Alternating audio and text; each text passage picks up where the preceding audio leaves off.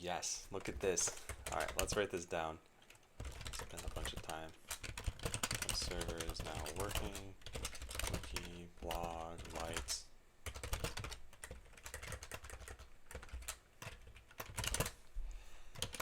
Yeah, so as of yesterday, you couldn't get to wiki.bot.land. And now you can get to it, and it might just be a little bit slow. That's fine. Well, it's mostly fine.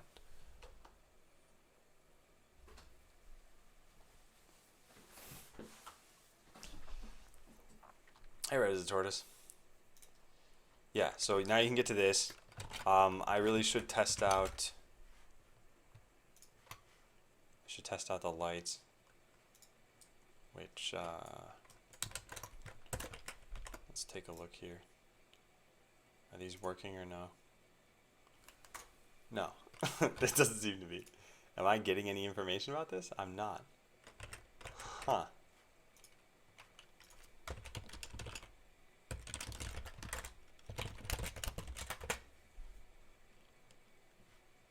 Okay, hang on a second. Let me take a look at this.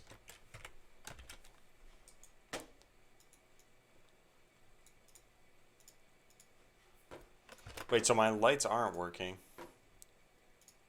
Man, sometimes. This is like the most annoying thing. Okay, let me try this over here then. So what I do know is that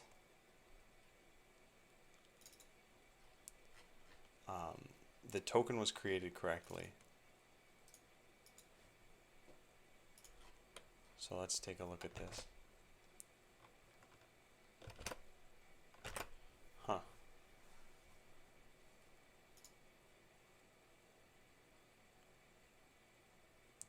Wait, what? Zeef is still streaming?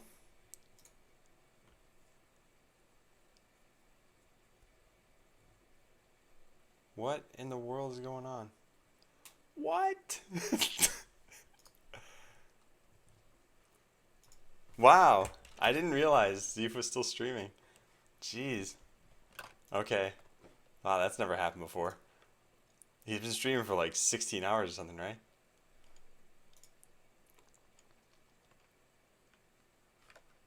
Man, alright. Well, I gotta figure this thing out. I don't know what's going wrong here. Is it that... Oh, you know what it might be? Okay, no, I think well, I have an idea. IP address 192.168.1.8.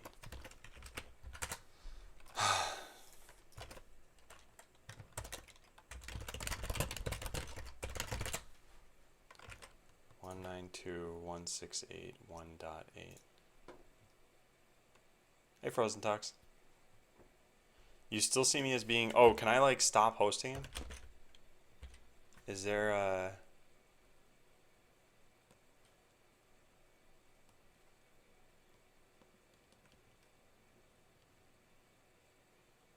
Host, unhost.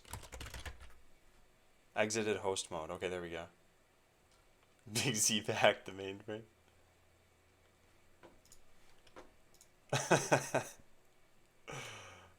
Okay, let's take a look.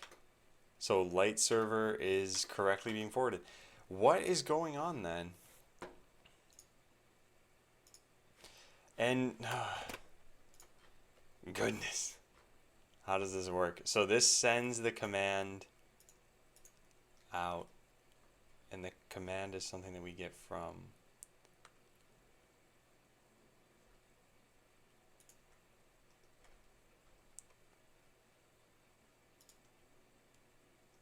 command equals L. What?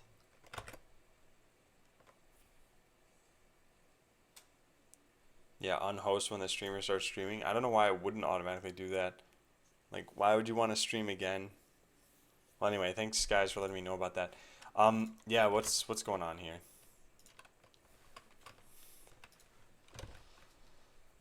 I'm not getting any data here. So what does that mean? So the site is seemingly working, but I'm not getting any messages.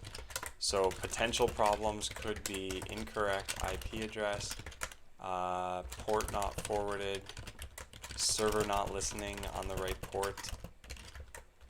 or some other weird issue with like PHP. I'll just put this over here. Hey, Slovenian Devil. What do I do? Oh, I guess I gotta close this tab, huh? Actually, hang on. Let me put this over here. Lightland Day 164. So I'm on 192.168.1.8, 7895. 192.168.1.8, 7895. So the router, as far as the router is concerned, this is fine. So like, not a router issue. We're pretty sure about that. So incorrect IP address and the TCP, external or internal. So internal we can pretty much cross off. External, I think we can also cross off here. Let's see if these two things match. Yes. Okay. Oh, did I fix the water problem? Yeah. Man, I fixed... Ugh. Okay, so the water problem wasn't like something I had to fix. That was just better yesterday. I texted my neighbor and she said, oh, the workers were doing something and something must have gone wrong. I don't know. Hey, Goggles. But then the web server thing I needed to look into a lot. So, seems fine. Seems fine. Port not forwarded. Seems fine. Server not listening on the right port. I don't ever run this any differently. 7895 and token control server. No, that seems fine. So what could possibly be going wrong here? I'm not getting a message from PHP.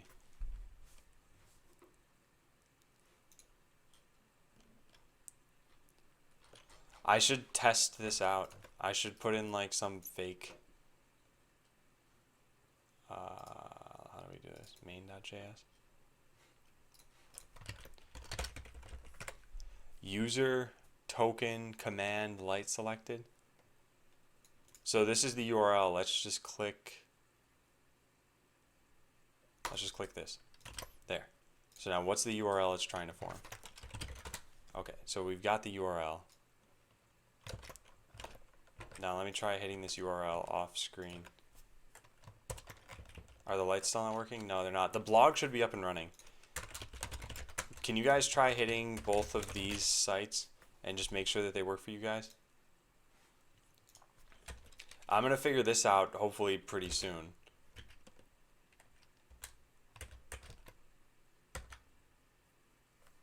Okay, so what is this doing? Socket connect failed. Reason. Operation now in progress.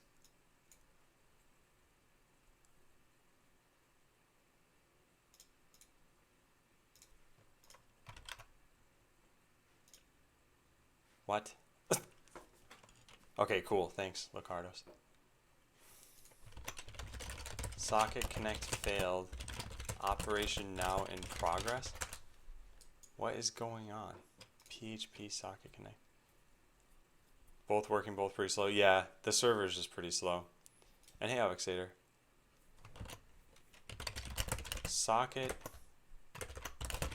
in progress. What is this? If the socket is non-blocking, then this function returns false.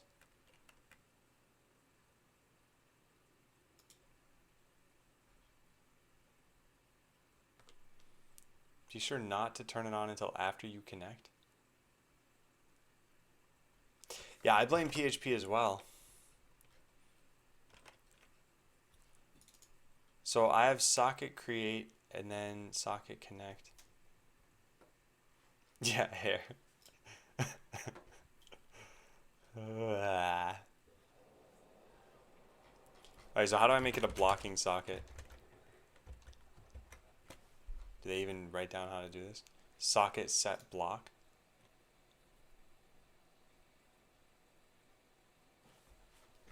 I don't know if this is the problem, but we can try this.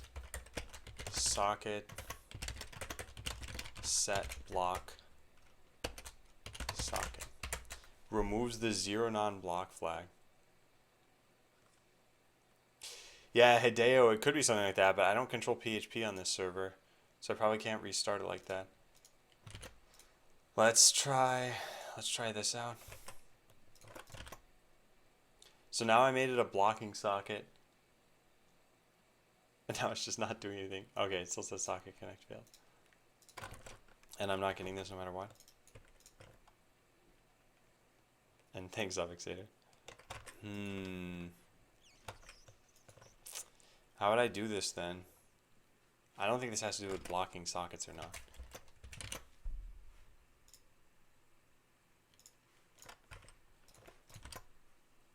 But this is weird. I wonder if there's any other information online about this.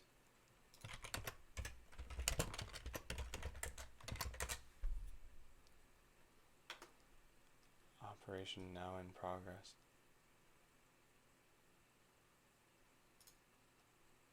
Do you have water again? Yeah. Thank goodness. I guess this is an OS level error, socket connect.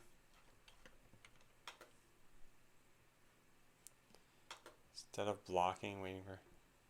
Check the socket error to see if the connection is completed. Yeah, I gotta update the today command still. Let's just do that now. Wednesday, Adam will be working on various, well, working on allowing players to customize cosmetics. If there's time, he'll also fix the art tool, which you guys don't have access to.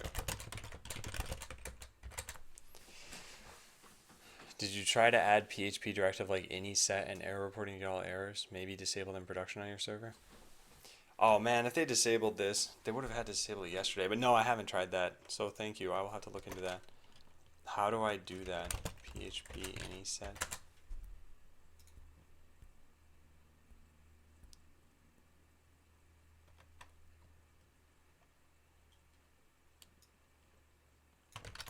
Okay, let's put this in there.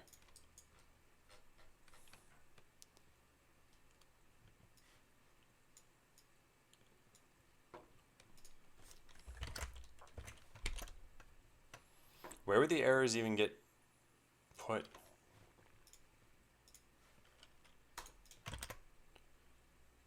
Like, this is probably just going to keep failing. Oh, man.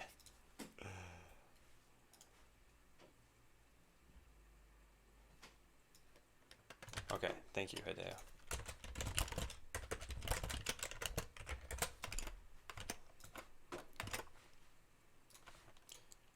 Okay, so let's put this here. Hey, Lukey.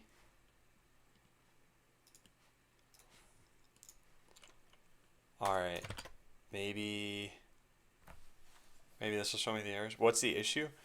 The issue, ooh, there we go. OB flush failed to flush buffer. Do you set a socket to be non-blocking? I don't. I could do that. So here's what I'm seeing. Failed to flush buffer. No buffer to flush on line 57. OB flush.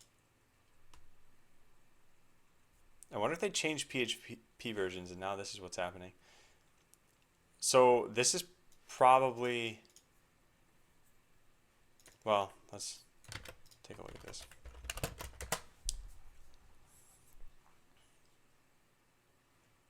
Oh, yeah.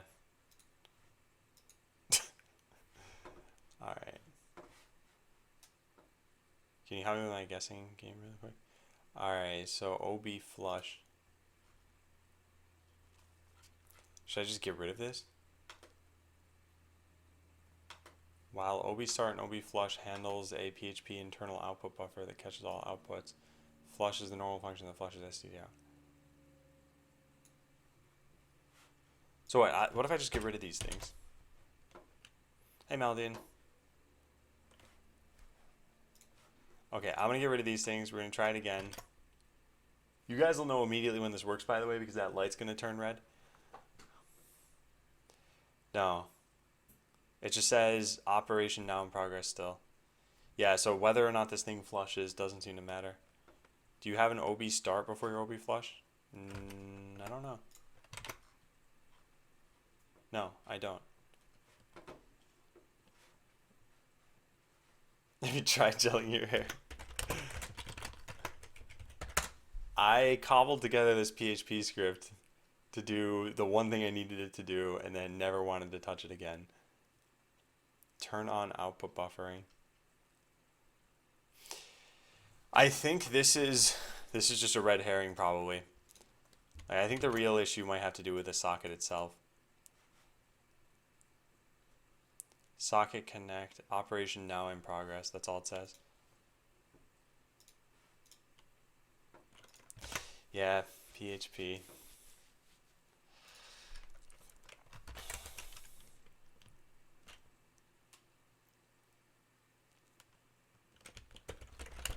Alright, let's look at the documentation on this then. I can hopefully figure it out from this.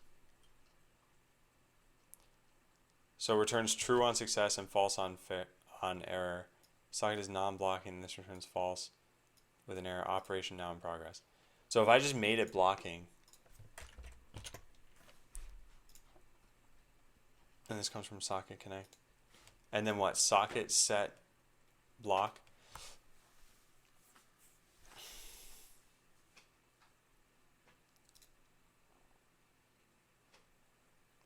Removes the zero non-block.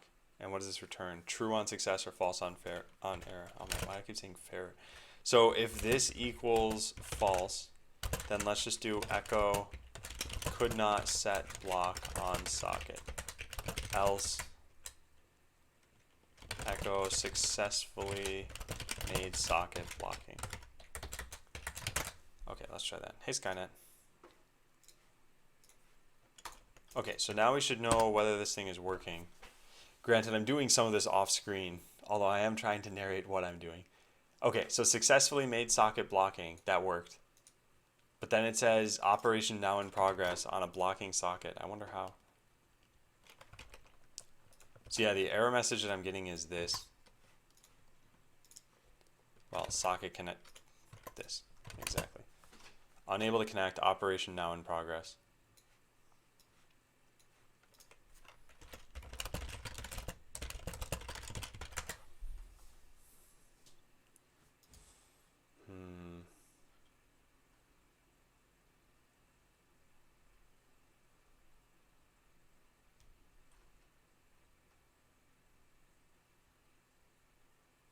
Try to increase the timeout. Do you know how to do that, Hideo? Can you paste your feed? I actually could, other than my IP address. That's the entire purpose of this thing. Because this does very little. However, it's also pretty straightforward. Why has this died?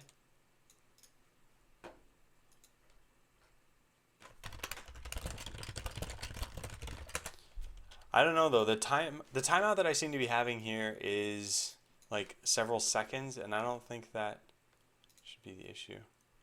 Stream set timeout. I wonder what a socket's timeout is by default.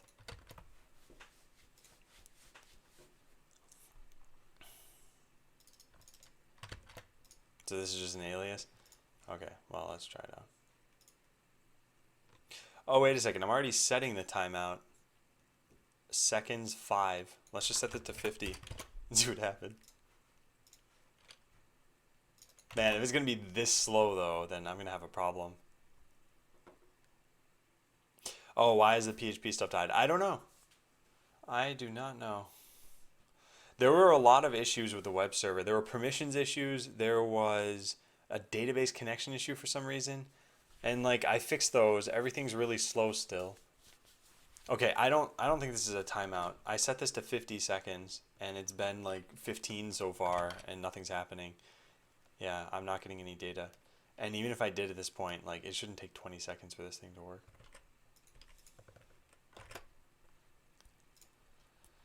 I wonder what else this could be. I made a blocking socket.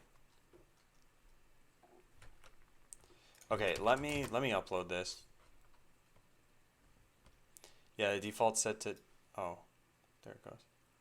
Socket connect failed. Operation now in progress. Huh.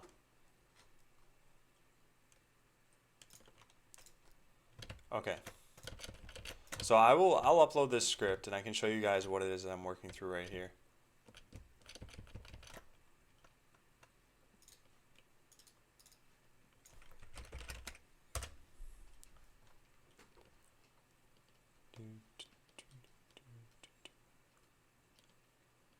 socket connect, and then we do socket write some command. Yeah.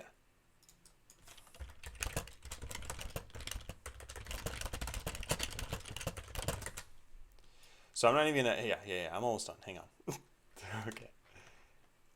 So here's the code.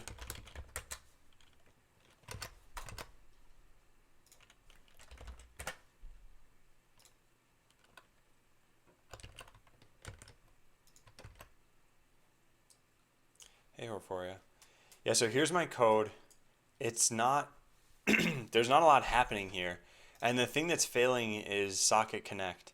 So this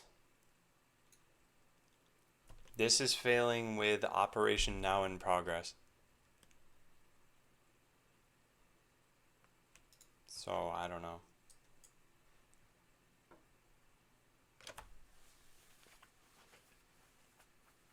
The IP is wrong. Oh, okay, that was it. That's the problem the whole time.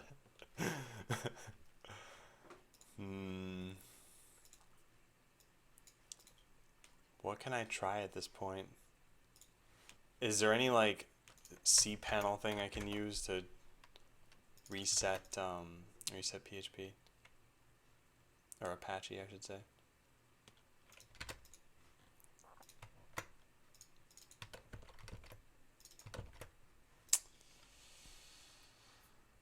This is annoying.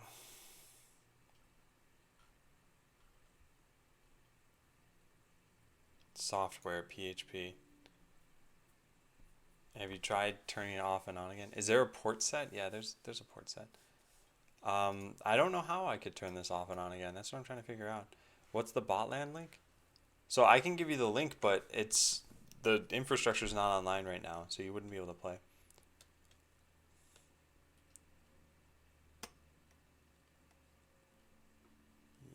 Yeah.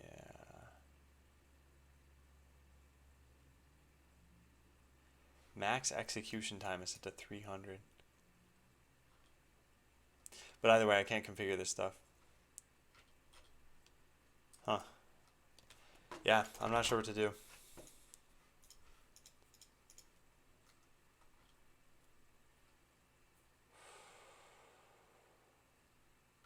Socket address service port. Service port's correct. Socket's correct. Address is of course correct.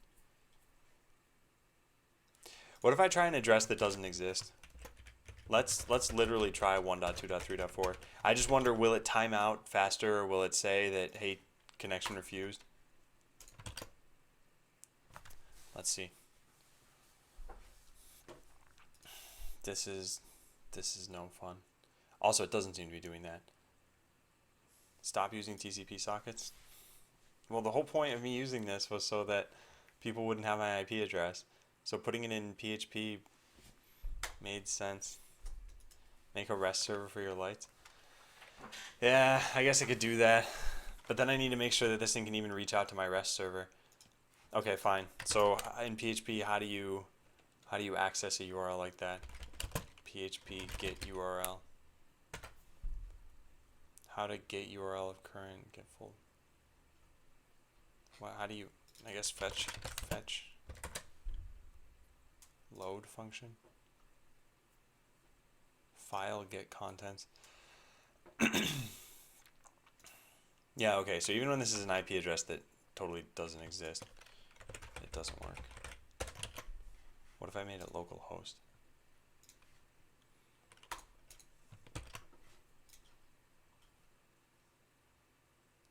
So I can just use load. And the thing is, I want to specify the parameters too. Actually, no, do I? What do I care? I could just pass all this off directly. Oh, man. Okay, now it's saying connection refused. So it is at least trying to open up a socket. When I specify localhost, that's what happens. So I wonder if they have some... No, I don't know. I have no idea. I was going to say, maybe they stop me from doing something like this. What are you doing in PHP land? I'm trying to get my light server to work again. And now I'm thinking of doing what Spurtman's suggesting. But I've never really used PHP for this. So we need to get it to load a URL. So if we just say load and then the URL, this should work. Let's try that. Suffering. Yeah, that's pretty accurate. All right, http google.com contents equals that. Let's echo the contents. Could you try get option socket SO error? Should I do this after the socket connect? Also, let me try something really fast.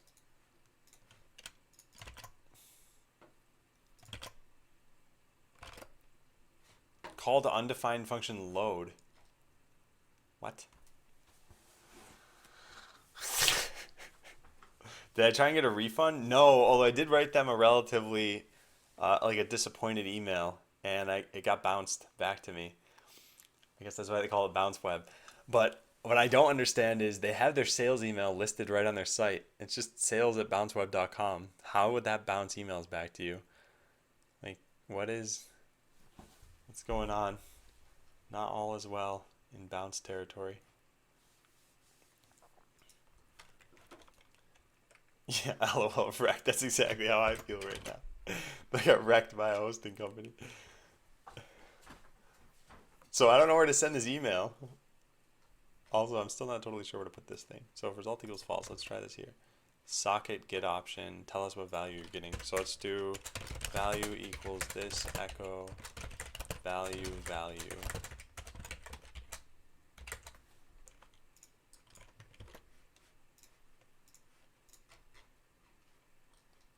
Okay.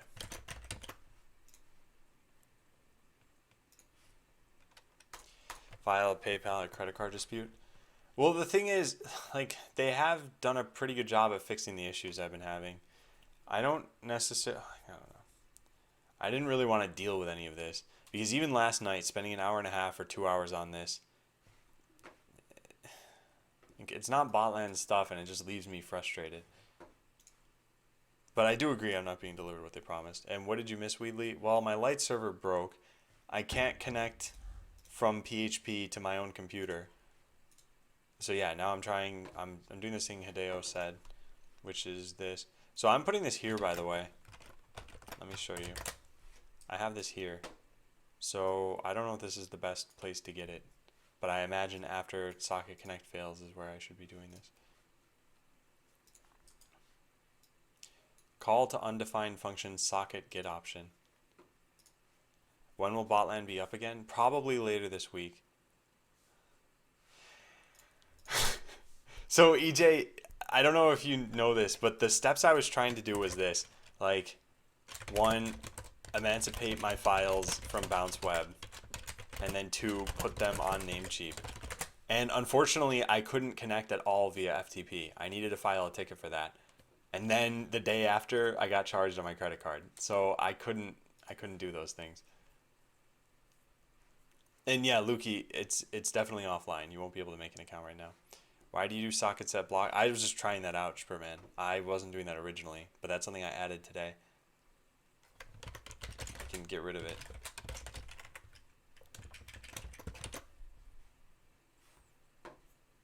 Sorry, socket get underscore option. Wow, really? EJ? Okay, I should write this down. Run a cPanel backup.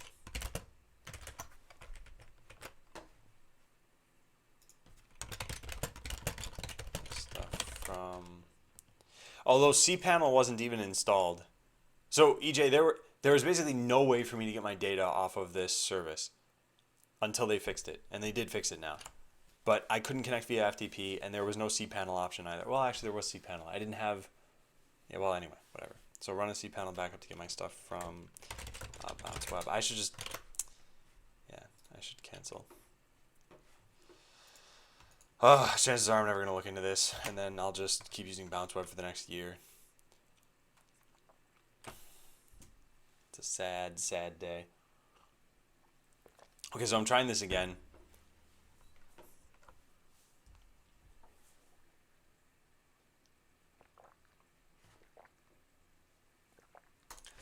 I'm waiting to see what error I get from this. In the meantime, how do you use PHP to perform? Oh, interesting, EJ. Huh. Your hair's looking rough today. How bad is this? Yeah, I told my wife in the morning, I'm like, oh, I gotta go stream. Um, I had showered last night. I'm like, can you fix my hair? Normally, I just do my own hair. So she runs her hands through it. I'm like, you didn't do anything, did you? She just smiled at me. So PHP, fetch page, I don't know. I still think fetch URL is the best thing to search for. Print R array. How do you, oh, hey, cool, okay. So yeah, we got 0 back from this thing. Eric says, do you have a stream schedule? Yeah, Monday, Tuesday, Wednesday, Friday from 9 to 5, so 8 hours. File get contents? Okay, we'll do that.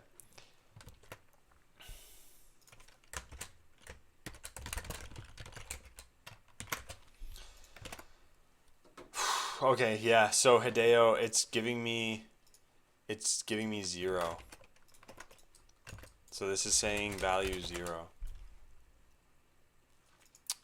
Anyway, whatever. I can just switch this to a REST server. So file get contents. Let's go try that out. Yes, Esner. Points give Hideo and points give MCS Mike. All right, let's go try file get contents. This is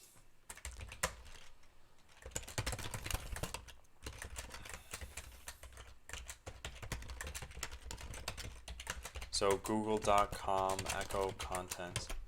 Let's try this out. Or we could use curl, but it's more complicated. No, I'm fine using this. This shouldn't be too bad. Let's try this out. Oh, I need to probably flush this afterward, right? No, it should be fine.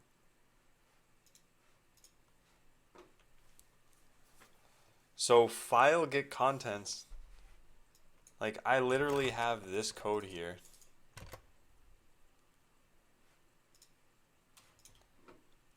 And what I find unusual is that this is not working the way I would expect. What if we just got rid of the rest of this? Man, what an annoying setup I have here.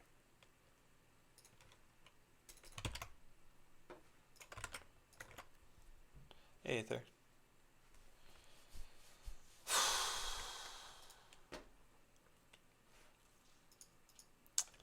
Yeah, this is not really working. I wonder if you can somehow disable all outgoing requests from PHP, and that's what happened here. That is probably possible, right?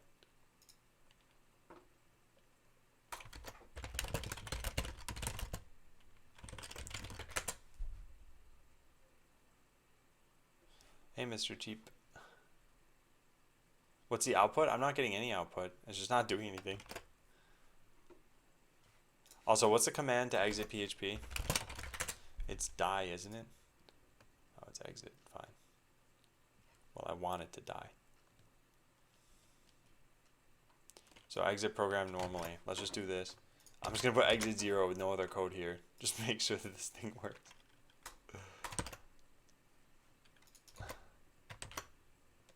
Oh, come on. Okay, there we go. That is working. You're getting 0. I don't think it's coming from your code. It's either your machine or your host. Yeah, I think it's the host. I guess I could test this out by trying to open up a socket from another process on my own computer.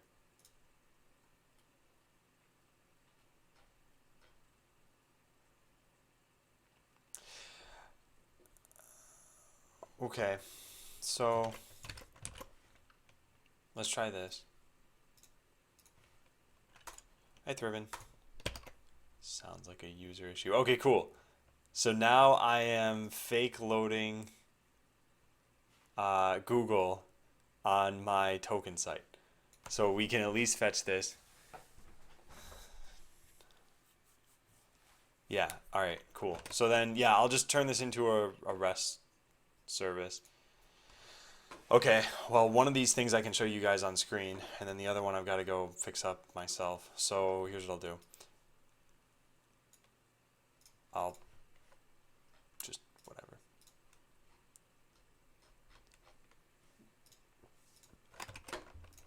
We can do this here. Okay. So let's go to light control server. Yeah, it's this. But what is it exactly? I guess I should make a Restify server. Maybe I should just make a new light control server. This is so bad.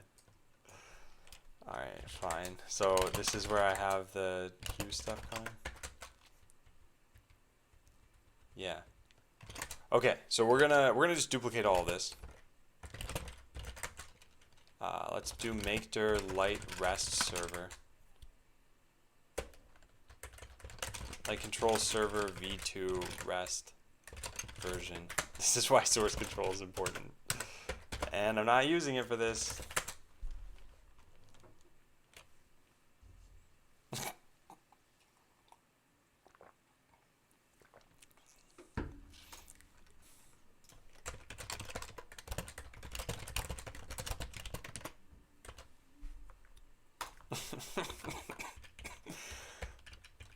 All right. So we're gonna do this. We're gonna copy paste all this stuff over there. So we'll get the rest version of this. We're also going to npm install save restify, and then npm install. All right, let's close out of all of that stuff, and let's go back to where I came from here.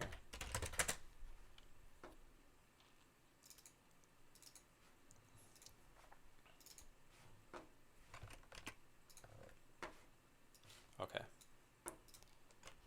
So what we want to do is instead of having a socket here for this, which is probably coming from app.js, is it? Or is it coming from bin www? Yeah, here it is. There's this whole parse command and handle stuff. Ugh, God. 8 million levels.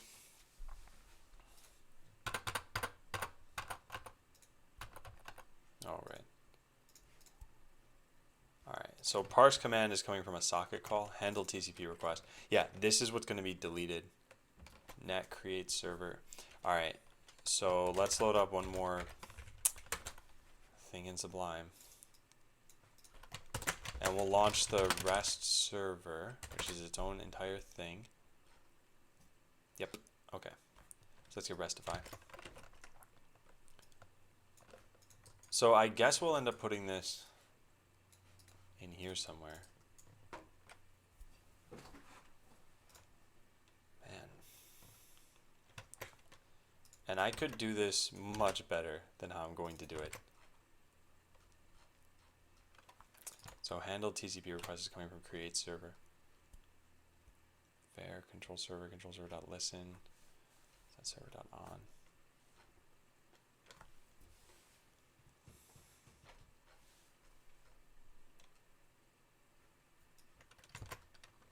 Okay.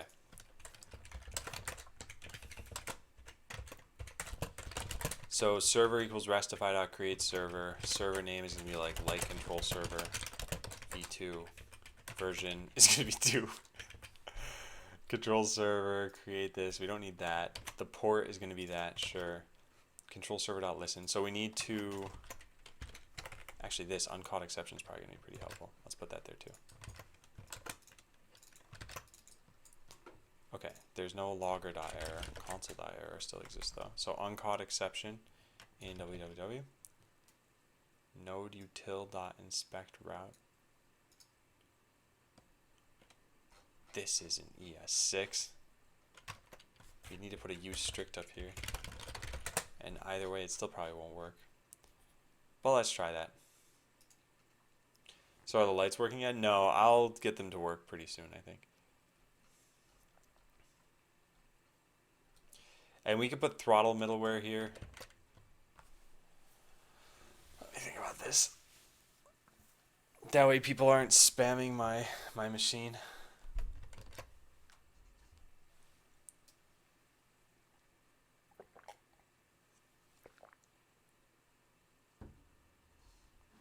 Hang on, Snake. Million levels. This is why I don't think it matters what language you start learning. Like, pick any of the ones that you were told about and just go start with that. Because the biggest problem you can run into right now is debating for weeks and weeks about, wait, which one's best? Is this one best? Is the other one best? Just start something. Yeah, we can throttle this to, fine. Server.use, restify.throttle.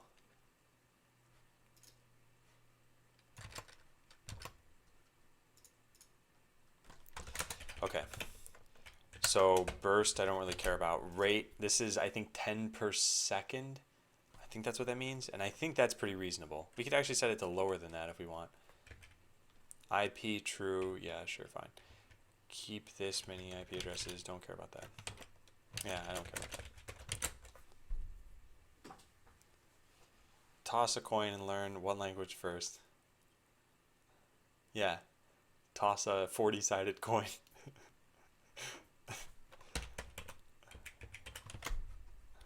Okay, so we got that. What next? Server.use, I don't really care about course. So then listen.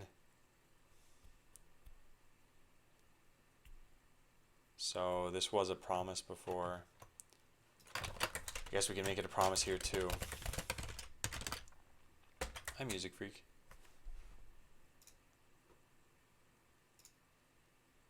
Why do they need classes? That's not how the joke goes.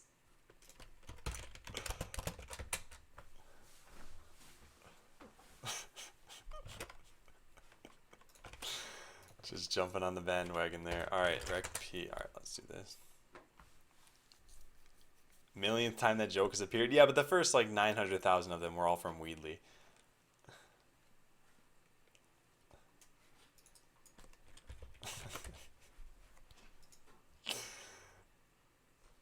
Okay, so listen.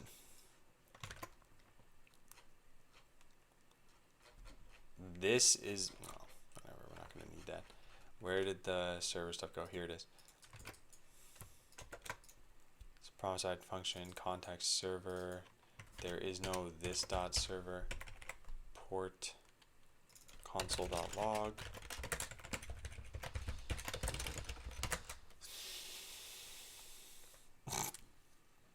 There's the tortoise.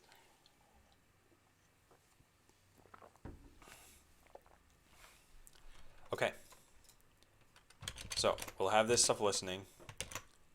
Let's try just that out. So we're going to delete this entirely. Oops. That closes the tab apparently. So let's go back there.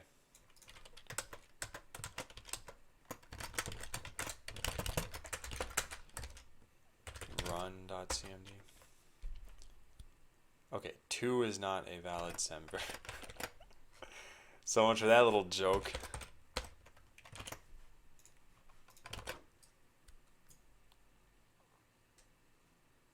Alright, now what? Options.burst is required. Okay, fine. So we'll allow you to burst up to 15. Sounds good. Let's run it again. Okay, cool. So it is now listening on 7895. Let's get this to work. So we need a route here. So set up external routes. This dot server dot get. And this can be done before listening. So let's do this. So throttle middleware is already being used. That's fine. Server.get slash. And then handle ping. We don't have a handle ping, but we do have handled TCP request, I guess. So let's use that.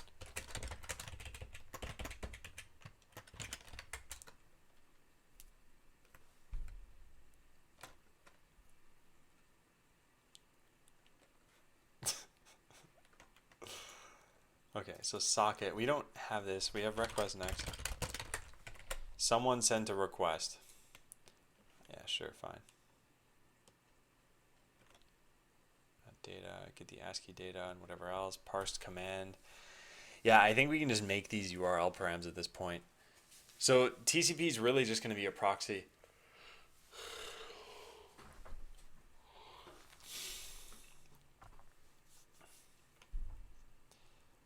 All right. So get this stuff, parse command, and then run command. Parse command dot command, and then which light. So we need these two things. Parse command does what? A whole bunch of nonsense. And in the end, what do we get? Find token. Oh man, come on.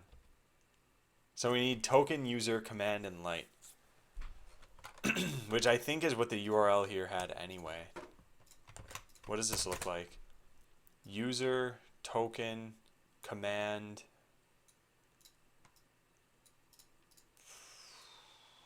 Presumably 4 is the light. Hello, Mini Panda.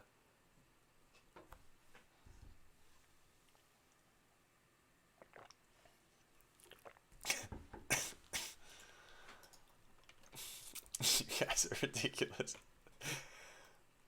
Alright, so parse command isn't going to be a thing anymore. We got to make it look like this. User token command light. Let me find out, where does the light come from exactly? Which light? Parse int split. 1 minus 1. Oh, I'm supposed to subtract 1 from this? Okay, okay. Got it. Okay, then this makes sense. I'm really cobbling this together. I should just be designing this correctly, but I don't ever want to touch this again. So here's what we'll have to do. In this request, we got to use the query parse or params or whatever it's called. Query parser, yeah. Parses the query string in here. Okay.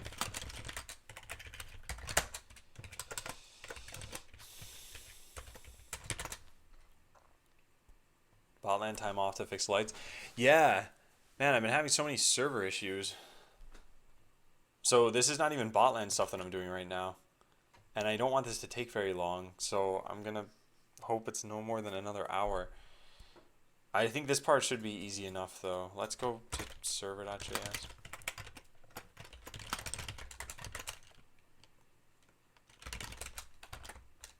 What is one of these? Yeah, rec.query.whatever. What was the water issue? I don't know. I got a text from my neighbor saying... let's see. I said, hey, is there a problem with the main water line in your place? None of my faucets are working. She said, still? The workers hit a line, but thought it would be fixed soon. So apparently it's some issue that was affecting the whole neighborhood. Alright, so rec.query.params. We gotta get user equals rec.query.user token. What else? Command, and then which light. So command is going to be a parse int. I could just redesign this entire thing. You text your neighbor? Yeah. What do you think? I'm going to go over and talk to them like a real human? No. No. No, I have no problem with doing that. I just didn't really feel like going over there. Because when I get done streaming, I do not want more human contact. I'm usually pretty tired.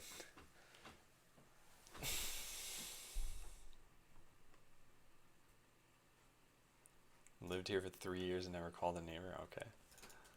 Okay. Alright, so where do we have this? Find token.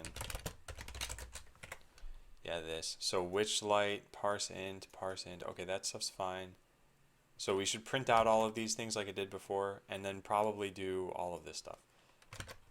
And then what do we have here after parse command? Yeah, it was lights.run command. So we can print this. Someone's trying to use a token that doesn't exist. Someone's trying to use expired token. Make it active, and then we get command and which light, and then we do lights.run command. Okay.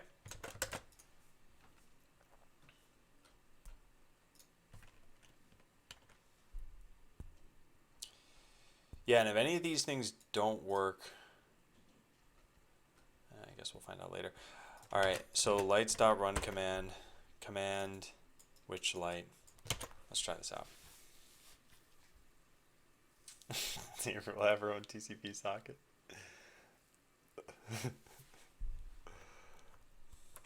Alright, let's try it out. So I'm going to run this again. Run. Alright, and now we'll use Postman to try this.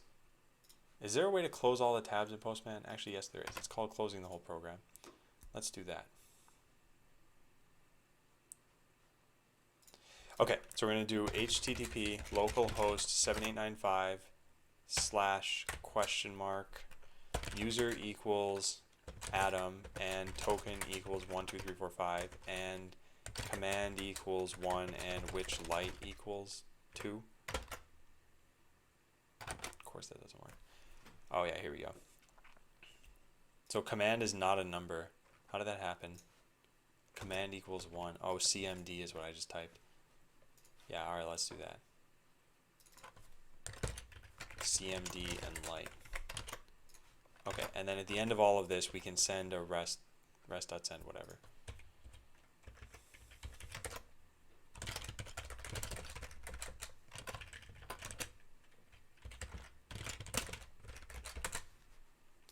Okay. Hey Adam, I was sent on a link for this game which is based on JavaScript. It's called Scoops. Yeah, I have heard of it. And hi, Dragon YT. That's a game that's very focused on programmers as an audience. Botland is supposed to be a game that's supposed to target just strategy users. Okay, so here we go. Which light is not a number? Oh man, come on. What am I doing here? This should be light. There we go. Okay, so command 1, light 1, token, and user. All right, so let's go make a token for me now.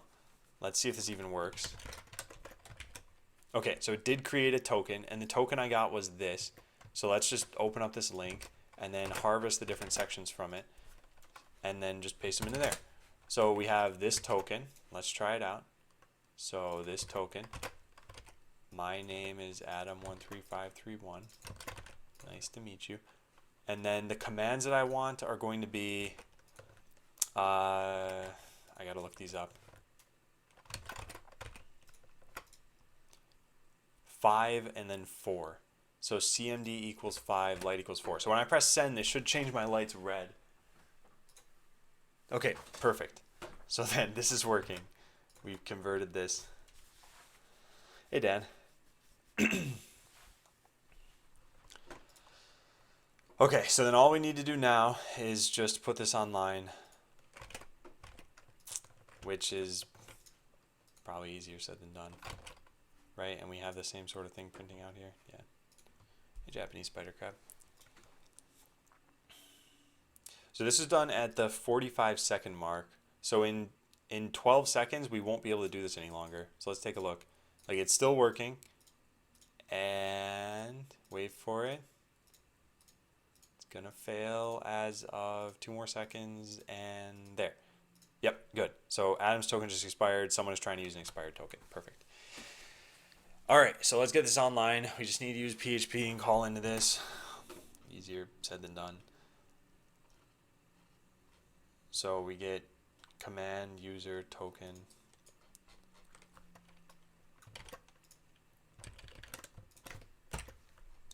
All right, I'm going to type this off screen for a second. Service port address. We can pretty much close out of all of this stuff. So contents, we're gonna do address dot colon dot service port. So we're gonna have an address like this: 1234 colon whatever 80, and then question mark. The URL has to look like this at the end. So question mark user equals dot user dot and token equals. You know what? I can just form this over here. Okay. What in the world? What's going on? All I wanted to do is this. There we go. Okay, so user equals this. We should probably have the PHP thing over here. There we go. Now I have syntax highlighting. My face run a fantasy using PHP. Again, doing. And yeah, Thriven. I don't really need a good GPU, as Noob said. Alright, you still call him friend? Because he's a nice person. So token dot and CMD equals CMD. No, command. String to lower. What? Is that really what this is? No. That's not right at all. It's never right. Where does this command come from? Command number as string. CMD number. What?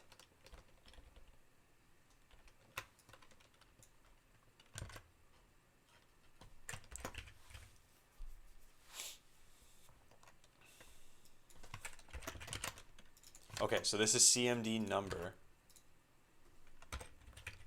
And then dot, finally, light equals, and we put the light number here. Do we have that? No, of course not.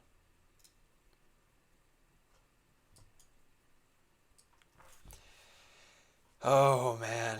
All right, let's just copy paste all this code out of here because this is becoming really annoying. Okay, so here's the whole script minus my IP address. And we don't have the light coming out of here.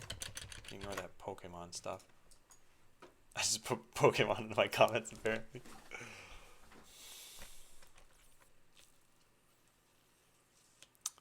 What did you pass into this? Actually, I have it right here. CMD equals 5 space 4. So that's what I've got to get.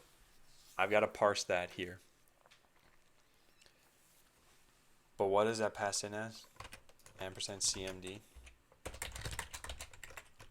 So command equals string to lower. Then I must parse this somewhere.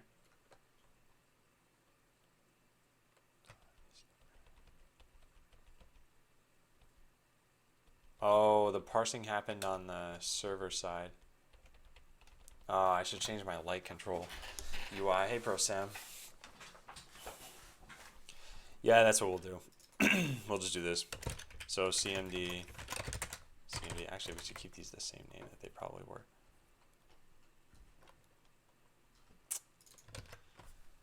So bad. So bad. I don't like it. Also, before I do anything else, I should probably just copy paste this here. How do I do that? I can't do that.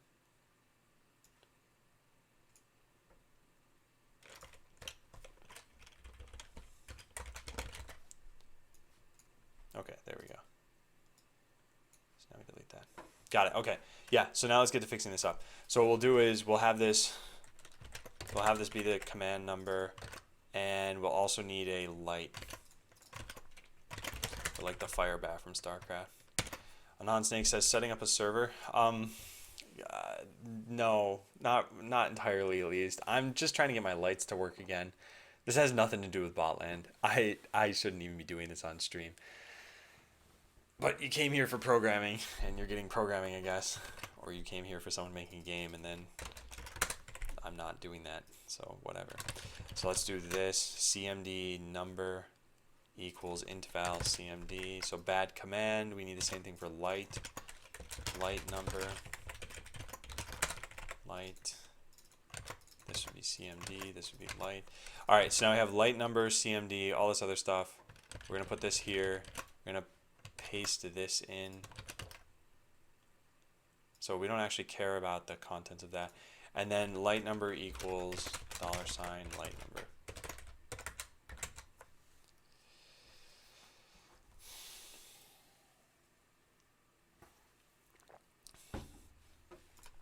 Okay, done.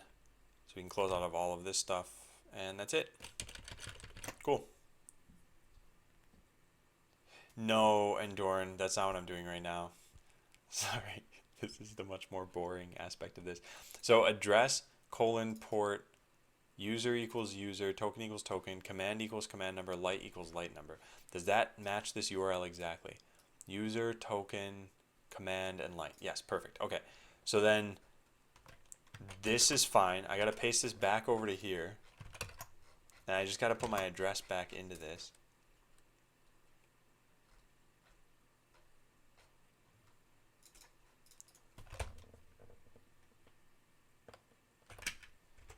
Sorry, this will be a second.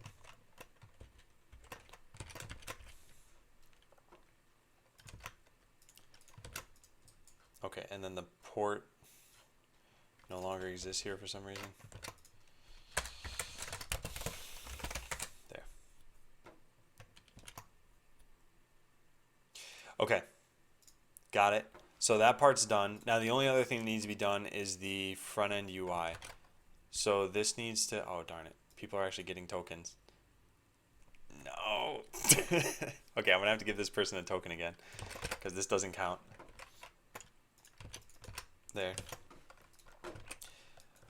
All right, so next up, the front end UI. Let's go take a look. Front end UI, main.js. So the URL that this forms has things like this right here. So we have CMD equals light selected. Okay, so no, this is going to change now to and light equals light selected plus 1.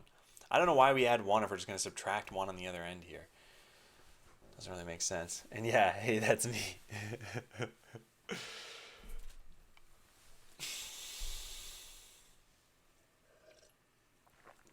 Hey, Riza. Yeah, hopefully I don't have my internet cut out today. Okay, so let's try all this stuff. So here's what I'll do. I'll go open this up. Can you label the number to the lights? Because people always ask. Yeah, I can do that. I will do that probably after this though. So the first thing we got to do, we got to go into, we just got to put this up here actually. Okay, there. Now, let's try everything from end to end. So I'm going to go restart this. We're going to run this. I'm going to go give myself a token. We're going to click this link, and everything should just work. You see that? You see that, chat? Everything's just working great. Okay, let's just click the button. This does not form the URL correctly. URL, no, this is wrong. This is cached. Yeah. So then what we need to do is just refresh this page while this is open. And now it should be a different URL. Yes. Okay, perfect. So, is that going to work? No. No, it is not. What are you talking about, Thriven? I don't think anyone's doing anything that unusual. Alright, so what, I'm not getting these messages over here? No, I am not. Oh, I think I know why. Because I need to check this out again, don't I?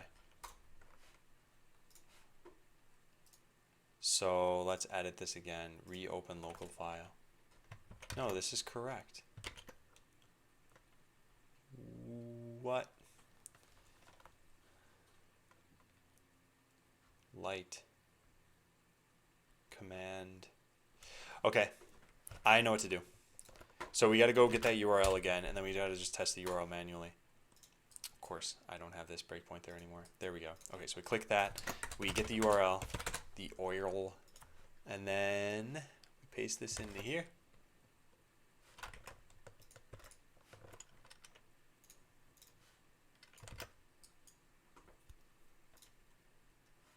And we get back nothing for some reason.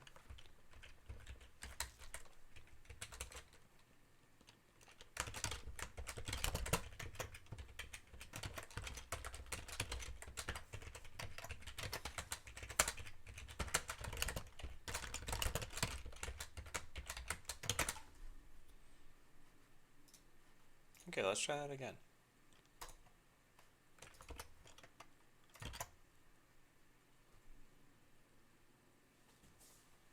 Do I need HTTP in this?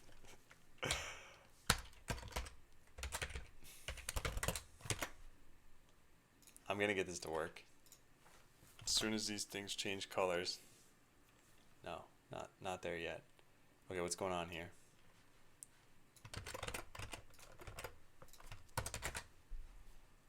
Token, command, and light. And yet this still is not making it here.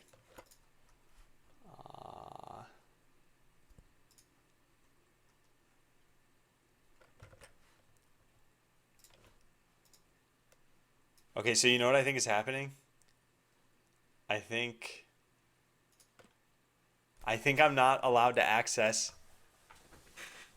anything outside of whatever hosts that they let me access. Like, this has to be some firewall issue at this point.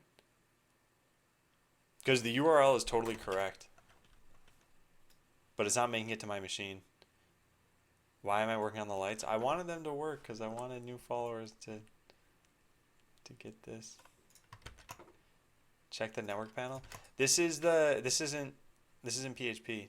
I think the wiki is down. It better not be. It's really slow. Yeah, I think it should be up. And no, yeah, the servers are down. You can't log in. Don't worry about that. I'm trying to work on... Yeah, okay, this is still working. I'm trying to work on something that's totally unrelated. It's the light control server. And yeah, this isn't working.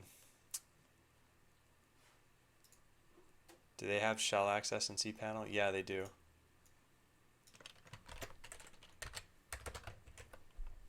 You just do it from a temp DNS through a VPN.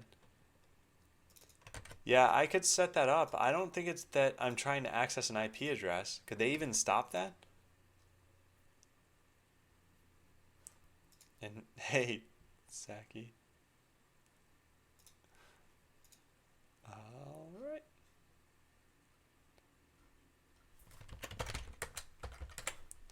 I think they have shell access here. SSH access, yeah, there it is. Did that work? Did anything work here? How could this even fail?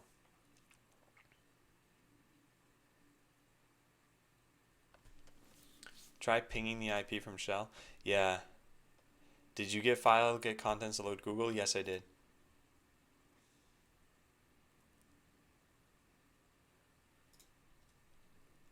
Okay, so the problem is SSHing into this thing is going to be pretty annoying because they use some weird port. I need to ask them to enable this, I think. Yeah, all I have are my SSH keys on here. Actually, you know what I could do? I could just try pinging random IP addresses, right? Ping google.com. So if I try this IP address, there's probably a ping command from PHP, right? MySQL ping.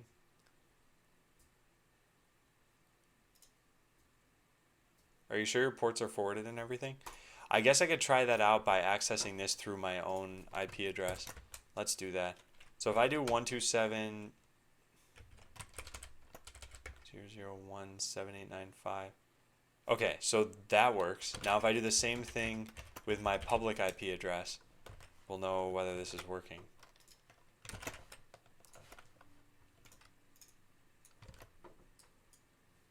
Yes, it is. Okay. So we know that's not the problem. So can you ping a server through PHP?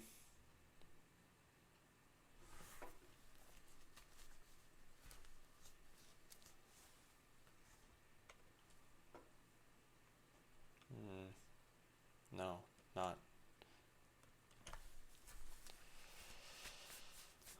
Serious question, can you hack? I don't know. I've done very minimal things. And yeah, EJ, I could see that being the case. I guess the other thing we could try is just doing this outside of my Wi-Fi network. But I do have this forwarded. I did look at that. So let's see. If I try accessing this same URL from my phone.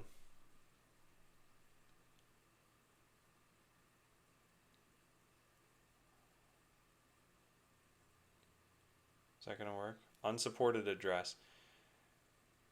Okay, unsupported address because Windows Phone is terrible. Let's try this from an iPad.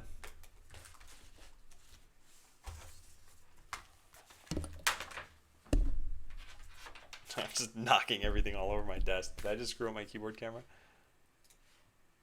No. Hello, iPad? Oh, there we go.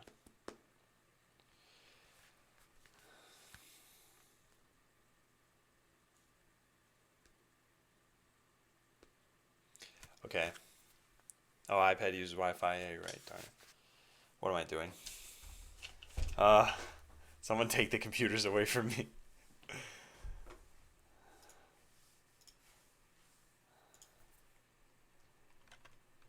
Yeah, I don't know what else I could even do at this point.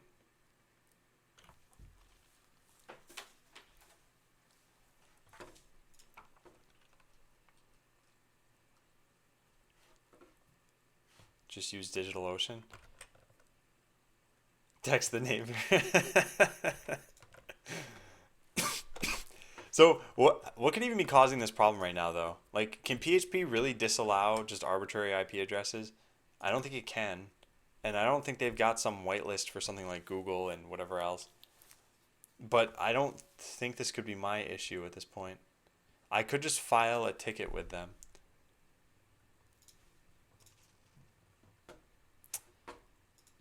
So stupid. This is a URL I'm trying to access.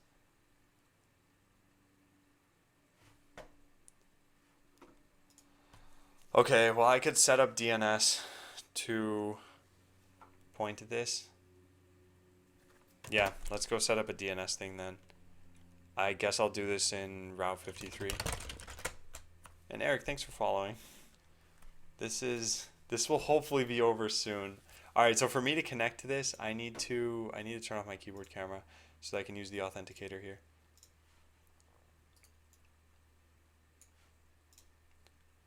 So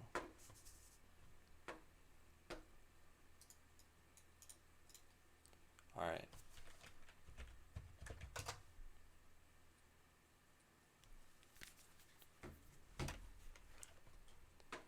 Well, wait, hang on. Actually, there's something else I can do here before I try something else.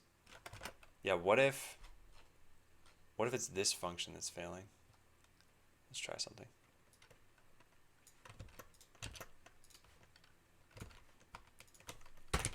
Let's just do that. Because maybe this is a PHP version problem. All right, I'm gonna test this. If this works, I'm gonna feel a little bit silly.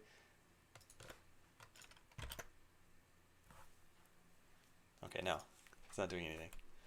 And Superman, thanks for following. All right, I tried the whole let's not do get host by name, but now I'm just gonna set up DNS. This is really stupid. Also, I guess I have to be sure to never show this on screen.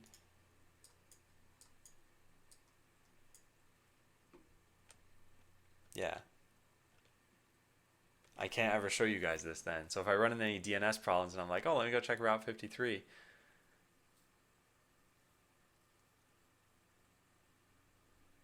All right, whatever. We'll just try it. So create record set.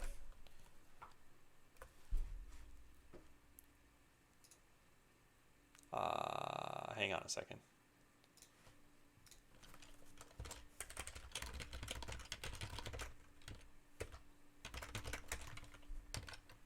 Okay, there.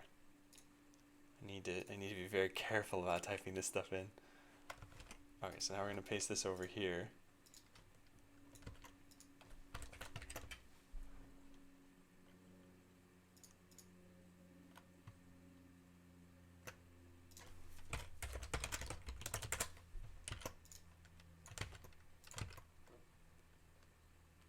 Okay. So let's try that out.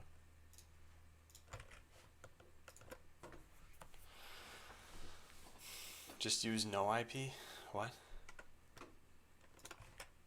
There's another site or service? No! Why is this not working? Oh, actually, DNS might not have propagated this yet.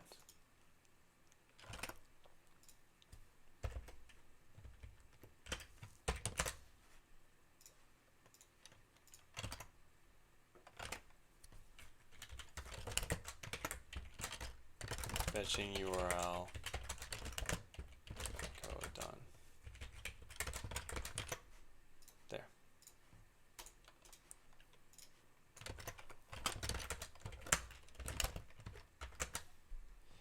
Okay, so it's got my IP now. I don't think this is working.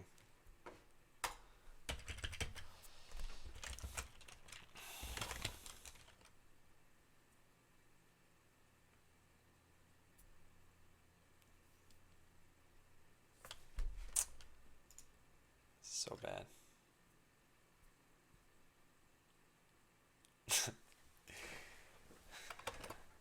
So yeah, how did they do this? I can't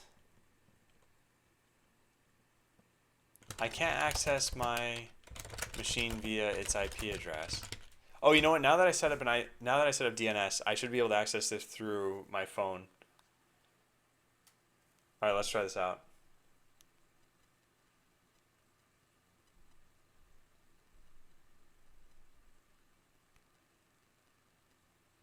Okay, so let's take a look. Is this going to trigger anything here?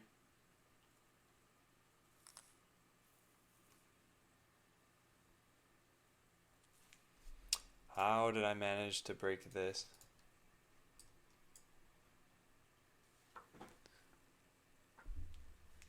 Page can't be displayed.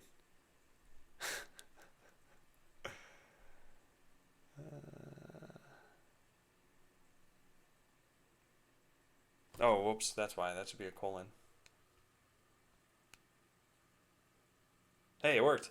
Okay, so we know this is working. Now it's just not working from my PHP server, which we can safely assume is the worst. And yeah, EJ, that's what I was, well, okay, so that's what I was asking about earlier.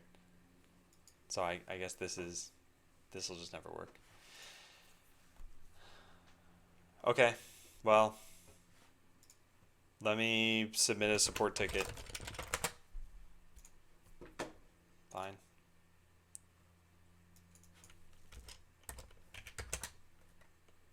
We don't know it is working.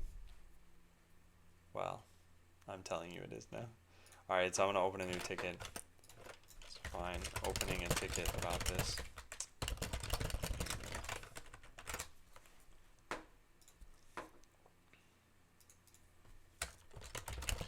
Can't open socket or connection to my IP address from PHP.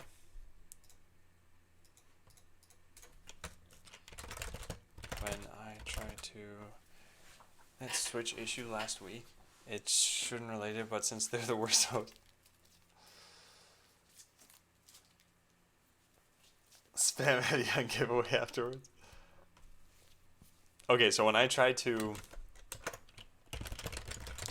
use socket connect or file get content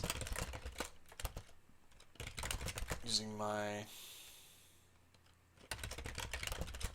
IP address, the outgoing connection never completes. Is there a firewall setting that can be changed for this?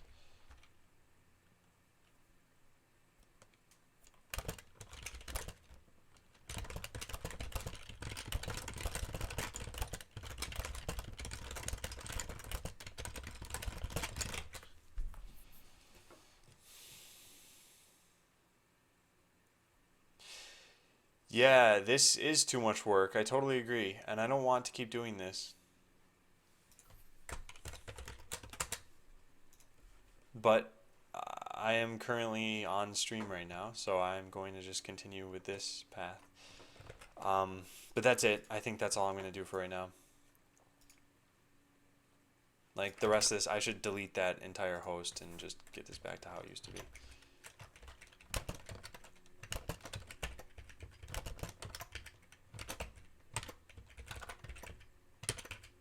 There. Just scrap it for the day and let's get on with the outline. Yeah, that's what I'm going to do. I'm just going to reset the things that I had changed over here. That way I don't have to hide DNS from you guys. Okay, there, that's that. Well, whatever. We'll need to test this particular link out in the future. So yeah, let's close out of these things. Too bad. No, oops, no wait, cancel. I need this link.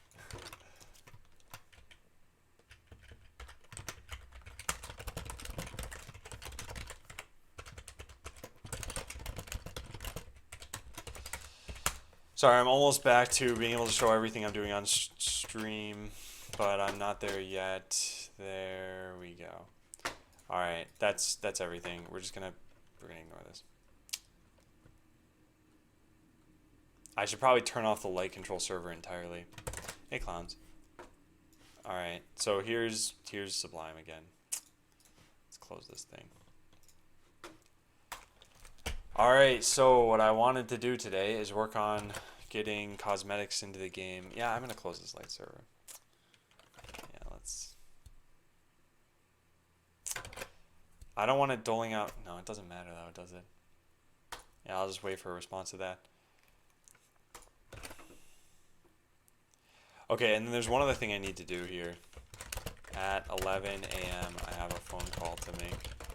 It shouldn't take longer than a minute. Alright, so let's run everything.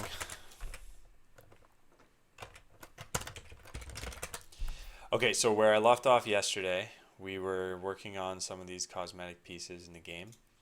So I connect with Adam, and we had gotten it to the point where you can buy this stuff. Did I check any of this in? Yes, I checked it all in. Okay, cool.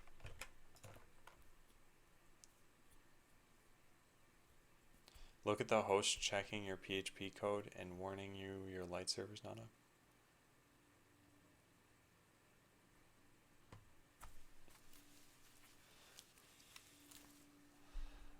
Yeah, let me take this off. Okay, so you can buy cosmetic pieces now, but there's no way to configure them. So what we need to do is work on this UI over here. So put your cosmetic loadout there. So a lot of this code's already in place. I'm going to try to take it like somewhat easy today. So I'm not going to go super fast when I do all this stuff, and I'm just going to work at my own pace today because I'm super tired. I spent too long working on the web host stuff last night. I shouldn't have been.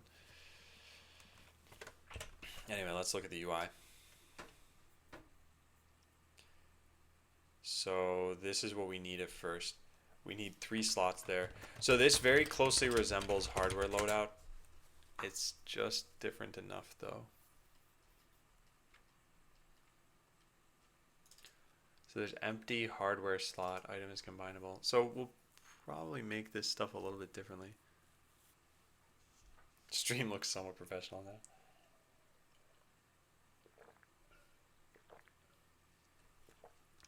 A number of empty slots. I feel as though this is different enough that I should make a totally different component.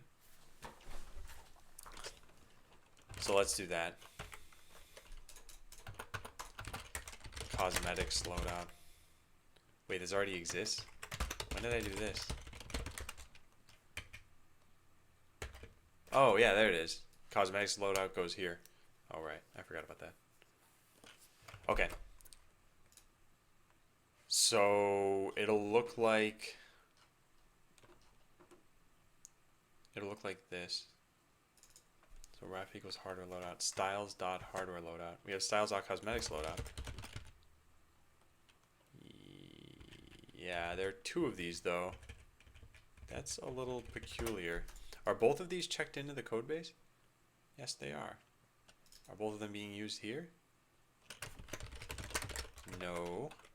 Okay, well then I need to delete cosmetic loadout. Because nothing's using this, is it?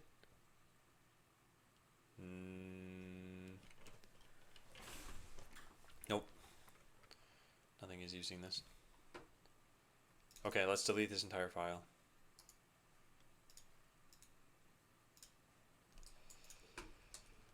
Okay, that's gone. So now we have this. And this should be similar to this one.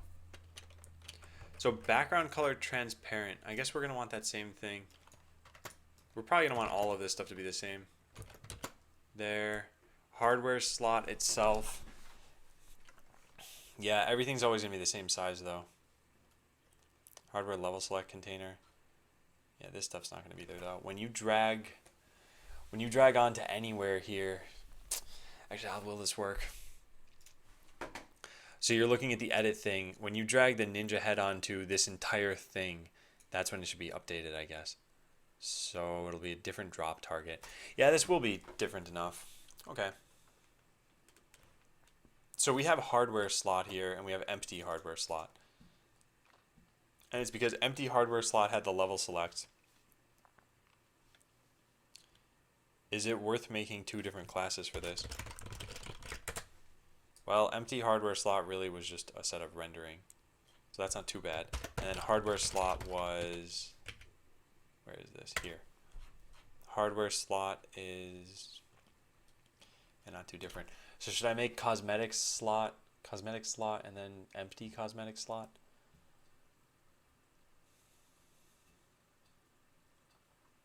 Or should I just make cosmetic slot that can be empty? Well, one thing's for sure. I'm going to have cosmetic slot. So let's save that. And now hardware slot turns into cosmetic slot.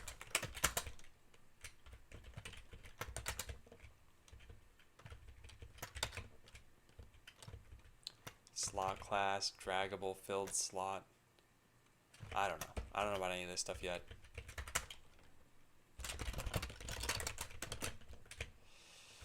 Let's get rid of this stuff. And drag listeners, we'll have those eventually, but not yet. Okay, so now in cosmetics loadout, we're going to need to use this the same way that we did for hardware loadout. So let's go get that. Did chat just die? Everyone was talking, and then I'm like, okay, I'm going to get back to coding. And then everybody just immediately went silent.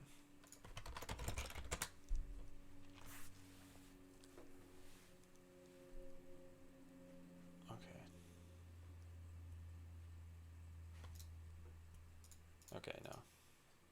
Chat's alive and kicking.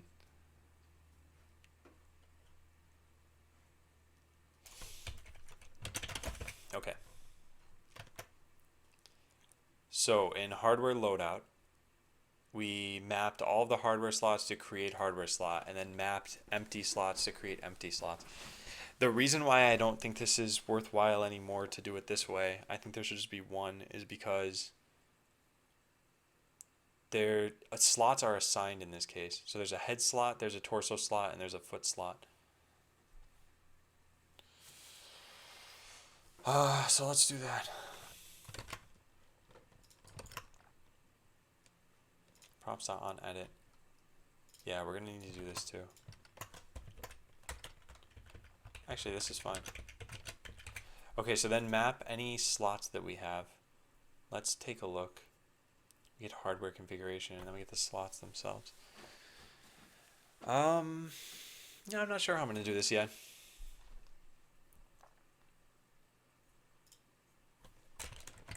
Cosmetics loadout.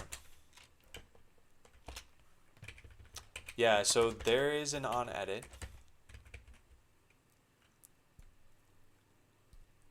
Okay. So we also need to pass in cosmetics loadout equals this dot props dot what workbench state.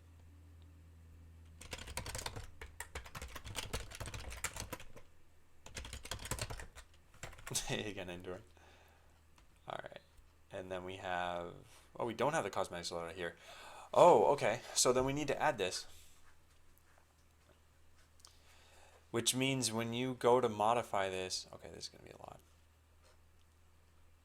Because we have Bay hardware. This is a copy of the hardware string that you click to edit. That way changes won't be persisted. Yeah, so we need to do something like Bay cosmetics.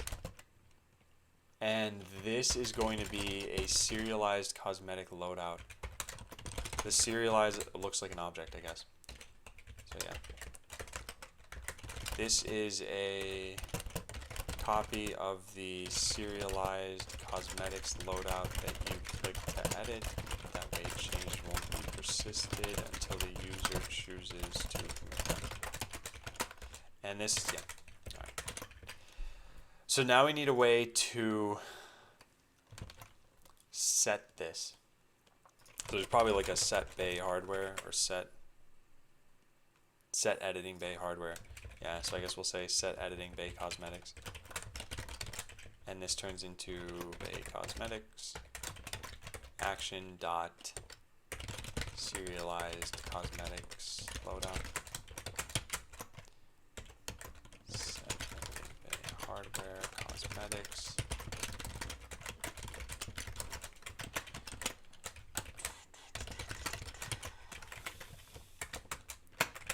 Okay. And that goes here, but instead of hardware string, we're going to have that.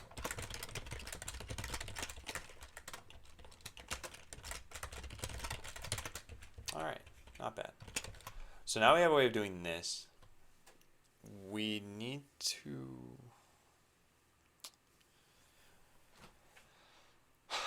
have this set somewhere. I guess for now what we can do is we can just hard code these.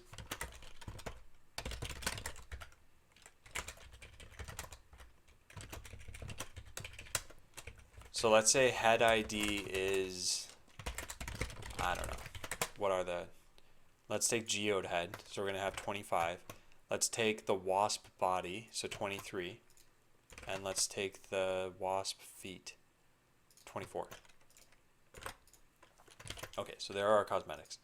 And now when we pass this in, we should pass it as bay cosmetics. So this is a serialized loadout. This eventually needs to give us images as well. We'll need something that lets us get that. We don't have it yet though, but I'm not going to worry about that yet. Let's just get item names for now. Okay. So now in here, we're going to have 3 different things. So when I said create hardware slot, we need to do something like this. Create cosmetic slot.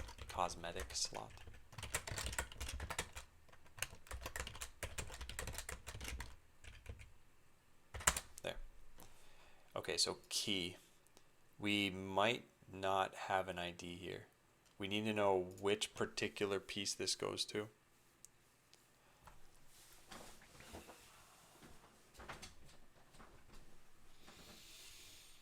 Huh.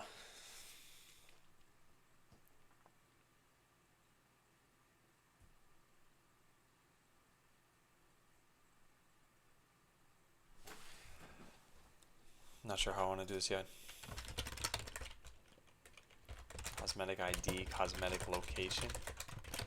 So the key could be this, since there's only one location for each of these things. Is editable, let's just ignore that, and probably that as well. Yeah.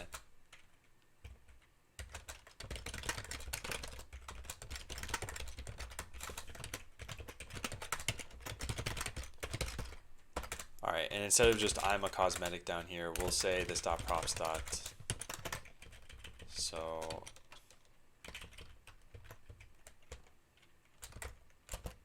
yeah, that. Okay, so create cosmetic slot. We're going to do this here. And we're going to map everything in cosmetics loadout to that. I don't know, that's a good idea. What might be better is doing this. This dot create cosmetic slot. Cosmetics loadout dot head ID head, and then same thing for all of these. So torso and foot. Okay, let's try that, and let's also make it so that edit blueprint.js doesn't automatically go to the hardware section. How do I do that? Show hardware inventory is also false. There we go. Okay, let's try it out. So I connect. We want to go over to this, the blueprints page.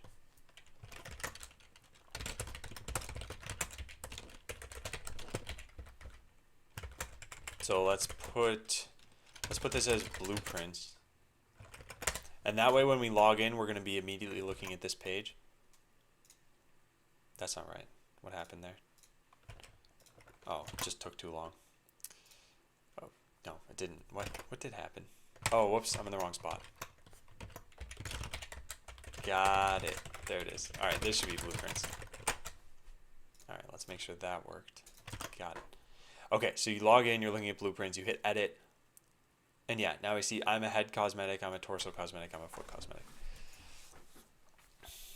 Hooray. So now let's make those look correct. So the slot itself has cosmetic slot on it, just like how hardware slot would have had, what exactly? Just hardware slot. Size 1, select classes. Yeah, okay. So let's find this. This goes here. This is this. All right, well, let's just copy paste this whole thing for right now. We can eventually make these look a little bit better. Cosmetic slot. Okay, and let's see what that looks like. It should look pretty much like those empty slots over there. Yeah, there we go. And does this look roughly like the UI over here? Yeah, more or less. There are some slots, like that's this now. Edit is not set to take up the right space though. Why not? Button edit. What do we have here? How's that hardware loadout?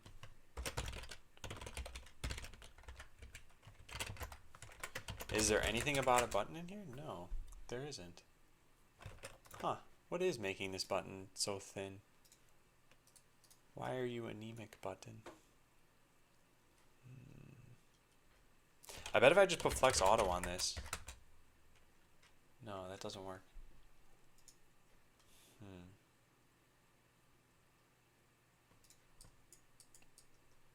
Okay, what's the difference between these two things? Yeah, this button did not get anything special about it. Then this just had display flex.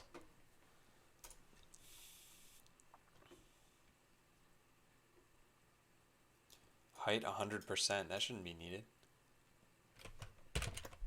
Flex direction, column, display flex.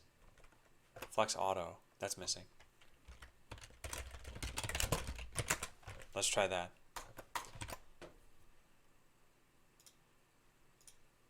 Yeah, that works. Okay. All right. So now when we click edit, we want to have this actually be editable. So at this point, if this is totally empty, then you can't drag it at all.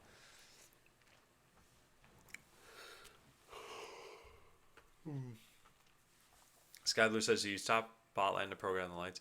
Yeah, and I never finished that. But now we're back to Botland, of course.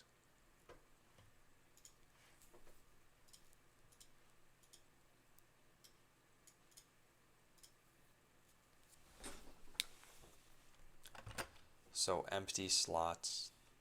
We need to know what's in this. So there's cosmetic location, but then there's also cosmetic ID, I guess. And this could be null, meaning it would be empty. It's not going to be null in this particular case. But it might be. So if it is empty, I guess we just won't show anything there. So if this.props.cosmetic ID is not defined, then this.render empty slot, else this.render filled slot. Sky Blue says, so the game is finished-ish and you're working on the UI menu queue. I wouldn't really say it's finished, or not even really that close to finished. One of the things that I worked on yesterday was getting some of the bot graphics into the game. So when you press play now, this still looks the same, but when you actually drag this onto your queue, it gets deployed as this like Wasp Geode combination. So the two bots that I have to work with right now are an entire Wasp bot and an entire Geode bot. So you can combine the parts in any way that you want and later color them. So getting the graphics into the game was kind of what I worked on yesterday, and getting the game playable again. But there are lots of bugs. The UI isn't finished. It's not possible to customize your bots yet. So what I'm working on today is the customization aspect. You already have the ability to change out your hardware, so you can actually change the functional pieces of your bot. Lasers, artillery, missiles, great. But then you can't change out the cosmetics of your bot. So that's what I'm going to be working on today, is getting this inventory to look like this page. So you'll be able to search through, pick a head piece that you like, a body piece that you like, and a foot piece that you like, and have it actually change your bot. And then getting this into the UI is going to be, I think, the next phase after that. So there will be some interesting challenges here. And the game will start to look very different in the next week or so. Alright. So render filled slot is that, and render empty slot is this. Okay. So we should say something here. Drag a, well, the cosmetic location needs to be something sort of human readable. But I'll just say this for right now. This dot props dot cosmetic location dot to lowercase. Drag a torso item, drag a head item. Yeah, item here. So now, because these are all, oh, these aren't empty though. What am I talking about? Also, that was wrong. I shouldn't have connected this atom too. Oh, what did I break? Oh, right, util doesn't exist.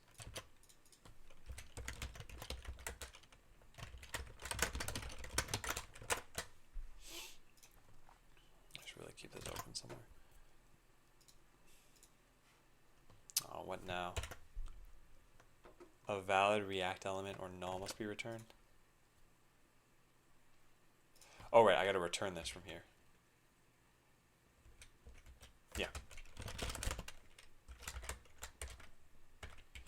I suppose it doesn't really matter how I do this. Yeah, we can just put it this way. Okay. Got it. Alright, yeah. So if any of these were empty, it would say that it's empty. We could test that out if we want by just setting this to null.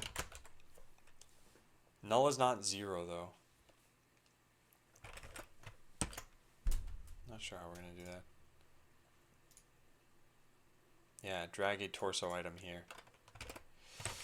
This might be a little bit strange, but I think we'll find all these issues as I start to work through this.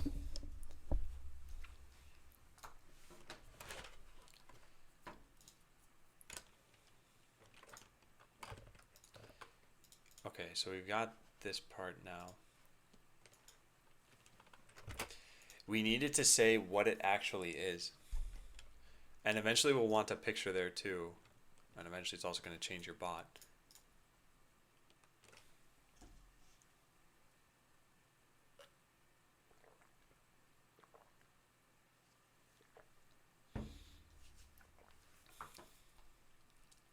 Yeah, okay, let's get the real names then. Where do I install an IDE compiler and stuff for TypeScript? So all you really need is the compiler there. The IDE could just be something that's familiar with TypeScript. So like Sublime, for example, probably has a TypeScript plugin. But the compiler I've never actually installed, so I can't help you there. But it should be easily searchable. Okay, so when we pass this in, we're coming from the blueprints page, or the edit blueprints page, and there's show cosmetics inventory. Yeah. So the cosmetics loadout has no way of converting these items into the data about the items. And we could write get item template in there and then it could do that. I think we'll do that for now. Hey Kadoku. Day's going okay so far. This has been kind of a weird week. I was trying to get my light control stuff to work again and it didn't. Oh hey, they got back to me. Let's see what they said. We are working in it and we'll get back to you soon. Please stand by. Okay. Man, I ask questions in these tickets like, hey, problem description, question, and then I sign my name, right? And they just totally ignore the question. They like vaguely refer to the problem description by saying we're working on it, but not like, oh, here's what's going on or here's how you can prevent this in the future. I don't know, it just seems weird. Hey, again, million levels. All right, so we have get item template now. I suppose this can make use of that and then find out what it is that this thing should show. So for this particular case,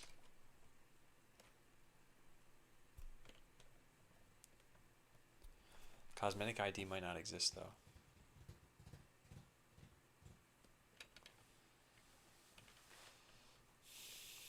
Working on it so hard that they're in it, yeah. Item template equals this dot props dot get item template cosmetic ID. And like I said, this may or may not exist. We could just pass it in, but it's going to be an object with a prototype that I pass in. I guess that's fine. Let's do that. Item template equals item template. And then in cosmetic slot, we don't necessarily need something like cosmetic ID in there. Yeah.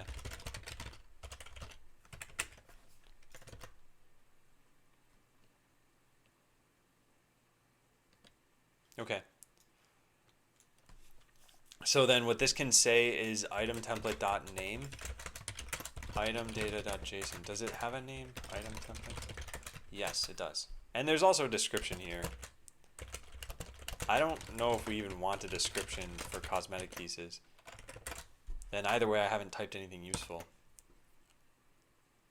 But let's take a look. So item template dot name is not how you do this. Let's just put this here.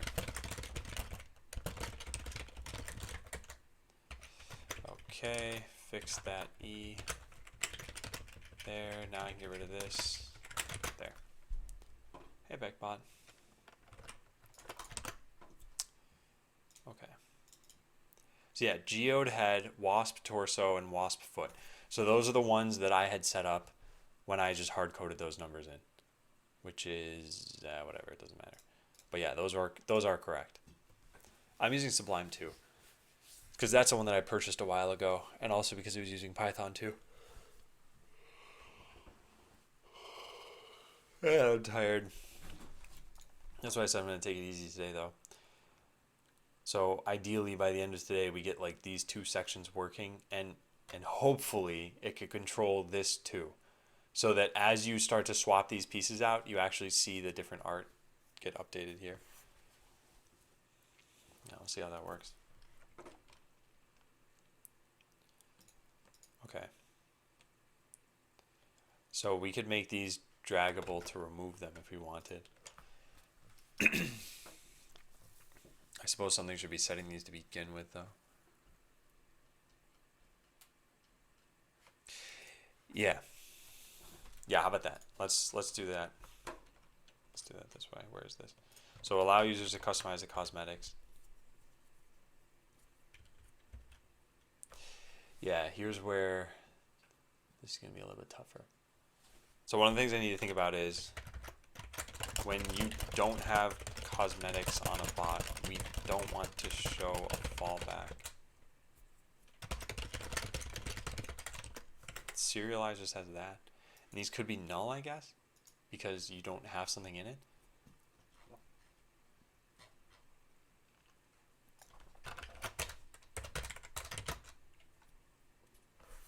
Is Sublime any good for iOS development with Objective-C? So I think if you're using Objective-C, you probably want an IDE to help you out. And Xcode is actually probably pretty good for that. But yeah. It's sort of like when I write C# in Sublime, I feel like, this is one of the languages that IDEs are really good for, as opposed to something like JavaScript, I feel. So I prefer using an IDE for something like C# or C++. Then again, the actual typing is easier for me in Sublime.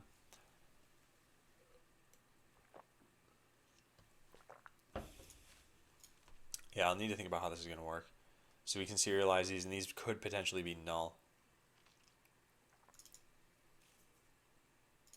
And if we start one of these in null, what happens? I think I already did this, and it just says, like, drag a torso here. Yeah, drag a torso item here. Right, okay. So what's going to go over here? So we don't want to show fallback. When you edit a bot, show the actual cosmetic pieces from that bot. This should go through Redux.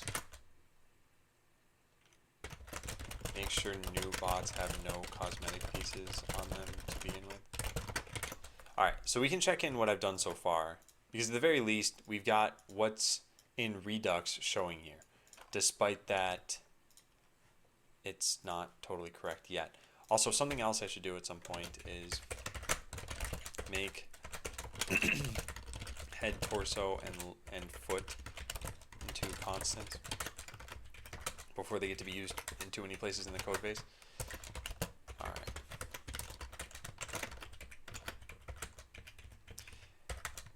Okay, so main, that's fine. This is also fine. This, I guess, is fine, yeah.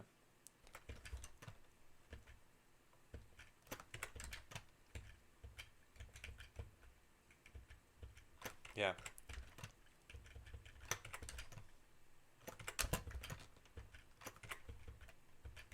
Okay. Yeah, I think all this is okay. I'll just fix these. Set editing bay cosmetics is not defined.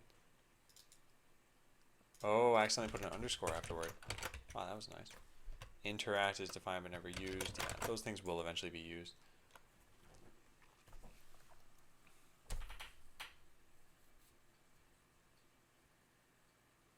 Okay, pretty good.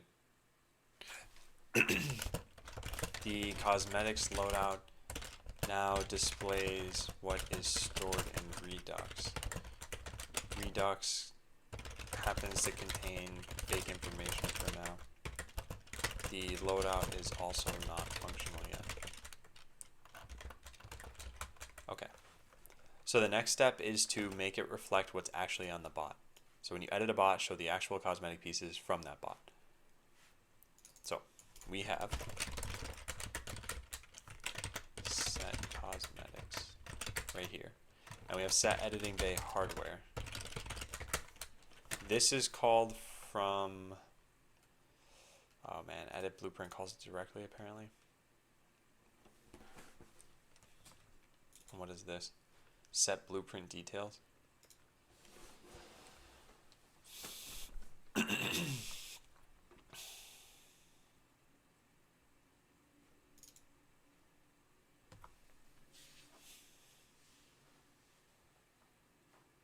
There should be a new cosmetic loadout. We're making a new bay. But then this is called from multiple locations. Oh, one's in remove hardware and one's in add. Okay, yeah, those are going to need to be done. And we just don't need to do that quite yet. Yeah, okay. But this we'll need to do.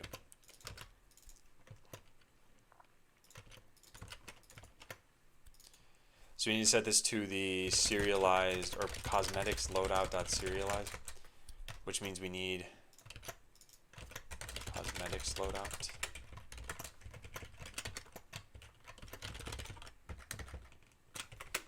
Alright, so const cosmetics loadout equals is making new bay, question mark new cosmetics loadout, otherwise selected bay dot cosmetics. Does that exist there? I don't know if we have this. Let's take a look. Debug main dot debug store. This. What's inside of this object? Probably not cosmetic stuff. Nope. Unfortunately, it does not have it. Oh, that's too bad.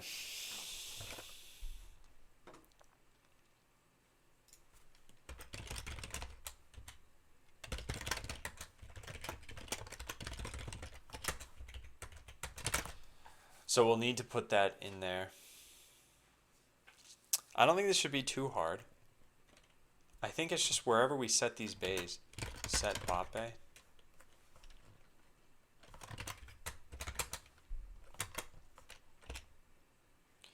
Yeah, this is what's going to need to change. So the way it works right now is we have ID, hardware, name, script ID. So let's do ID, hardware, cosmetics. And then inside of reducer temp set bot bay. ID, hardware, cosmetics. There we go. All right. So that part's done. Now what about this? We need the cosmetics. Cosmetics loadout equals bot bay dot get cosmetics loadout. Serialized cosmetics loadout equals cosmetics loadout dot serialized. Done.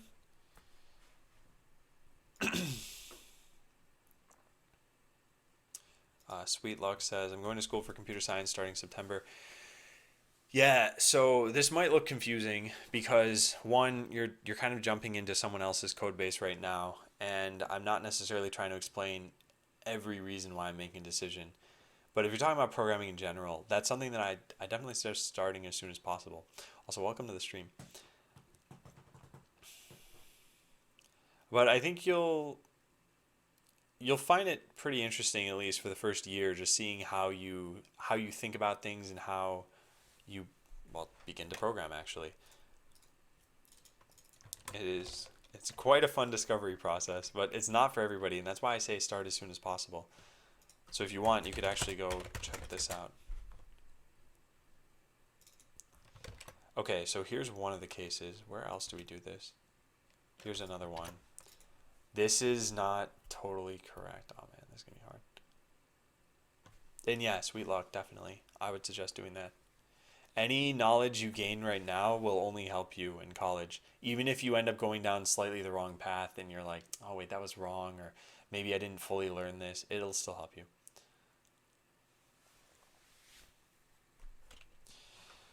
All right, so this is gonna be totally wrong. Do we have cosmetics loadout here? We don't, but we have hardware stock configuration.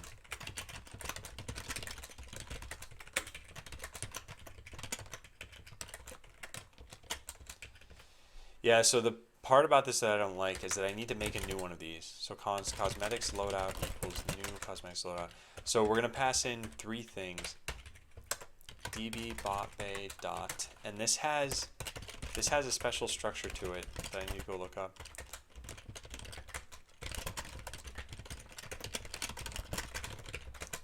Cosmetic head, cosmetic torso, cosmetic head, cosmetic torso, and cosmetic foot.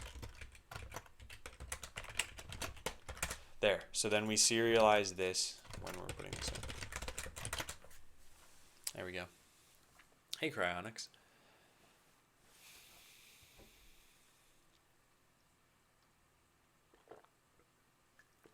Yeah. Sweet Luck, I know you've done some HTML before, but I think what's really good is setting expectations at first. So after having done HTML, you probably realized, oh, wait a second, I'm not going to go from not knowing this to making Facebook in a week. And it's the same thing with programming.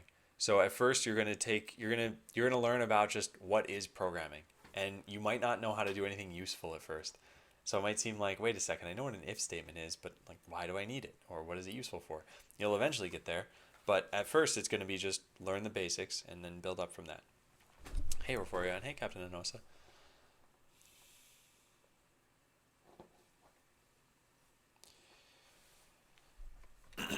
Okay, so here's one of those cases that I got this working. Where are the other ones here? This. Fetch bot base from account server. Why does this happen multiple times? Update bay. Oh man. So I think given a database bot bay, I keep doing the same thing over and over and over. And yeah, sweet luck. Hey, YOLO. Okay. Yes, that makes perfect sense. Okay, yeah, this happens what, 3 times in here? So then let's do it this way. We'll say set bot bay based on database object db bot bay. That way we can put all of this code in there. Right? Looks good. Yeah. And we don't need that.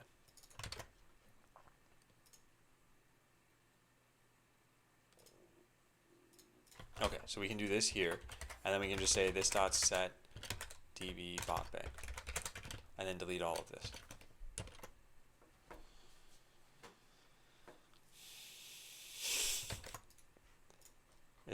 Did you name it Weedle92? Okay, so this part's fine. Let's put this here. Set bot bay. Where did this go? Huh. Oh well.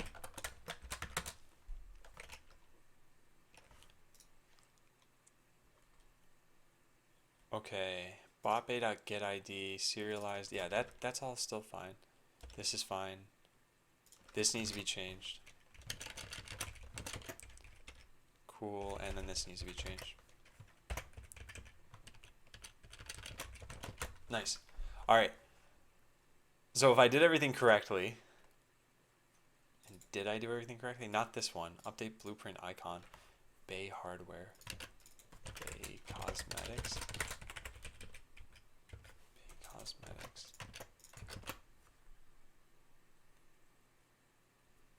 Yeah.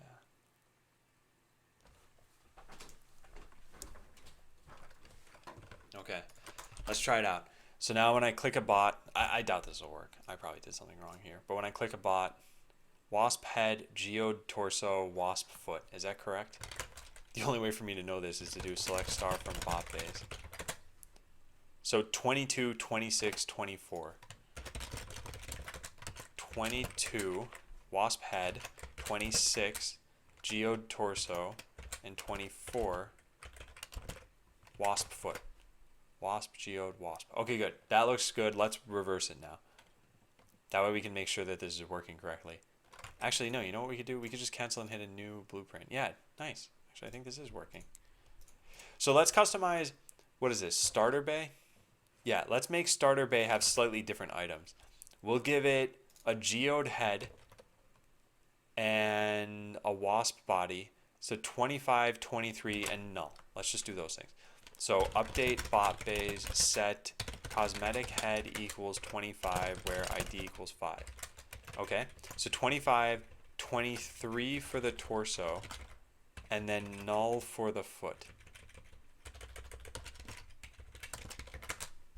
Can't set to null. Was it capitalized? Was it in a string? How do you set this to null? Oh, come on. What, it has to be a number, I guess? So I set it to 0? That's not a good idea.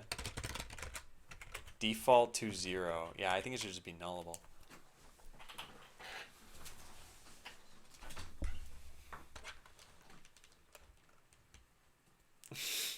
Resident sleeper name. Yeah, so let's make these nullable.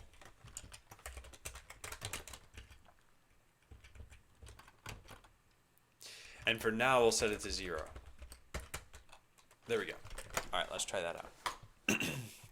So we refresh the page. When we click edit here, we have wasp, geode, wasp. When we click edit here, we have geode, wasp, nothing. Perfect. Excuse me.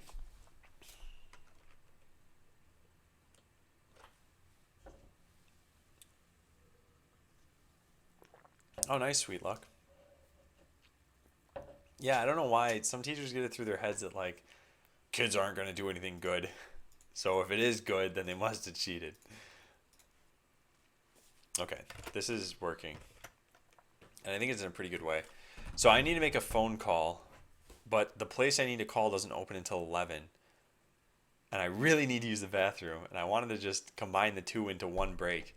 So I guess I can wait an extra 5 minutes. Oh man, this is really bothering me. Oh, the things I do for the stream. I make it sound like this is some like crazy thing. It's not. I know that. Alright, so client name set botbay based on T. So when getting a botbay from the database via the account server, we have to transform it a little bit to put it into Redux. This function performs that transformation.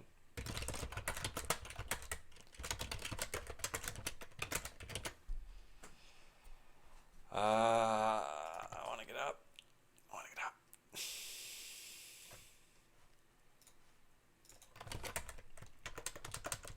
Well, I'm probably gonna problem solve. What is that?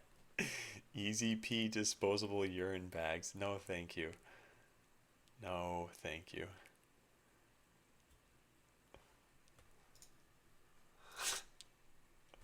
What is that for? Private investigators or something? And Porso, thanks for following.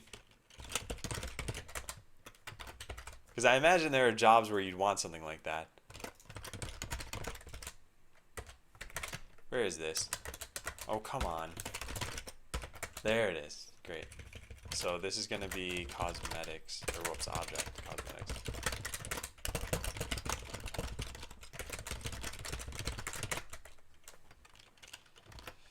Yeah, so Porso, typically when you follow me, you'd get control over the lights in my room, but that's been broken. Can you verify your computer's IP address? Yeah, I can verify it, and it was working. It's working just fine. Let's try this link again.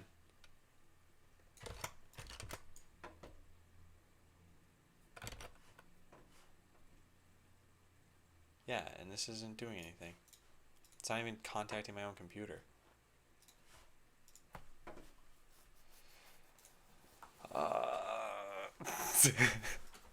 Okay, yeah, I gotta go use the bathroom. So here's what I'm gonna do. I'm gonna lump that phone call into the same time. So this very likely won't take the full amount of time I'm gonna put up here, but like, we'll see. So bathroom plus phone call. I'll just say 10 minutes. I'll probably be back after like 3 or 4. It depends on, they might not even be open. I might not be able to get through to them. All right. All right, yeah, I'll be back. Like I said, it probably won't take 10 minutes, but I have to use the bathroom. I'll be back.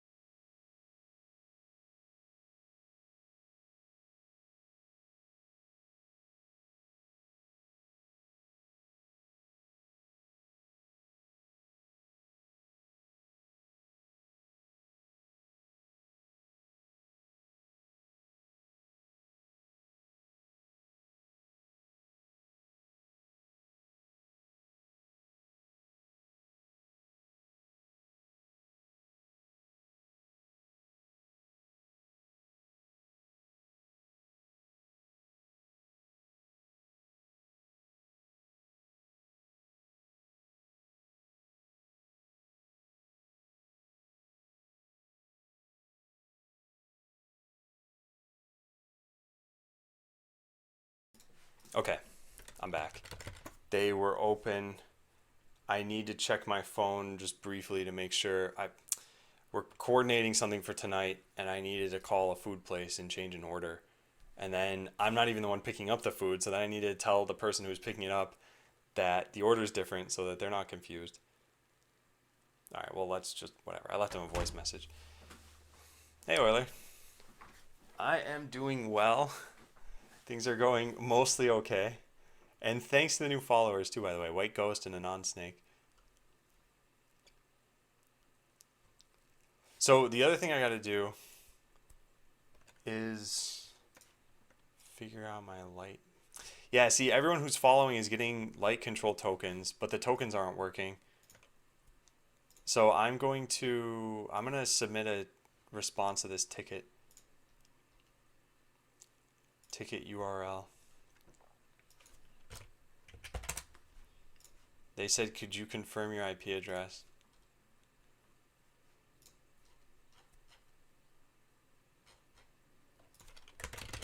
It's the same IP I'm filing this ticket from.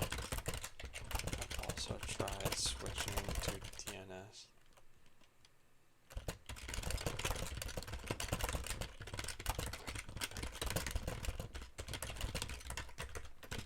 Isn't working. I verified that I was able to access IP via my phone, so it's not a port forwarding issue.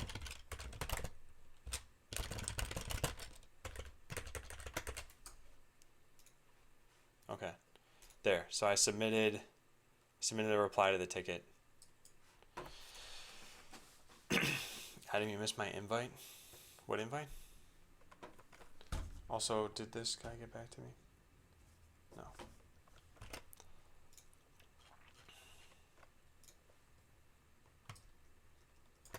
So I was busy checking this thing in. And it looks like this is going mostly fine. There's no way to change this stuff, of course. Also, is going to have to contact the account server.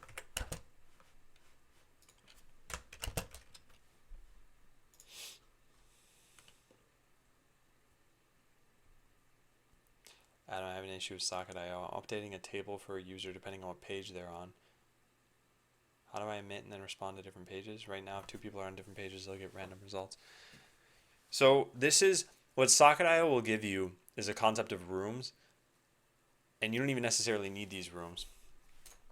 And yeah, what Porso said basically. But you don't necessarily even need to use rooms if you don't want. So I have these concept of like arena socket room and chat socket room. So when you emit something to an entire room, you could just say, oh yeah, hey, everyone who's here, just publish to the arena room this message. And everyone who's in the chat room, publish this message. So you could do something like that if you want. But Porso linked in the document directly. Let me make sure. Sorry, hang on, I need to respond to this. I don't usually do this on stream.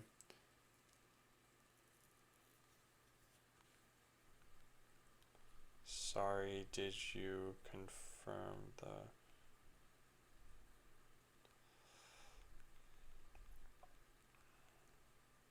Okay. All right.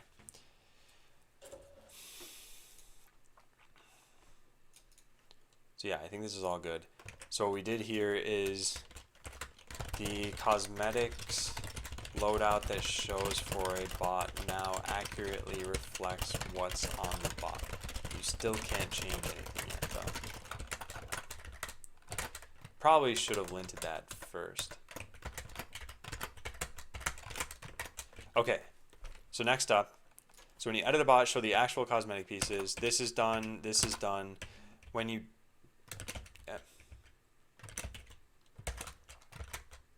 What kind of phone is that? It's a Lumia 1020, and that weird circle is the camera. So I should, let's say, emit room Adam13531 and they connect, and then move them to that room, etc. for each channel. Well, who's connecting to this exactly?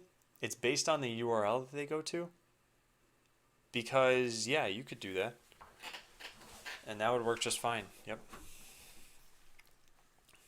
So next up, what we need to do is show the cosmetics inventory. and then allow users to drag items between, well, from inventory to loadout. Tell the account server about any changes. Validate the cosmetics that the user wants to use. So tell the account server. So then I think maybe the first thing we do is show a bot based on the cosmetics currently configured. So if you're in your channel and I was in Games on Quick, right now you could both get results on time delays. Yeah. Yep.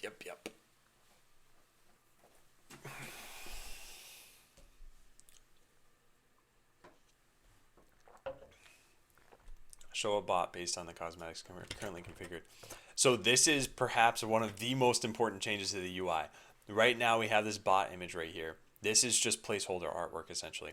What we need to show is the correct artwork, which is going to be a combination of the, where is it? The sprite sheet images that we have right here. So yeah, we'll have something like this head on this body with this foot piece.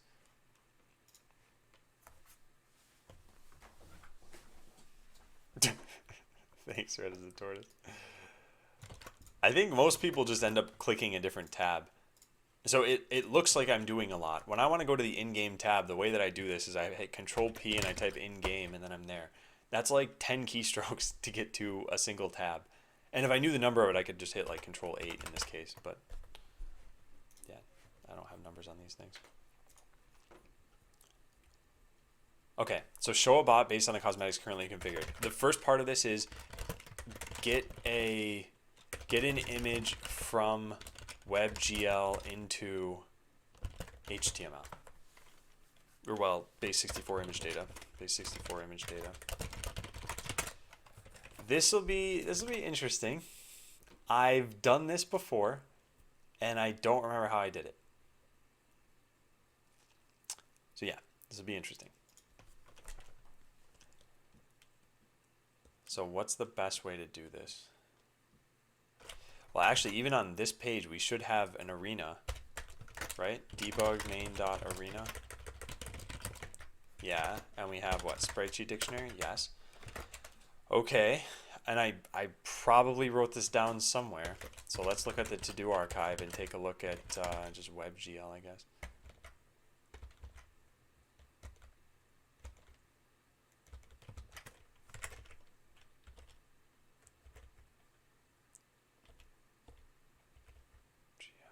Map equals true. Yeah, I apparently did this. Look into creating HTML images out of WebGL Canvas. That was on April 15th. So maybe looking at the code there. Yeah, maybe I should do that. April 15th. Let's look at the log. New to coding, I'm kind of stuck. I've finished the HTML, CSS, JS, and jQuery courses, but I'm lost on what to do now. Do you have any tips? My suggestion at this point is for you to come up with small projects. Oh man, Horforia. That doesn't sound good. But yeah, come up with small projects that you can tackle. So you've done JavaScript, CSS, HTML. At this point, maybe it's a good idea for you to make a simple to-do list page, or like an image gallery, that sort of thing. So that'll help you use all of the things that you learned, and it's not something that's huge, right? You're not gonna probably make the next like Tumblr here or something, but you making just a simple page to show images could be pretty helpful, and you'll probably learn a lot by doing that. And just keep setting the bar one step higher each time, and you'll eventually, well, probably feel like you learned the language, hopefully, but you'll have made progress. So 4:15, what happened on that day? Nothing of value.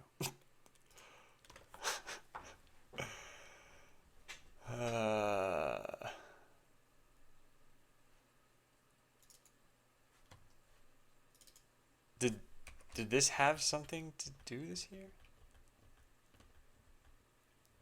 Did I write the word base64 anywhere in this?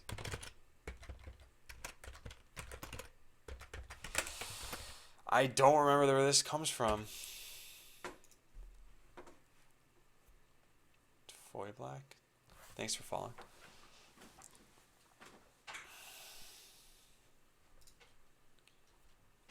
Oh yeah, I do not remember this. Okay, well, how are we gonna do this then?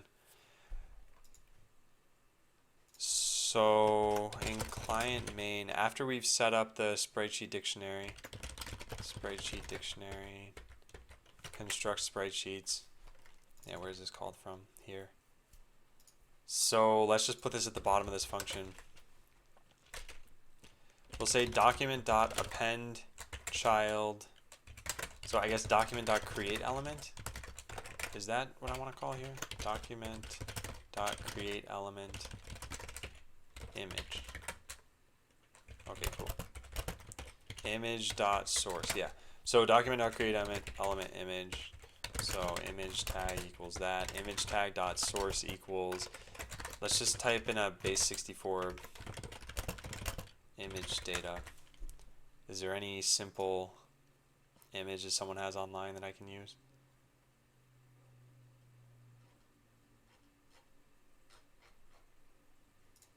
I probably have this.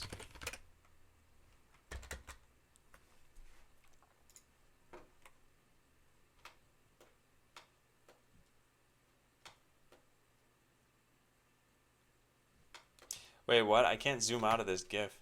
Oh, there we go.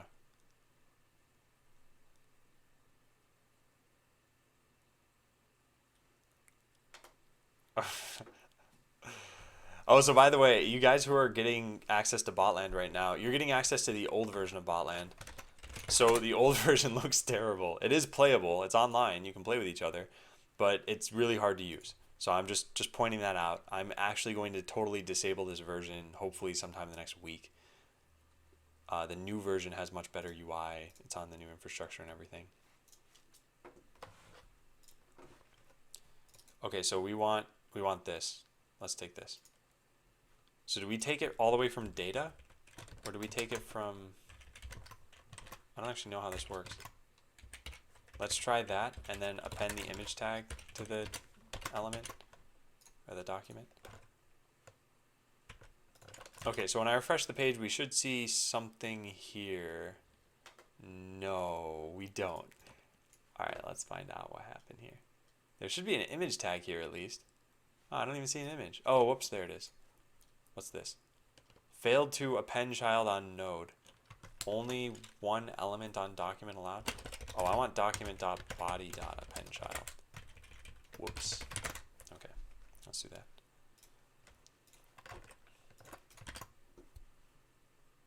You're the man with the bucket. Okay, so did that image get... Oh, there it is. Yeah, you can see it right there.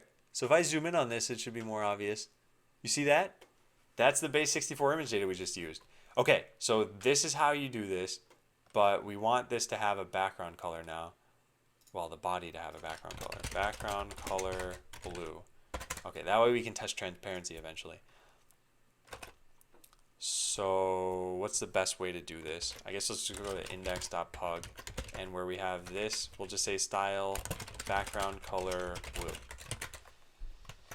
Okay, so now what we need to do is get a real image into here. So let's go compose a bot. We'll say const composed bot equals spreadsheet dictionary dot composed bot.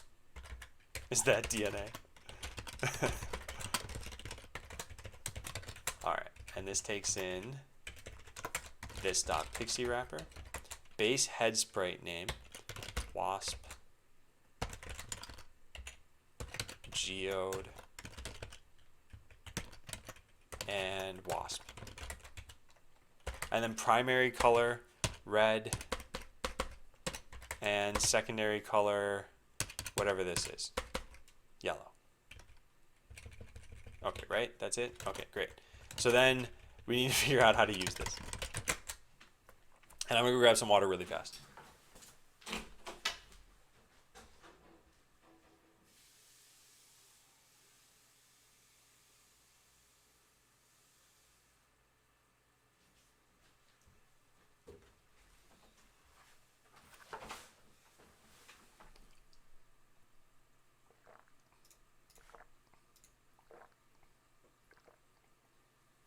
Okay. So composed bot dot all container dot, and we need to turn this into base64 image data. I don't remember how to do this. So let's go to Pixie.js and maybe look through their documentation here. I'm pretty sure they have a way to do it.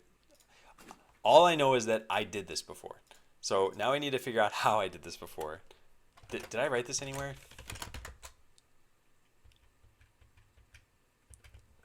No, I don't see it in my notes. Oh well, base64. Oh, look at that. Get base64. We'll return a base64 encoded string of this texture. So can we do that over here? Get, no we can't. We could render to a render texture and then do it though. Get base texture.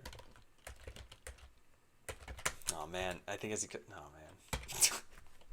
So we gotta use a render texture here. Container dot generate texture.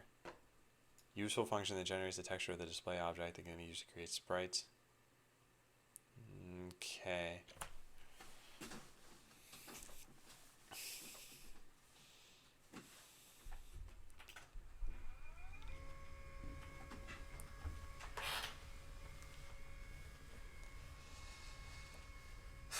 Is there any better way to do this?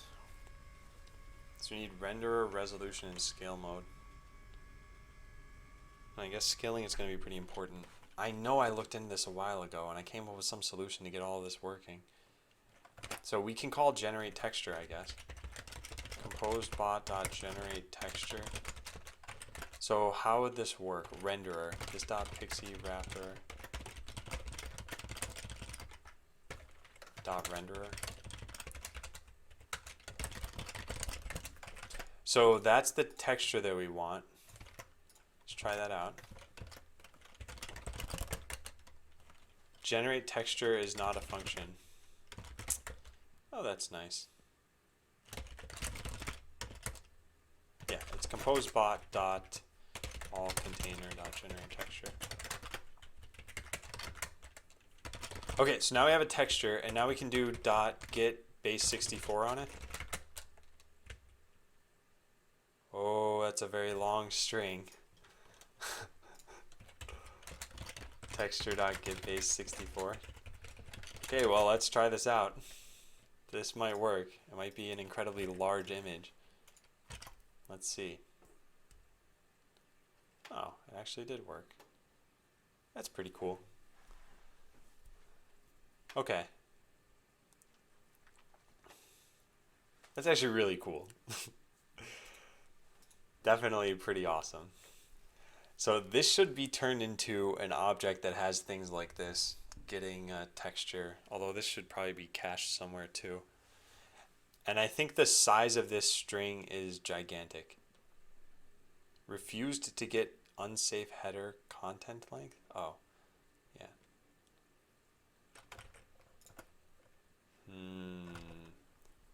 Let's print out the length of this.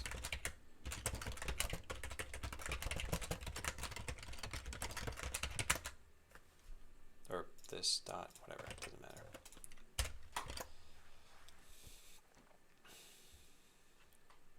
So where is it?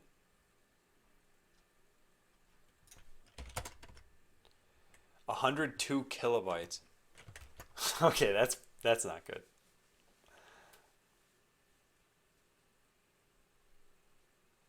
No, I guess it's not that bad. We should be caching these things though.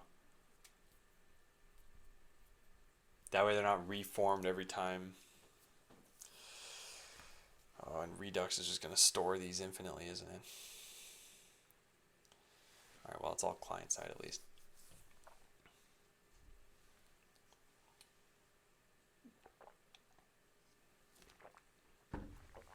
Alright. So now what we're going to do is we're going to go from this to ideally having the bot show up at the very least here as what it should be. Which, by the way, what happens when I... Yeah, okay, that's fine. do this. I need some way of generating a texture from this.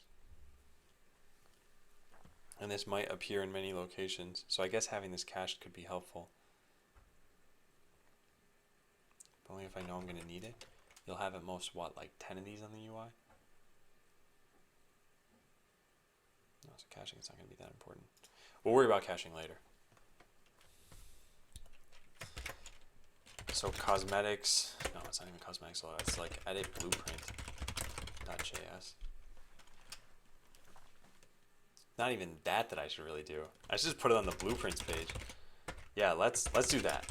That's the best way to start this. So we should have an image here now. Where is it? Bot podium. That's where it is. So bot podium is this. Let's go into bot podium. Bot podium has this image, draggable false. Yeah, cool.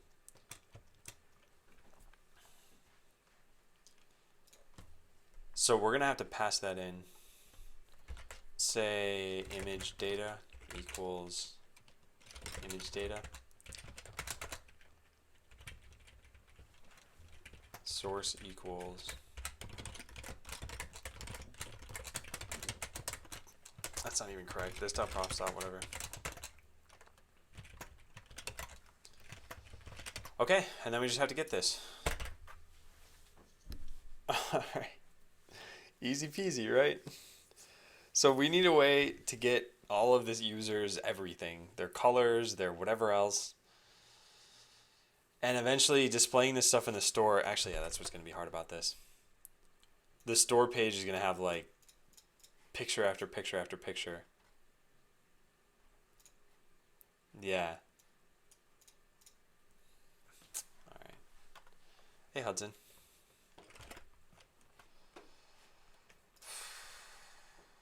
How am I going to do this?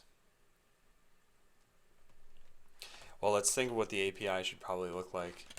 I want to say base64 image data equals this.props.route.get base64 image data. And we want to pass in head, torso, foot, color. Yeah, and we don't necessarily have all of that information. Head, torso, foot, color. And then something is already doing this with these fallbacks. Wherever I wrote this, cosmetics loadout, get head image. So we need an item template depot too. Okay.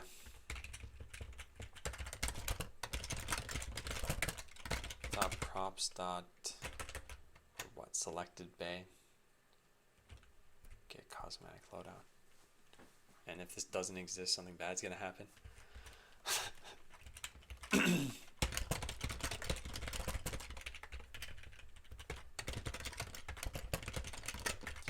So selected bay.hardware happened to exist there, but something else needs to be done.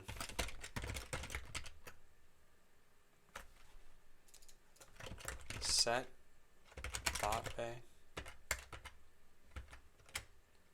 cosmetics.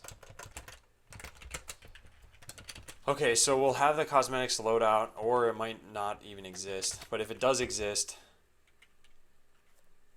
then I guess we can just pass that in. And RioX, thanks for RioX. Thanks for following. Cosmetics loadout and some colors. I don't know where we're gonna get these colors from, so let's just make them up for right now. Okay, there. Cool.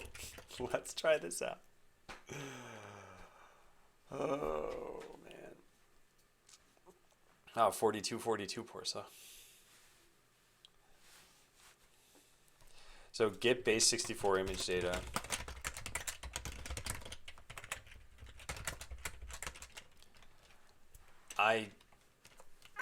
I guess we'll just put this in here. Main instance dot get base64 image data dot find main instance. We'll put this somewhere here and then figure out what it should eventually look like. Cosmetics loadout, primary color, secondary color. So this is where texture equals whatever comes in. We are going to put this up here. Okay. So we have the primary color. We have the secondary color. We'll get all of these from the cosmetics loadout. So head image equals cosmetics loadout dot get head image. This dot item template depot. And game time, thanks for following. Torso and foot. Then we just pass these things in here.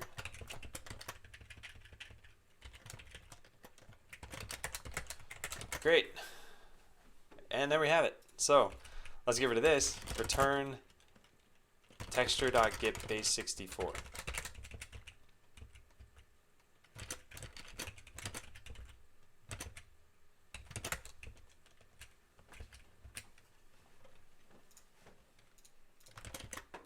What is this?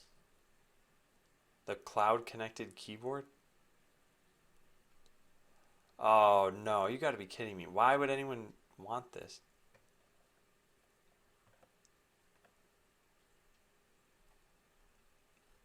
I guess for what? Live streaming? Is that the only thing? Why do people want this?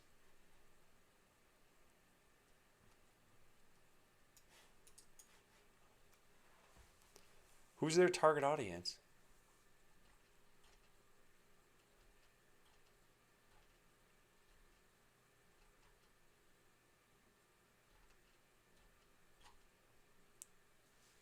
You can plug APIs into the light.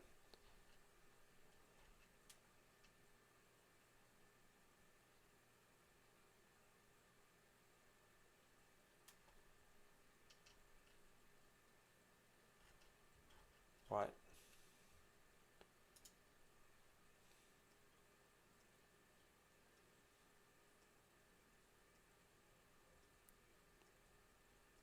Also, how do they not have enough money to just do this themselves?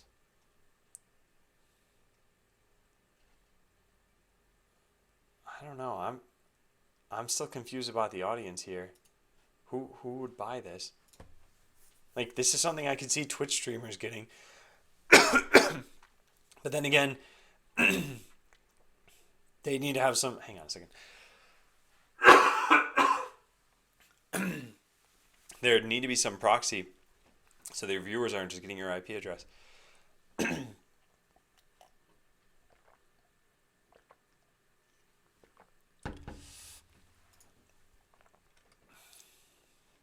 Anyway, get base64 image data. We have this.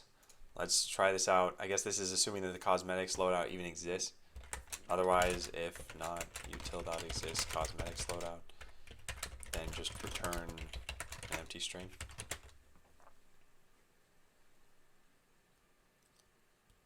Oh, I see. So that it's cloud connected doesn't really matter.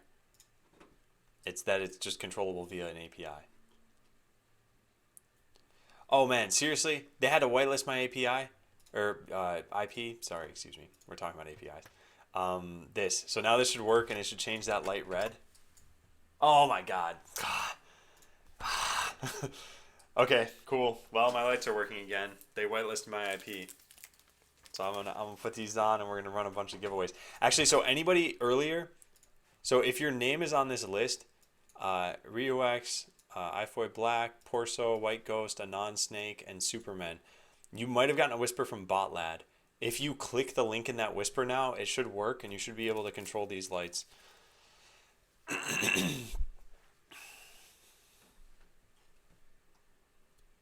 So are you sticking with Bounce Web? I mean, for now I am. Any decision I make here, I've got to spend time changing things. So if I were to go with Namecheap, then I need to spend a bunch of time getting my money back from Bounce Web. And I don't have the time right now. Sorry, hang on, my throat. I'll be right back.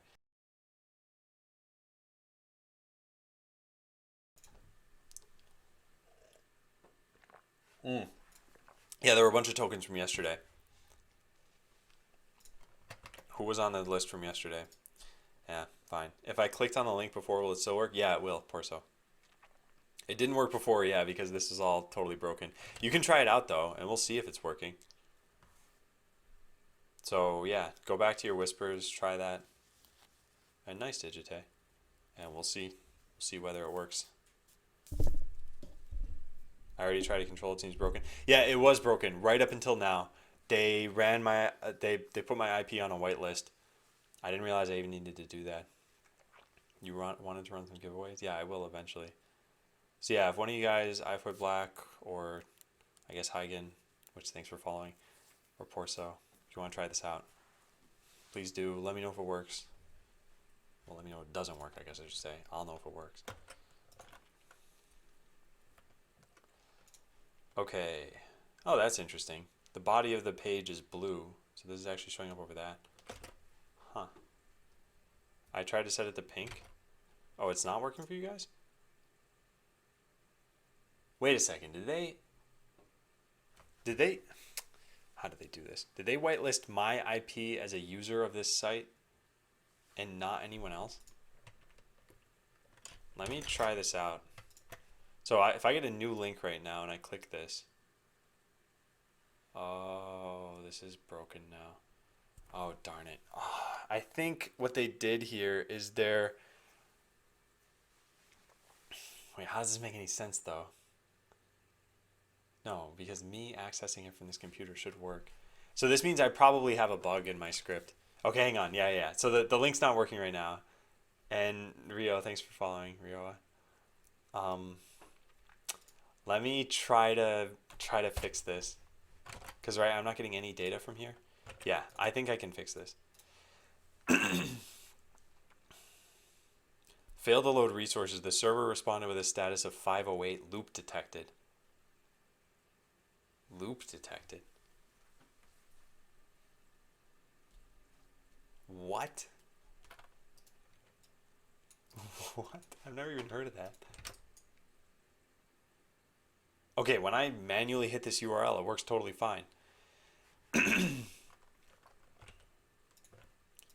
But if I, okay, let's try this.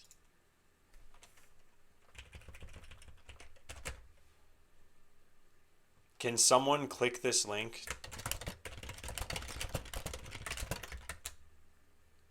If that changes my lights blue, then this is a problem with the front end. And if it doesn't, then it's a problem with an IP address. Okay, so it did change it blue. So you guys are able to do this. All right, so then you can...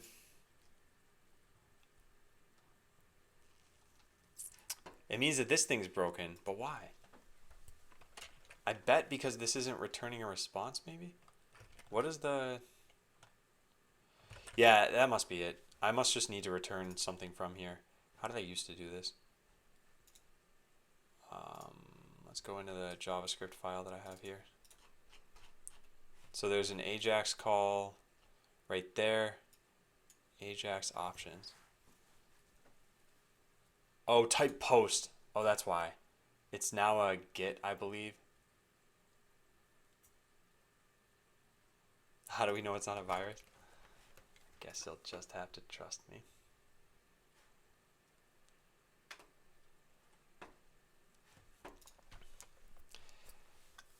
Let me think about this. So let's go back to FileZilla here. So if I give myself a new token completely, and yeah, eventually this will be working for you guys too, but for now it's not.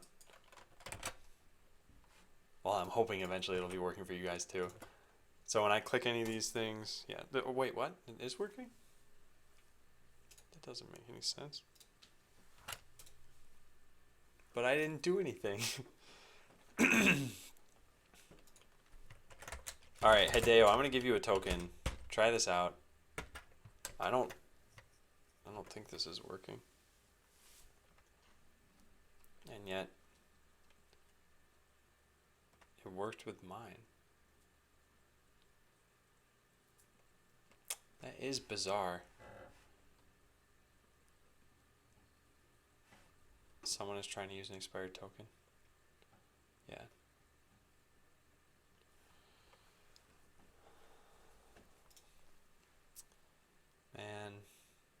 Yeah, Hideo, is it? I'm guessing it's not working. What is going on here? I wonder if it's that loop detected logic still.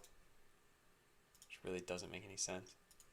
I'm gonna give myself another one of these.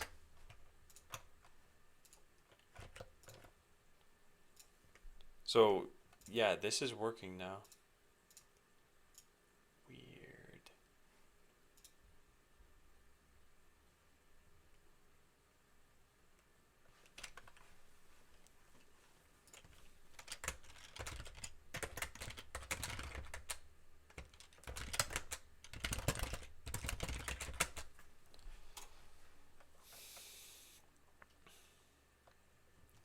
Alright, let me just send it to another couple of people in chat. Token digite, token obfuscator. Yeah, I was testing. Send one to me. Not working. Hey, Bold Barriston. How is it not working?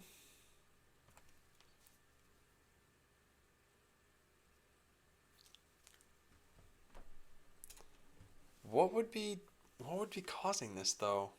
When I bet you guys are getting the same thing though, which is coming from here. That whole 508 loop detected. No error, no anything? Really? Can you do, okay, so can one of you do this because your tokens aren't going to expire this way. Can you put a breakpoint right here and then just hit that URL manually that is forming? So put a breakpoint here, then click one of the buttons. So you click like this, for example, and then type out URL and then try hitting this. This on its own is not a full URL. You need to put the domain behind it, up.onx.net/temp. Server responded with 508 loop detected. So 508 loop detected.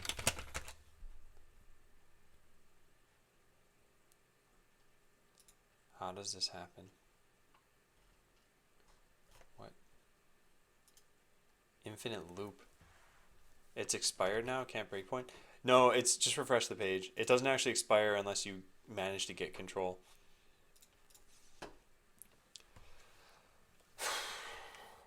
How could this... Okay, I don't know how this could loop. So I'm going to connect and we're going to try this out again. Can't believe this. Public HTML, up, temp, TCP, view and edit.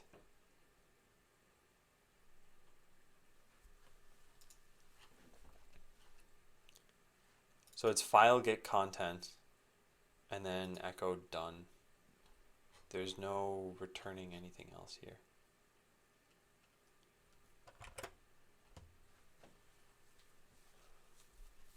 Well, no, Porso, what I'm wondering is, can you just manually access that URL afterward and change the lights directly? Excuse me. Is it a console application? So what I'm making is a game called Botland. What I'm working on right now is getting these lights around my neck to be controlled by you guys. It was working for like the last 10 months, and now all of a sudden it broke. And error, insufficient resources. Oh man, and fly away. Thanks for following.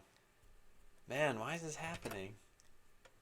So given that these lights are all still white, I don't know if you guys were able to test this, but I also don't know why there's a loop detected here. File get contents. That's gonna contact. It's gonna contact server address. Yeah, there shouldn't be a loop here at all. Exit, exit, exit, exit. Done. I guess we can also just exit after that.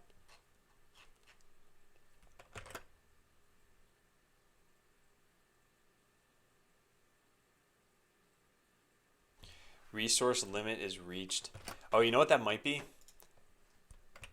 That's probably because of Digite.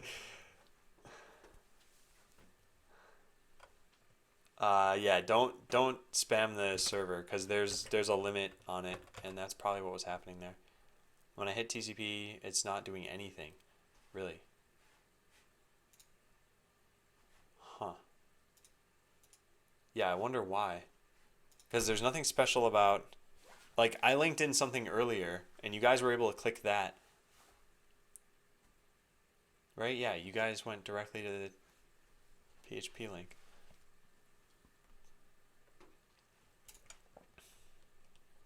And the weird thing, too, is that I'm able to control this.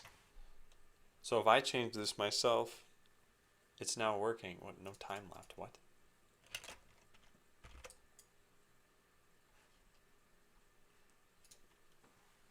Yeah, strange. Let me change one of these. Which one is this? Oh, that's that one. Yeah.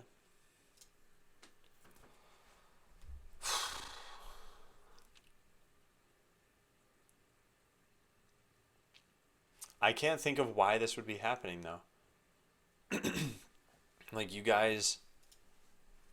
I bet it's because the IP is local. Wait, what? But I gave you guys the URL. So check this out. The thing that didn't make any sense is I pasted in that link from before, and you guys were able to change my lights to blue. So that should show that it will work. Like, watch this. So here's all the proof that I feel is needed for this. We click something like red or green, I guess. Green is different enough from what we have. I get the URL. I paste the URL at the end of this. So temp/TCP. And then I paste this into chat. And then you guys can click that link and watch. The lights will change green. Yeah, perfect. I didn't do anything right there. That was you guys doing that. So, like, it's definitely not an IP address thing.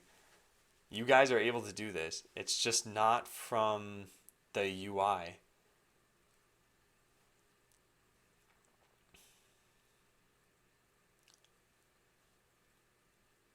What does that mean? That means that I must be doing something wrong here. But then it's working for me. Alright, what if we just change type from post to get? There. Data type JSON. Like, this stuff doesn't make any sense. There's no data to even send.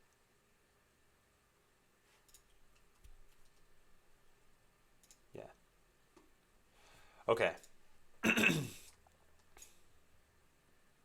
Why does it keep saying fetching URL done?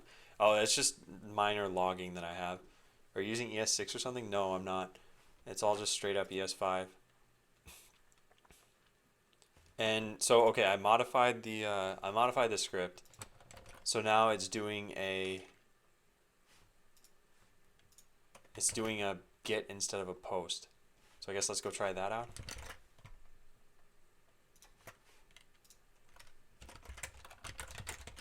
So let's get this over here. This should be totally new code. So we open up main.js and we have get instead of post. Yeah, we do. Okay, and does this work? Yes, it does. Are you on a cached version? Actually, wait, maybe you guys are on a cached version?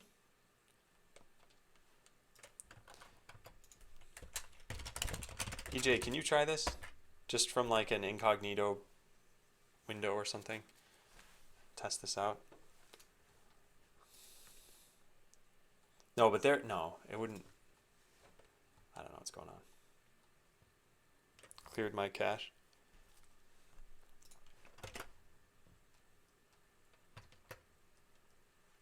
Well, in the meantime, I guess I'll just link you.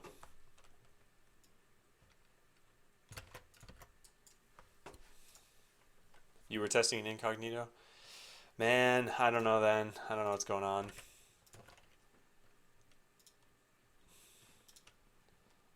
Darn it.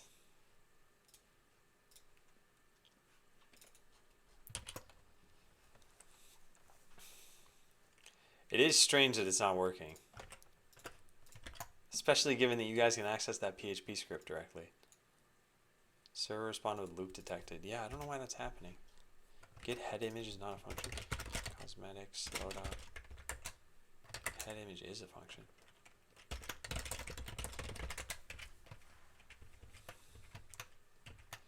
Oh, I know where this is coming from. It's from this cosmetics loadout. This is just this is not the...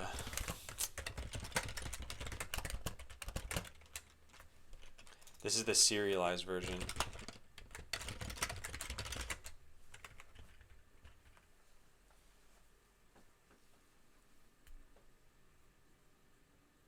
No, that DDoS limiter might be on my side actually. I have a throttling setup for what, 10 requests per second or something like that.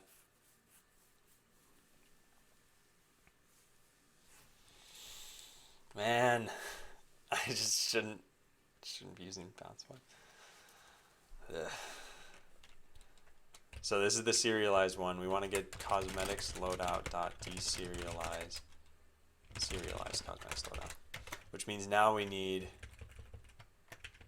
some crazy class over here. This is silly.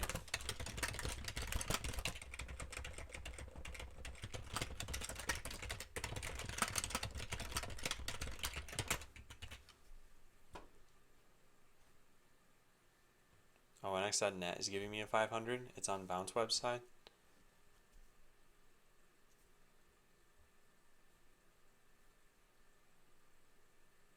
Wait, what? You're getting a 500? Because a 500 could be... No, do I log in the case of a 500?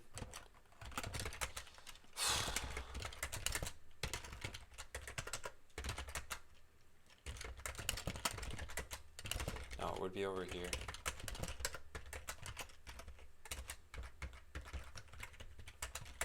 No, it wouldn't be apparently.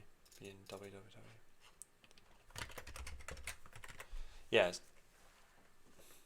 Oh, it's Bounce Web. So wait, ONX.net is giving you 508. Yeah, but what's causing that? Infinite loop, HTTP status codes 508. The server detected an infinite loop while processing the request. Yeah, I don't understand.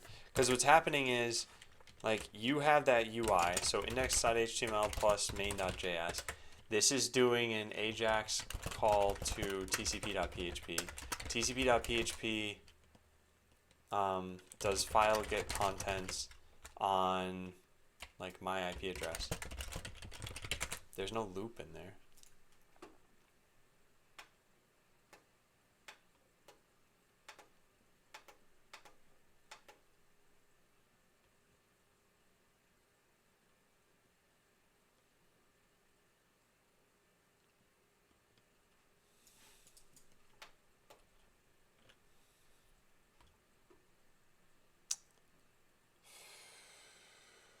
Oh, whoa, now I'm getting messages from Mike.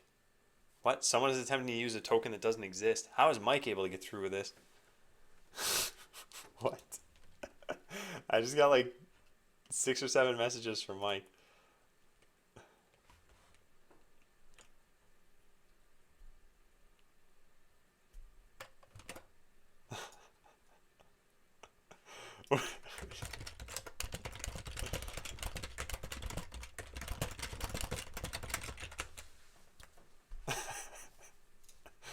I don't understand how this is happening.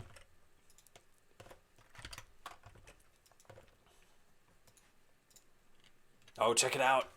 We got the bot image in the UI. Oh my god. This is the greatest day. Oh, man. You just loaded a URL from your history? Oh, wait. So that's the... Wait, what? How? Loaded a URL from your history. That shouldn't work.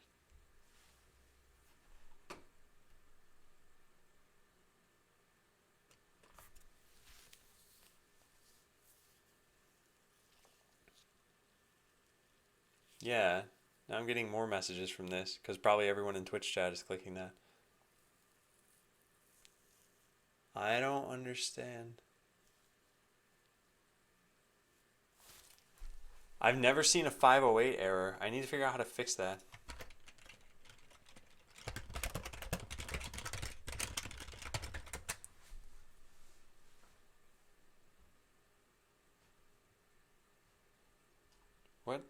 What is 508 compliant? I just want to know about the HTTP status code.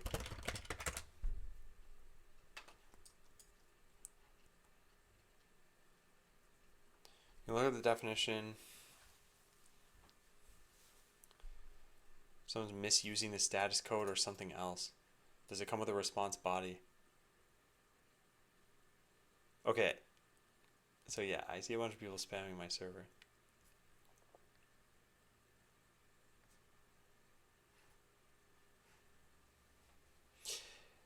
Yeah, Noob, I'm not prescriptively telling it, it's just...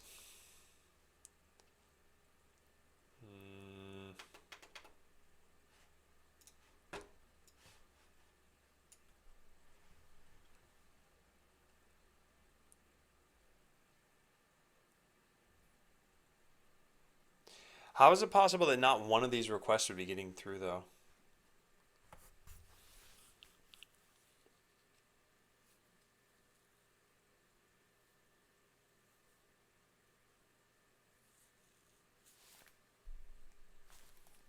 And why does it work for me? Is there something I should be closing here that I'm not? You promise it's bounce web? Yeah, I wonder what I can talk to them about then.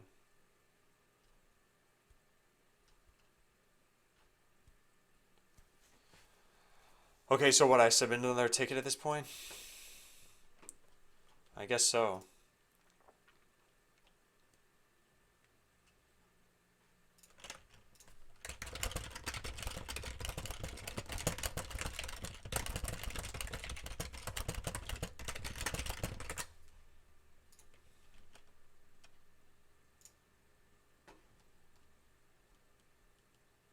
They locked the file after they determined a brute force is occurring. They just had their rates set really low.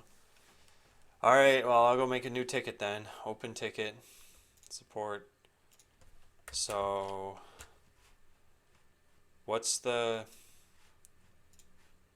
error message you guys are getting? Let me find the picture again.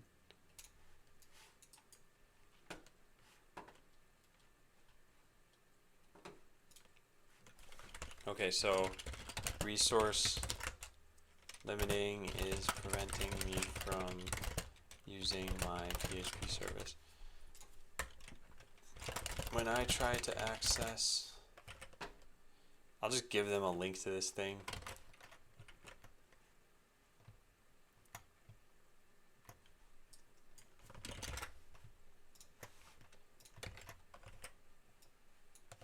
When I try to access something like this,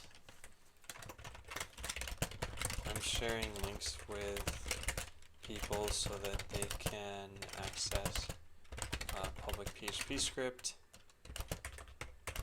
The links look something like this. However, you know, if this does get a bounce web person into this stream, then I need to stop trash talking them probably.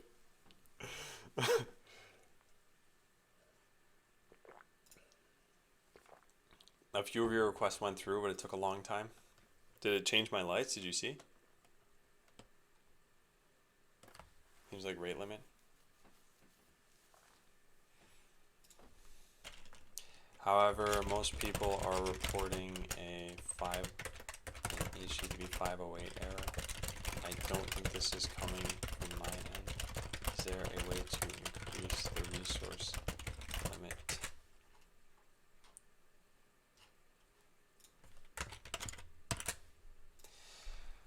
Okay, new ticket has been submitted.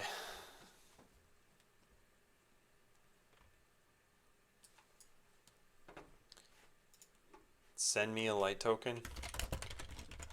Okay, there, Mike.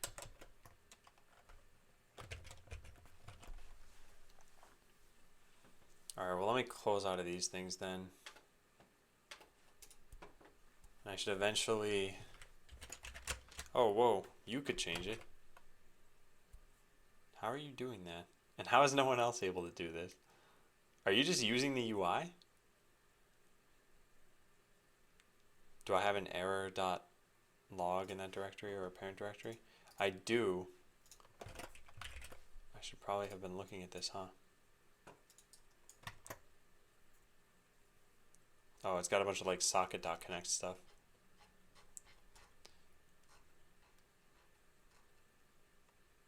$17.48. June 21st, 2016. No, that was a long time ago. We can just delete this whole thing.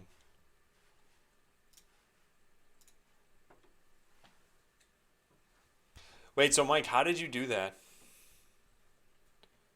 Did you just use the UI? Because the only thing I could explain this with is like, I don't know.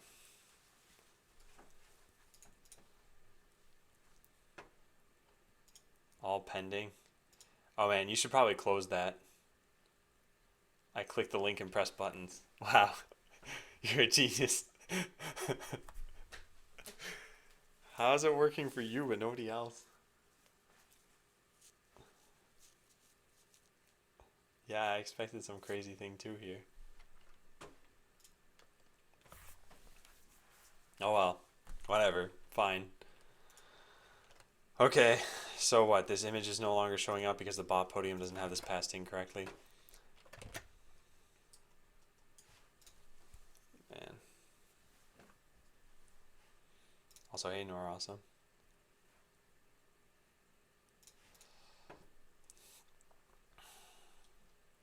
So this is easy enough to use. We should probably have this work with a serialized cosmetic loadout as well. That way when we deserial, like something else can handle deserializing it.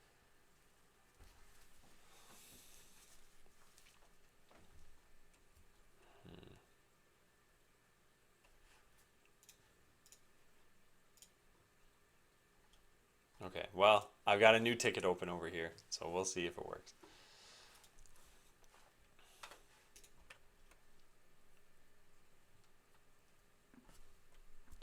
So how about this? If we see that it's an object, actually, can we do that? We can see that it has a head ID. I guess we need to know whether it has a prototype, and then we can handle that. Client main. Is there any way to differentiate?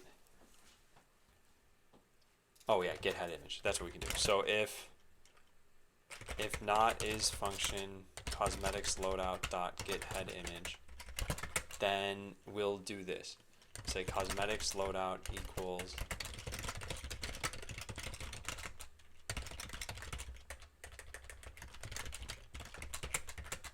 so now if this still doesn't work, actually it doesn't really mean anything, does it? Oh, you think people are just getting their IPs blocked? That's what's happening?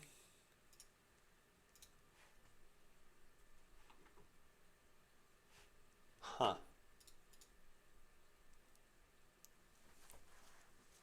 It could be blocking based on location of IP. This is super annoying though. But I guess, yeah, if anyone else ever got access to this script, I don't know, they must have just changed a lot. All right, so here's what we can do now. We can stop doing this and just instead use the serialized loadout there. Let's see if that works.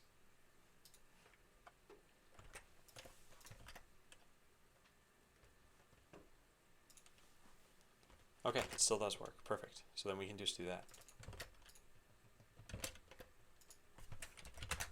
I'm also in Canada. Yeah. Excuse me. I don't know what's going on, and I think you guys are spread out over the world enough where it's not a location thing maybe. But yeah, to them this probably does look like some kind of attack. So maybe we can get that lifted for this. If not, I don't know. I'll just need to switch away from Bounce Web. And then go set up all my servers again somewhere else. Okay, so we have this showing here. So if I click this, yeah, okay, so check it out. We actually can see the different bots that we have configured. That's pretty cool. It's actually really cool. So now we need to get this pretty much everywhere.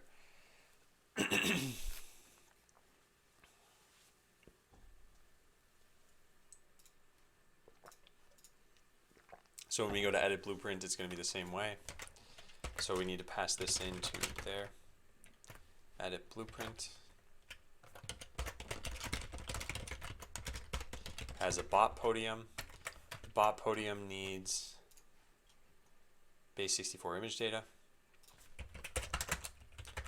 base 64 image data equals base 64 image data. Hey, Evald.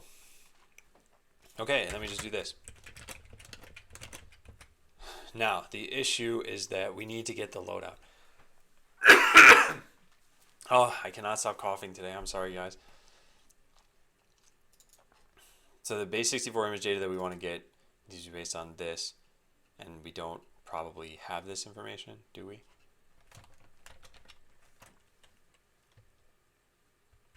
Goggles. So these in particular are going to get modified a little bit, but yeah, this is kind of how things are going to look eventually. Is that you'll see your bots be composed out of these parts. Pudkey says, "Where am I?" You're in a channel where I'm working on a game called Botland. Changing my assessment. Do you have some kind of rate limiting on your local router and that accepts the light socket? I do a small denial of service on without a tokening command and get the missing error. Once I add it, it times out to a 508. Yeah, I do, but it. Okay, I can disable that. It should be. It should be for everyone though. So when you guys couldn't access it, it wouldn't make sense for me to be able to access it. I can try that though. So light control server v2 sbin www. So yeah, I have rate and I'm throttling traffic definitely. I can just get rid of this and we can try it again. There. Now I'll make a token for you. Or yeah, is there a better way to do this?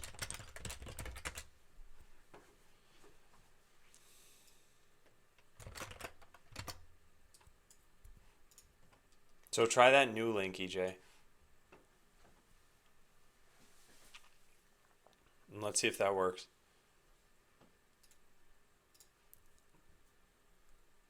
Because this doesn't have throttling on at all.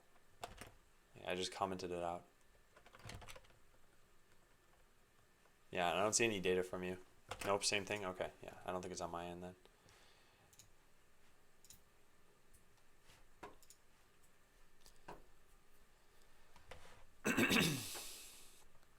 Okay, so getting this loadout. Let's see. We should have the editing bot. Where is that?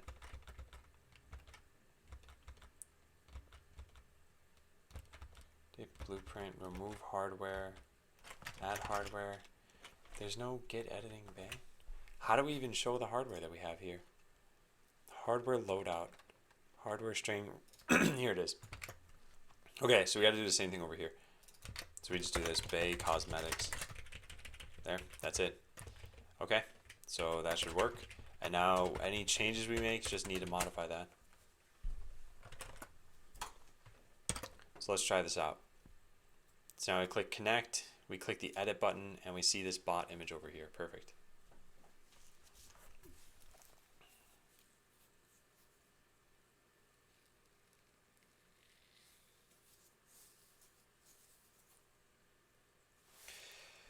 Okay, I think I'm gonna go get lunch. I don't want to put it off for another 2 hours like I have been doing other days. And I think when I come back, what I'll get to work is, yeah, so this stuff is fine. So clean up the code that shows images. Clarify how cosmetics loadout can be specified. And then afterward, it's going to be, yeah, get the inventory here. And that way you can customize this and see what's going on.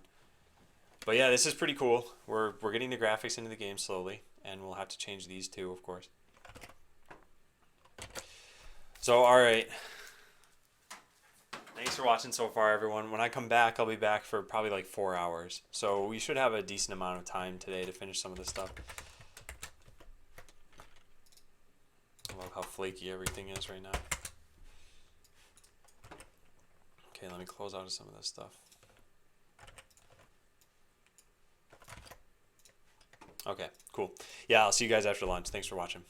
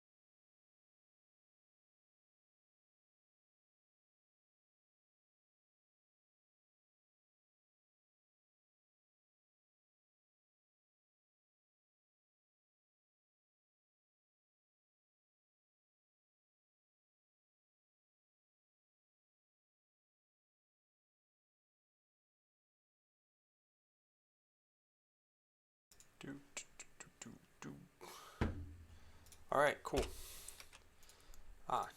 Wretched is hosting me. Thank you. Also, thanks for the follow. This was like 25 minutes ago. Wait, what? You just made a Twitch account today? Time to go check this out. Wait, no. This has to be a mistake. Yeah, this is a mistake. Ah, there we go. Okay, it was old data. Yeah, now it's showing that you made your account like 8 years ago.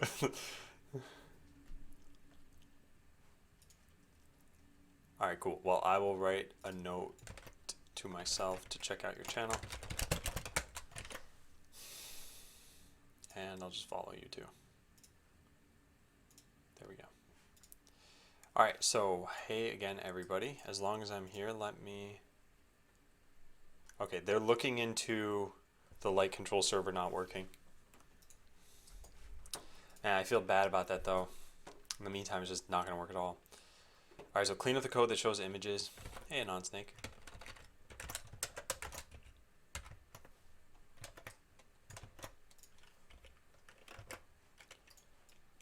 Okay. Yeah, so this isn't needed at all. So I can get rid of this. Let's save this, actually. I'm probably not going to need this. Twitch is broken at the moment. Yeah, I saw that.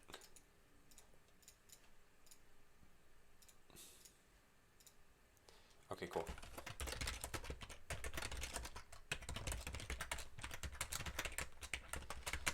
Gets base64 image data for the specified, I guess just cosmetic loadout. So this is either cosmetics loadout or an object.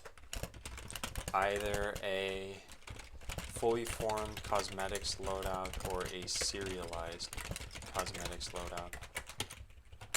And then these are just numbers. And it returns the base64 image data. Okay, not bad. I think this is good. So if we were not given a cosmetics loadout, try deserializing what we were given.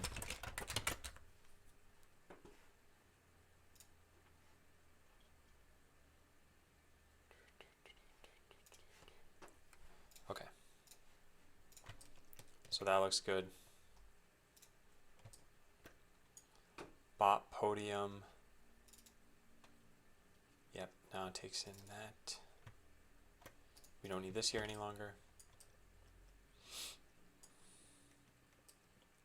Okay, sounds good. Yep, also looks good. We're not using real colors for any of this data, and we'll need to be at some point.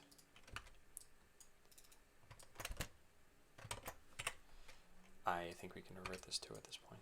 Okay. And then Blueprint Q, is this even important? Yeah, I'm just going to delete this class. It's not very hard to reform this. Okay, so the bot podium now shows an accurate representation of the bot that you configured, i.e. it's taking cosmetics into account. And linting, we have an unexpected console statement. This should have been totally removed. Maybe I forgot to take that out.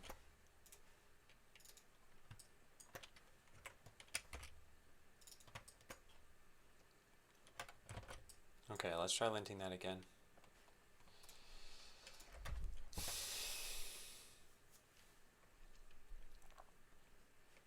Okay, good. All right, we're in good shape. So now we need to make it so that you can modify cosmetics. This is definitely the hardest part. I don't think I'm going to want this code anymore. I'll save it off up here. So delete this. No, I don't need it. I'm not going to use it again. We don't need this here any longer. Alright, so show the cosmetics inventory. If we go to edit blueprint.js, we have cosmetics inventory. Yep. Any good books on programming for games? There's a site that I like for game design patterns, but this isn't necessarily for making games. This is a free online book. You can check it out if you want.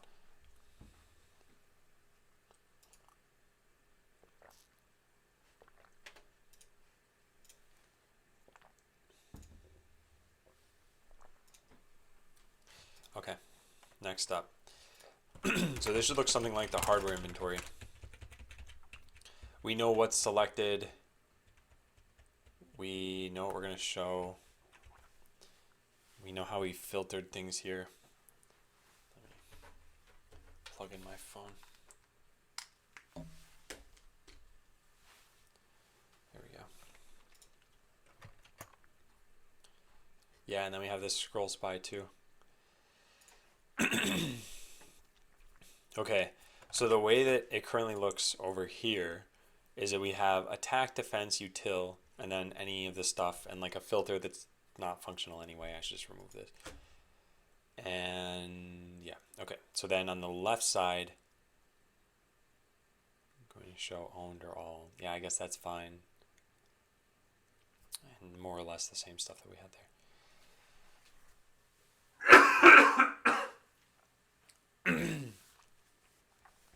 I don't know if this is an indication that I'm getting sick, but man, I don't usually cough this much.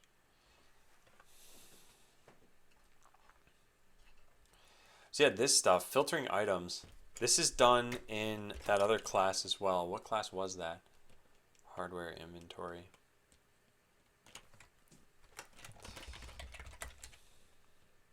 Yeah, this is item of hardware category. Yeah, these are too similar. And the store is going to have the same issue here. I don't like that.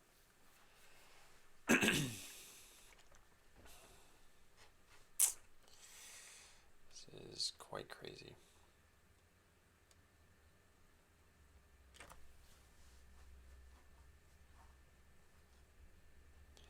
Yeah, I think for now, let's just, I don't know. I don't want to take this entire render function. Like, there are some bits that I could probably take out of here.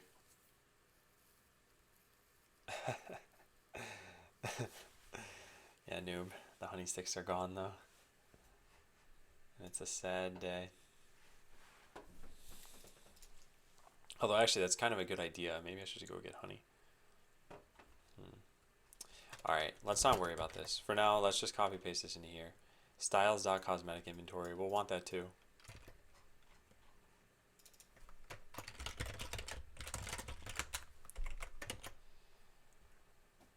So inventory state.rows.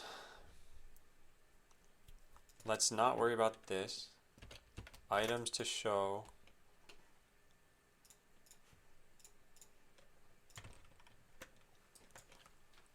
And then there's filters for this. I want to do the same thing that I did before, which I guess was in the store inventory. Yeah, there it is. Let's filter it based on buyable items. We only want to show these. And so we need to copy paste this function too. I don't like this. And that means we need get item template. Is item of cosmetic location. This should be passed in. I'm going to wait to refactor this.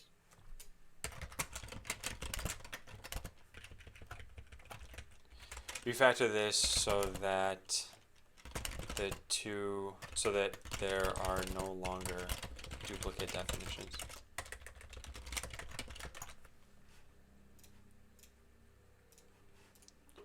Okay.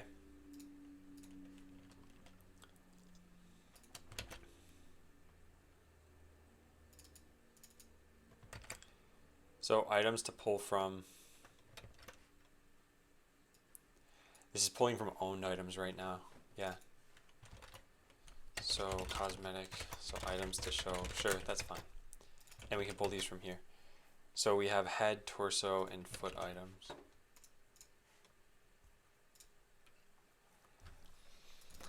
Now, let's see.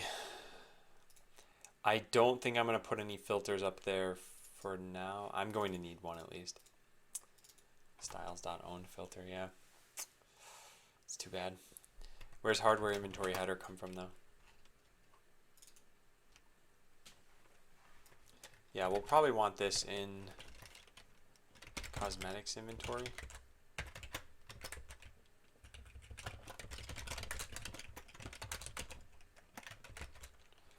Then own filter, and then header filter string.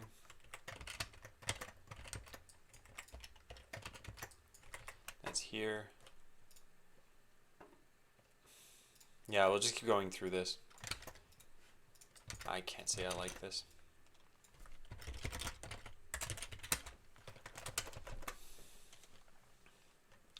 Okay, so search we're definitely just going to cut out completely. This stuff doesn't matter. And that's it. That's the only thing that was in that div. Because what else do I have here? I have those radio buttons, but they're off to the side. This can't be right. Header, filter string. Oh, filter string. Oh, right. Filter string is what I called search. Okay. Yeah, that's gone. So now we have a radio group. So we need these.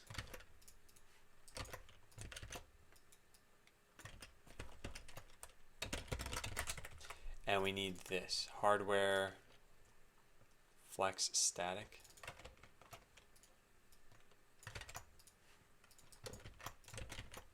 All right, there we go. Images.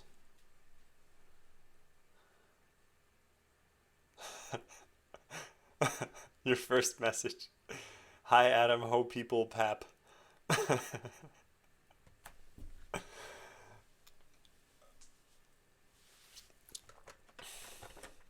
Today's going pretty well. We got a bot image in here, and this is actually correct what the bot image is showing. So you can take a look at the two different ones that you have so far. And if I were to make a new bot, it's going to show up as just a wasp right now because I don't have default cosmetic pieces yet. We will eventually.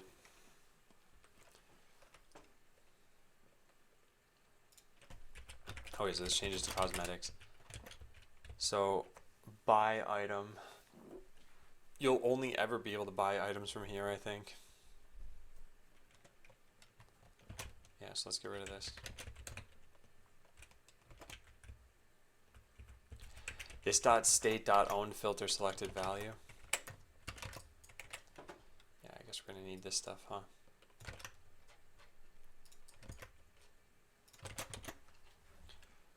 And then these classes, why did I put this here?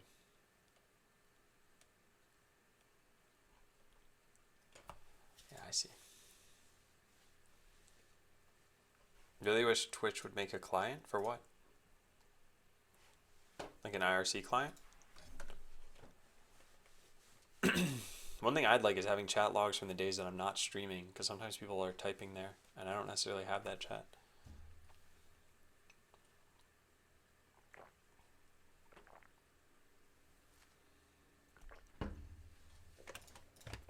The rest of this stuff is fine.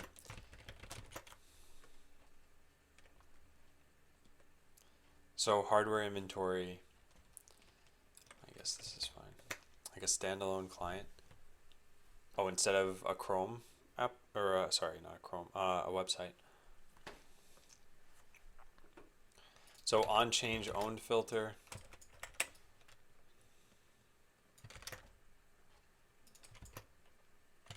There we go. What else do we have? This stuff's all fine. And then there's a close button. Where does the close button show up? So over here it showed up on the right. Over here it shows up also on the right. Okay, not bad.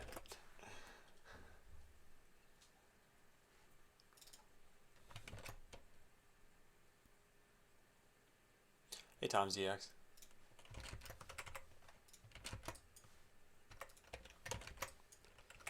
Okay, so here's the close button. That also inherits from this thing.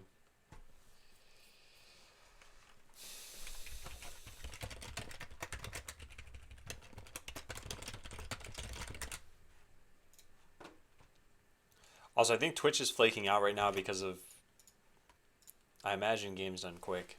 I don't know why. That doesn't really make sense. They've had streams with tons of viewers before. Shouldn't cause everything to just go down. They wouldn't have to deal with cross-browser support. Well, they'd have to deal with different operating systems. Like, chances are, whatever system they're using right now should deal with cross-browser support in the same way that whatever system they would use would have to deal with different operating systems. In that a lot of that's probably abstracted away from them.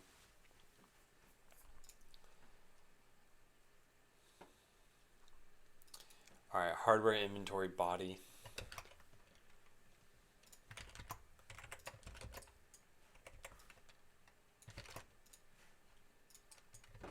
Yeah, goggles, Twitch is not loading things. You're right.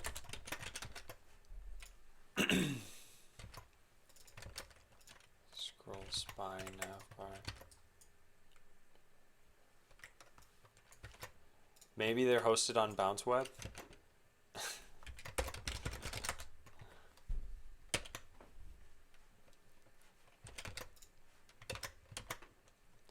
Scrolls by anchor link. So these should be the same things that were in the store inventory. Tag faces was there, but then there was album and flight takeoff. Oh, what? How is that currently used here too? No, I'm looking at the wrong thing.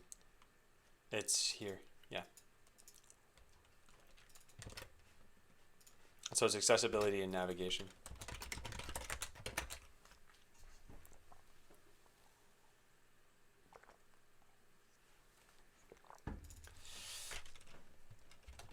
And what else did I say here?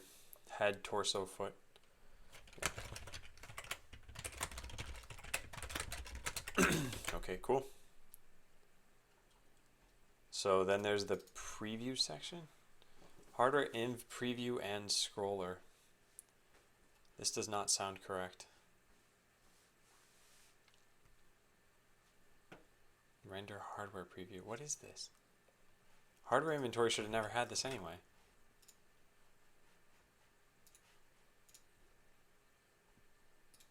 Oh, this. Right. Yeah, okay. That makes sense. Hey, Nasimiko. I think Twitch is normal again. Let's take a look.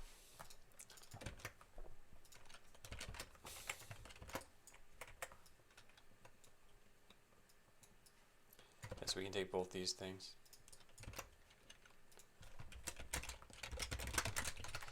Yeah, it's not loading for me. It could just be taking a long time though. Yeah, fatality, hair. Hey, it's almost your birthday, fatality. Almost.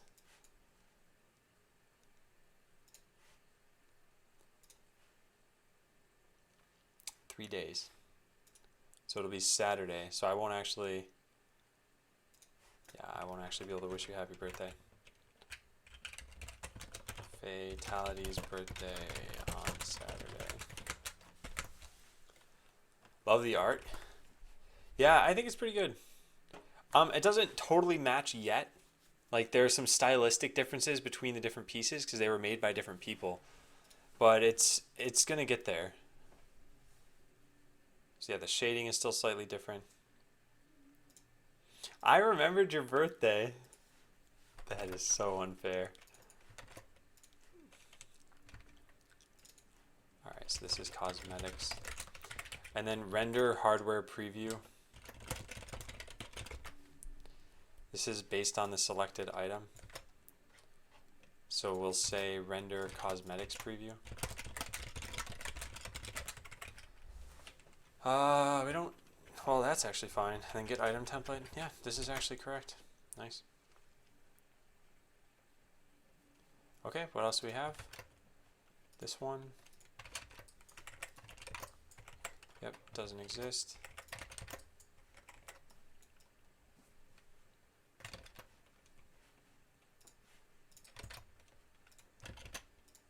All right. Just going through and converting all these. This could be done much, much better in the future, but I'm not too concerned for right now. All right. So what we're going to have are head, items, torso items, head, torso, foot. Yeah. Head, torso, foot. And create hardware inv item is going to be totally changed. So we have head items, torso items, and foot items. And then instead of this function, which we don't have, we're going to need to write a new function.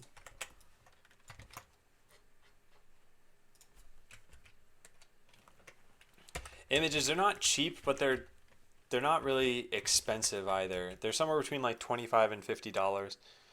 So it's more expensive than a .net or a .org or something like that, but it's not as expensive as oh, what were those specialty domains? Yeah, there's some of them out there I was looking at. I'm really glad I got bot.land. Someone in the chat had suggested that months ago. Okay, so create hardware inv item. We're gonna just return. Hey EJ, how interested are you in chat logs? Oh no, so I'm not interested in them to the extent of going through all of them and like looking through them now. But what I'm saying is sometimes there's a day where I'll say, like Friday for example, I said, oh, I have a headache, I'm not gonna be here, and my computer would just go to sleep and then I'd lose chat. So it doesn't really matter. But it'd be kind of nice to have. Did BounceWeb tell you to find another host yet? They said, let me get this. We are checking this shortly. So they might be watching the stream right now for all I know. Return div, I didn't write this. Okay, that's everything. So let's see, hardware shouldn't exist here anymore. Except for it still does here. So create hardware inv item is going to be create cosmetics inv item. I don't think that is English. Yeah, surprise, surprise. So this, I never wrote this one in, did I?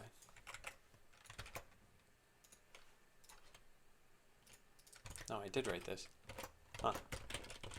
Well, hardware shouldn't be here.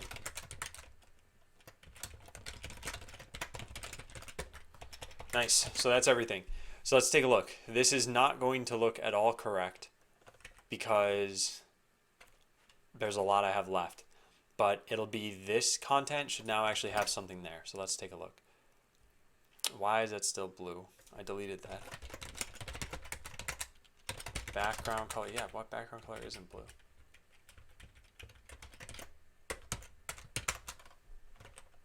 Okay, let's try that. Why is this blue? Nothing should be making this blue right now. And nothing should be putting that there either. What? Did everything break?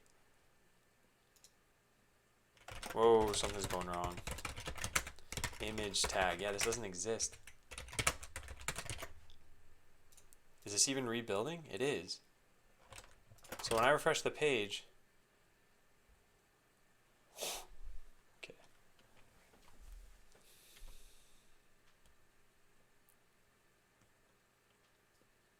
Oh no, Mike, that's okay.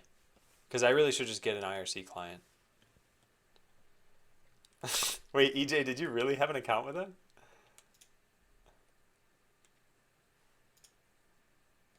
And what's going on here? Where is it pulling this code from? None of this is correct. I'm going to restart this thing. I don't think this is what is even causing this, though. Yeah, I can't figure this out. Nothing is telling the code to do this right now. We don't have that image tag anymore. We don't have a composed bot at all. Yeah, nothing should be putting this there. I don't know. All right, let's refresh with this open. That shouldn't matter. Clear cache.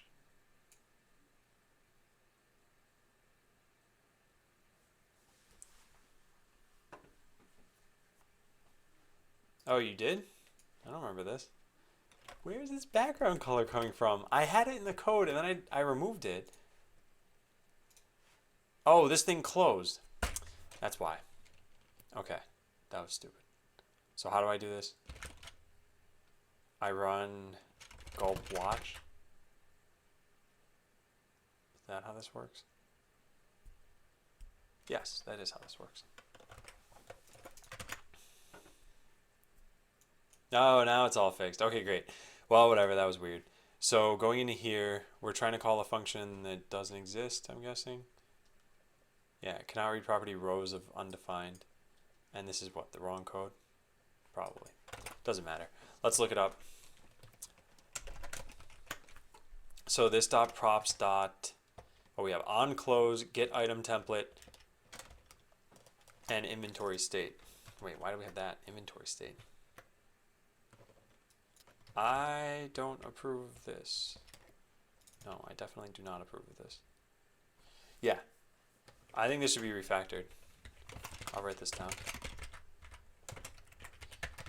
Refactor hardware inventory so that it doesn't need connect. There are only 3 properties.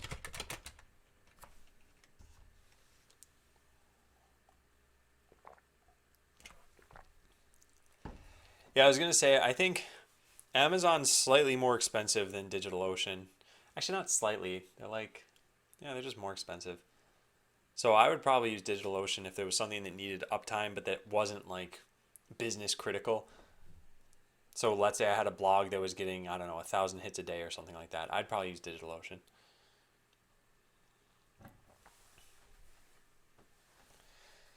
I don't have such a blog, so I don't need to worry about that. All right, so in this case, we have props.getItemTemplate. So let's go put that in there. Cosmetics inventory. We'll put getItemTemplate. So we have that. Good. Next, we need inventory state.rows. So let's get all owned items. Inventory state.rows.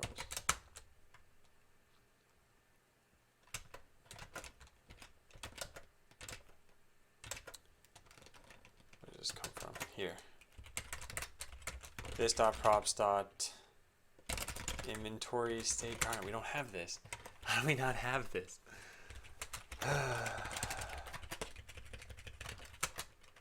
There, now we've got it.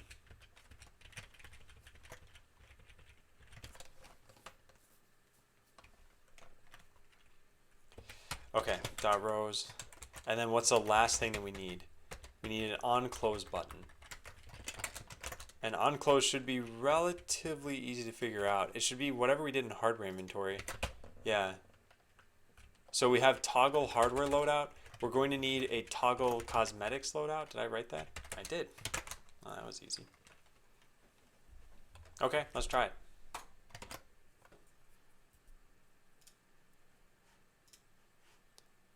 Almost. Radio group is not defined. Yeah. I forgot about that. I probably need this stuff too.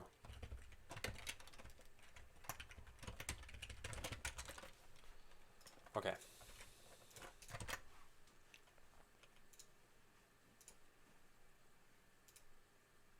Oh, look at that. Okay. So there are some issues here, definitely. One is with that color. Let's go fix that. 909000.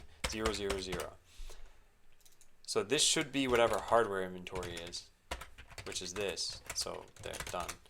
Okay, so the color part is fixed, but then nothing is actually in here. And it could be because I don't own any items. I don't think that's the case though. Do I have any items? Cosmetics. Oh, I really don't have any items. Oh, well, let's buy some. Buy. Okay, now let's go back over there and try this again. Ah, cool.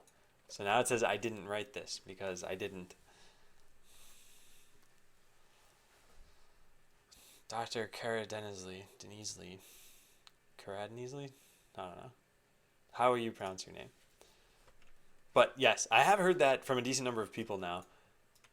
And I would say don't get caught up by that stuff. Like, if your goal is to eventually do this, then try to figure out what steps you can take to get there. And if your goal is to just like watch and be entertained, then yes, this is all magic. I'm a magician. Okay, so let's see. Yeah. So now instead of I didn't write this, let's put something more meaningful there.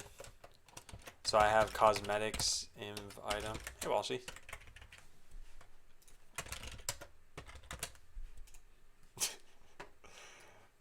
All right. Yeah, so we had hardware inv item. What did that have in it? Yeah, a whole bunch of stuff. More code.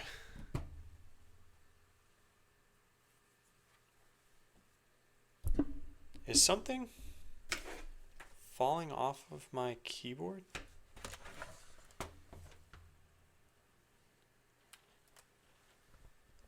Huh.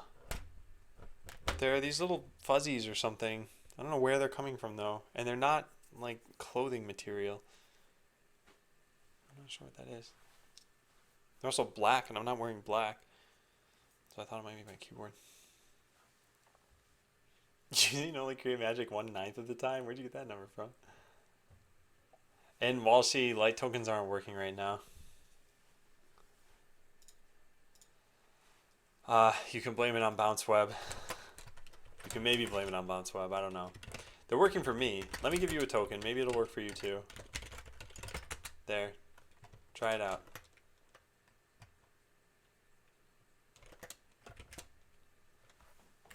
Yeah, it may or may not work. If you can get that light to change, then yeah, I can put on the other lights. Oh, yeah, so cosmetics invite them. Do I want to do that now? Probably. Fine. Let's save this. Cosmetics invite them.js. So we're not going to have any of the drag handlers yet, so that'll cut out a lot of code here. We probably don't need this. I should unify how this gets stored anyway. Okay, this could be fine.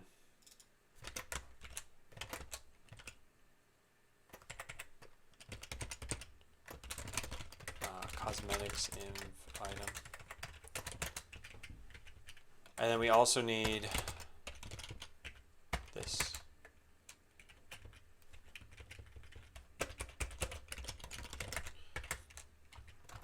So we're just going to replace the word hardware with cosmetics.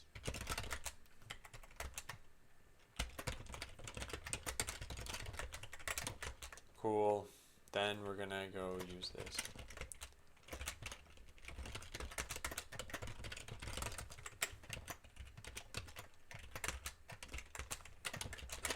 There.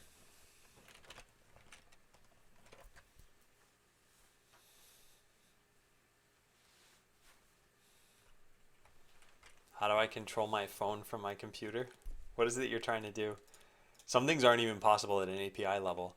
I remember a while ago I was trying to write a program on my phone that when you pressed the phone up against an NFC card that I had, it would like turn off the alarm or things like that. And it turns out I just didn't have access to whatever API it was that I wanted to do. I think it was changing the ringer volume.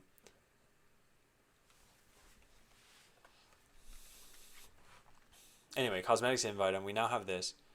So hardware invite them turns into cosmetics. Selected draggable cosmetics, I guess.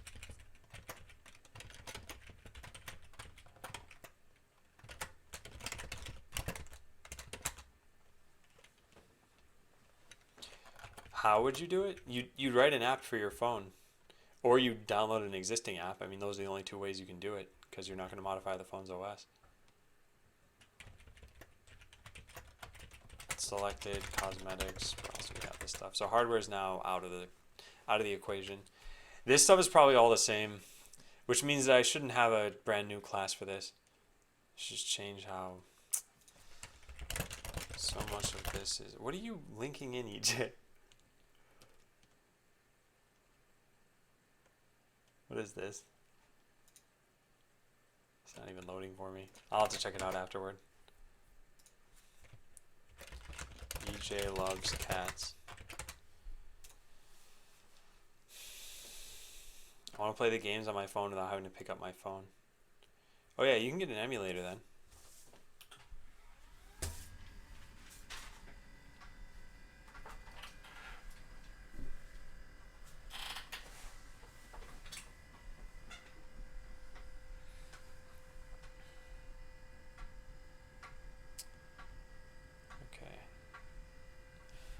guess the drag targets matter here too.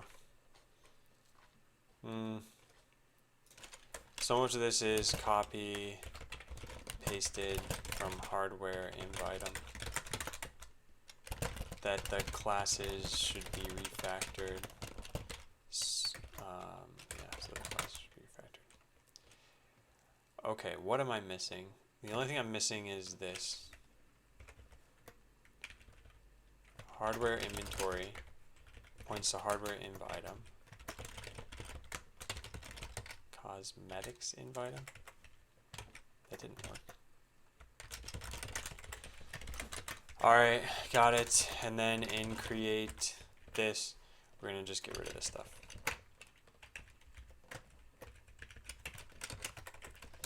On buy, on sell.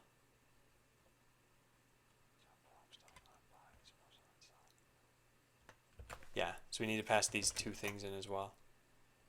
So on buy, where's on buy, and on sell? These two. So let's paste these up here. I don't know how this is pasting right now. That was weird. Okay, let's try that out.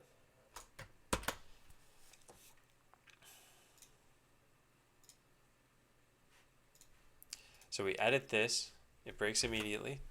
We go fix what broke. So selected item, we don't have that. Selected item. Oh, this is super easy.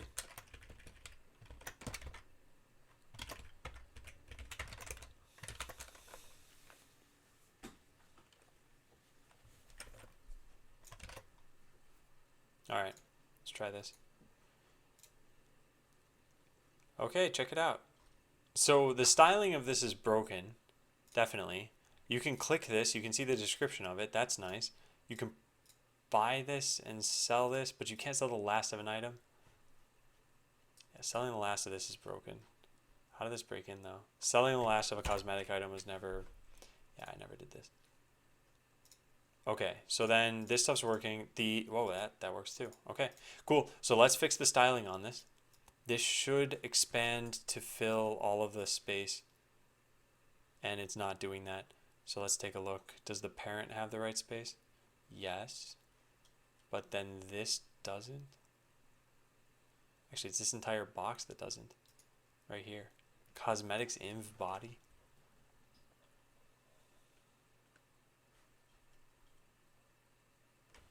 Strange. But how did that even happen? I must be missing a class from somewhere, but where? Cosmetics inventory has style block 1. Okay. So I think it's just the difference between hardware inventory and cosmetics inventory. I just need to figure out what now. I bet the answer is that I'm trying to use a class that just doesn't even exist. Let's find out. So cosmetics inventory. That does exist right there. Inventory header. Yep, there it is. Inventory header radio group. Actually, it's none of these. I know that these are working correctly. So it's something down here. Cosmetics inv body. That does exist. And then this. Yeah. Those should all be fine. What about this one? Yeah, that exists. Huh, weird. Is anything missing from here? Scrolls by content. That exists. Scrolls by panel. That exists somewhere else, but that should be fine. Huh. So yeah, something's going wrong here. But what? Well, how about we lint the less CSS? That way I can find out if there's some issue that's causing this to happen. No, it's all fine. I don't know. Okay, let's refresh the page. Let's try this again. So over here, this is taking up the whole page, and what is causing it to do that? It's this one. Scrolls by scroll panel. If I took out height on that, no, that's not actually what's doing it. It's this one. Hardware inv scrolls by content. Aha, yes, it's definitely that. Hardware inv scrolls by content. So now we inspect this, and we want this to be over here.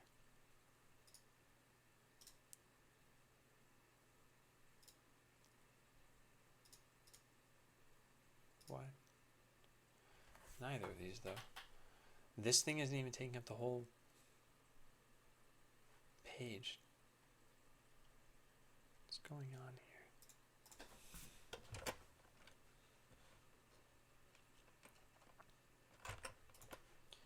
So wait a sec. This is fine. This is taking up the full height. And then this is what's broken. Cosmetics info body. I guess it's possible this is being defined somewhere else, although that's very unlikely. No, it's not. Okay, so display flex, flex direction row. Yeah, that's this. That's so that scroller goes the entire length of the page, right? Yes, it is. And that's not happening. What happens if I just increase the height on this? Height 900px. Okay, so it's definitely this. Something's going wrong here. It's probably something that's missing display flex. This has it. This kind of has it. Cosmetics inventory. Oh, there it is. Right here. Okay, yeah, this is the problem. Got it.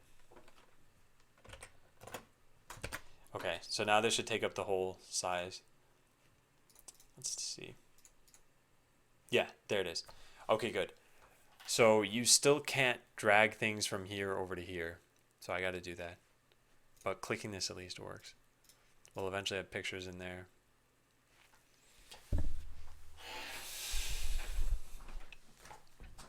So I need to get the filter working. Get the owned or all filter working. I need to get dragging working. Make it so that you can drag items onto... Actually, that's already done.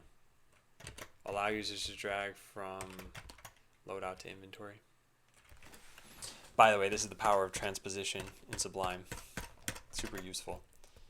Okay, well, we got the part about showing it down, at least. That's pretty nice. And like I said earlier, at least you can have different bots here. We just can't customize them yet. And again, the goal is by the end of today, get it so that you can drag an item from here onto here, and it'll actually change the bot image that you have showing over here. I think that'll be possible. Hey, Vognar. That's a very different greeting from the ones you usually have.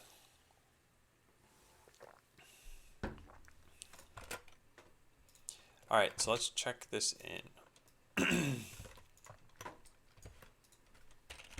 Lint this and lint this.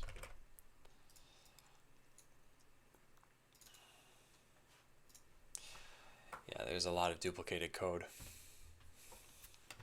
All right, underscore is not defined anywhere in here. There, now it is. And then interact is defined but never used, and that's coming from cosmetic inv item. It will be used eventually.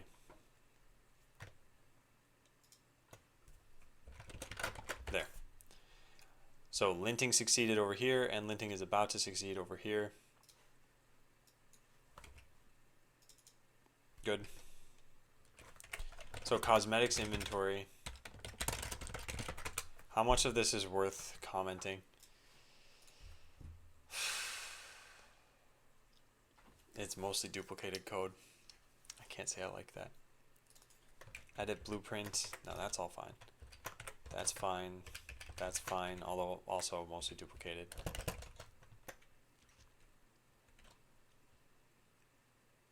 Yeah. Yeah, a lot of this is duplicated. There is now a partially complete cosmetics inventory. A lot of this code was duplicated from the hardware inventory and related classes / less. The cosmetics inventory itself is not functional yet, except for purchasing.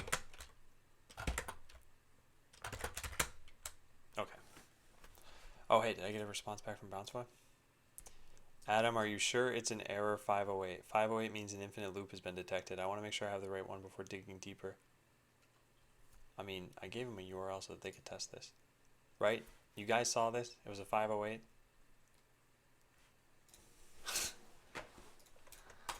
Alright, let me go try this. So I'm going to make a token for myself. We're going to test this out here. Does this actually change the color of those lights? Yeah, it does. So this is working for me just fine. Wait, is it? No, it's not.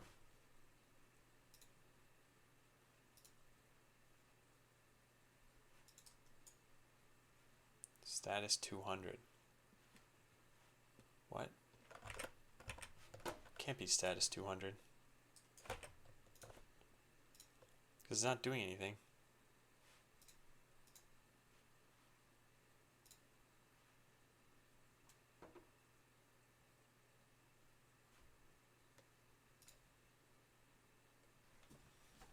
Oh, it thinks it worked. Oh, there it is. There, it just went through. Man, other people had this happen pretty consistently. So red, blue, red, blue, red, blue.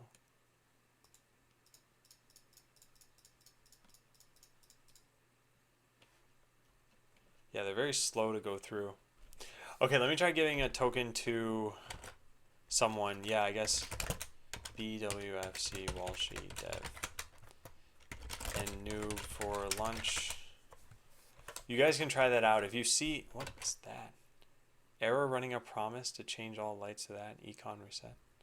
Huh. Can I have a go with the lights? Well, that's what we're testing right now. I don't think it's going to work.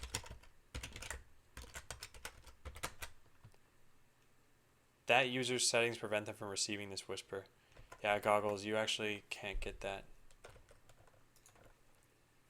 Well, so let me know what errors you guys are seeing when you do this. I'm not getting an error, surprisingly. I should probably just try again. So what if I just mash this button a bunch of times?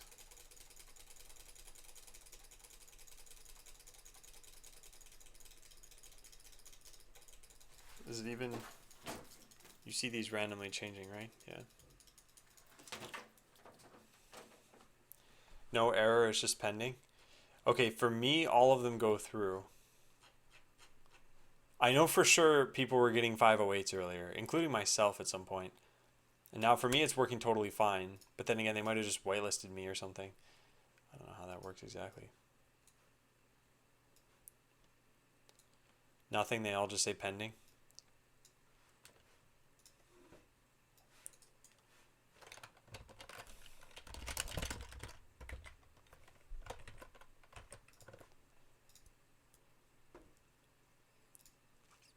Yeah, okay, when you finally get a response back, let me know. Let me know. Tricky Train says working for me too. Wait, what? You shouldn't even have a URL.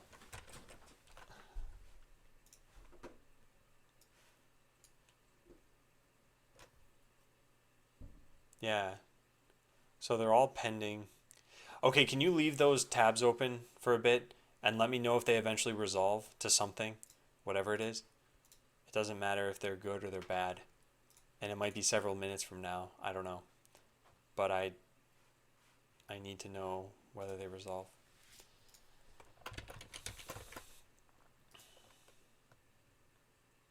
Oh, I see what you're saying. Tricky Train. Got it. Hey, Severin. One finally went through.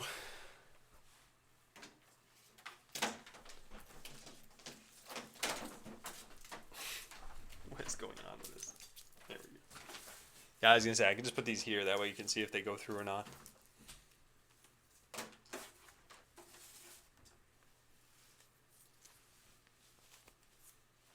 After 2 minutes, they go through and they're successful. So then shouldn't I see something here? So this must be Tricky Train, because Tricky Train hit the URL without a token or a user. But then I don't see...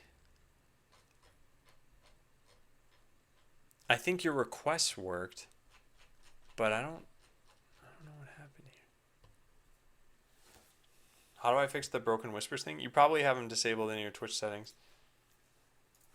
So yeah, I'm never getting this data. Like this is somehow returning a 200 to you. Can you click this and tell me what the response is exactly? Does it say that fetched URL thing again? Because that's what. If I click this and I go to responses, it's fetching URL done. Do you have that same thing, or is there some other output for you there? No, so double T's, the way that it works is when this hits my computer, that's when it starts counting down. So the timer here starts as soon as you press a button. So it'll say 45 seconds. But as long as nothing's actually hitting my computer in the back end, then it doesn't matter.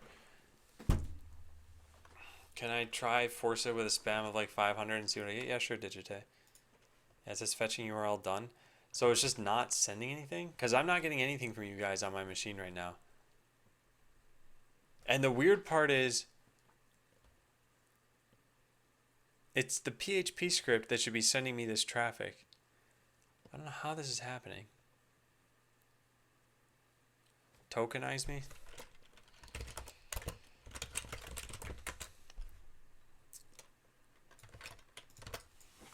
I just want this to be working again. It's been causing enough problems. Alright, let's see. So I made a token for EJ. I made a token for Digite. Can you give me a longer token? So, Walshy, your token is still valid. I don't have any data from you trying to use the token, so it never expired.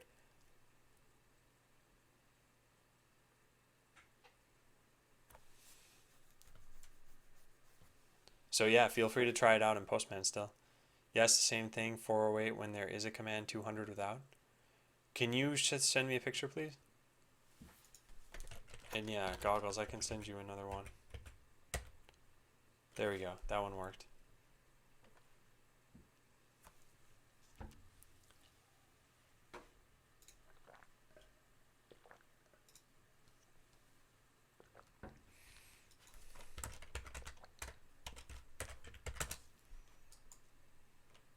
I would look into your PHP. The PHP is dead simple though.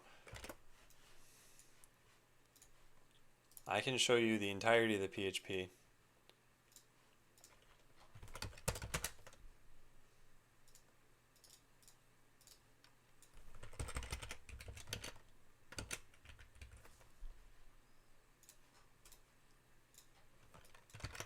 Okay, here is all of the PHP that I have. I'll get rid of the comments.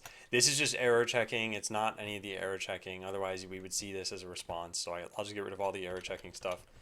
Again, not bad commands or anything. So this is the entirety of the code that I have here. And we can cut out the echoes too if you want. But I specify a port, I specify an IP address, I build up the URL, and I say file get contents on that URL. And that's it.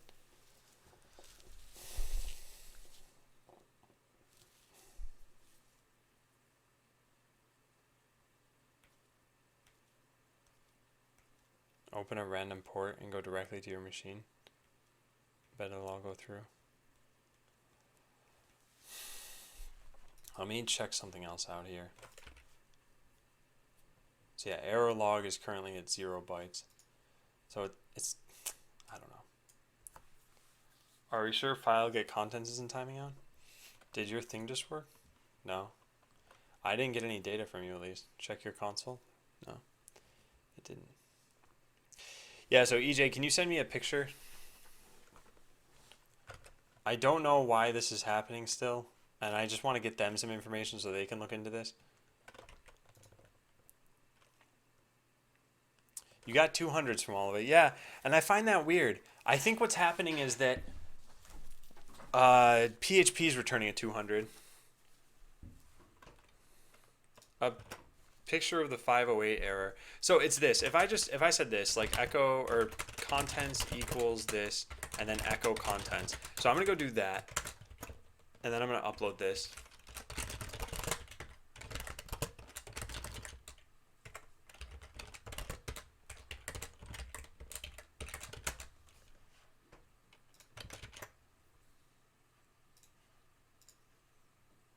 Okay, there.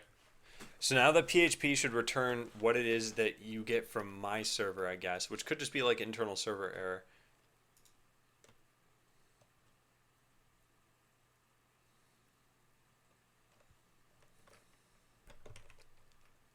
Two minutes on the dot. Weird. I wonder if file timeout.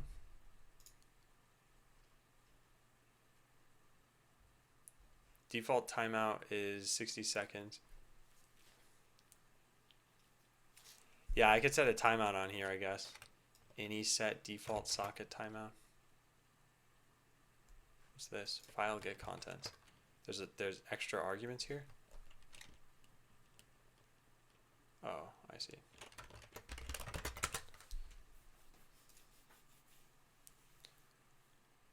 So string file name use include path. Oh yeah, we could just say that that's false. I suppose it doesn't matter. And right before it, I could set a timeout. Are my expired tokens showing up? Yeah, Mike, yours are. No one else's is, though. All I see are a whole bunch of messages from you, not a single other person on here. And that's it. I'm going to set a timeout on this, just in case.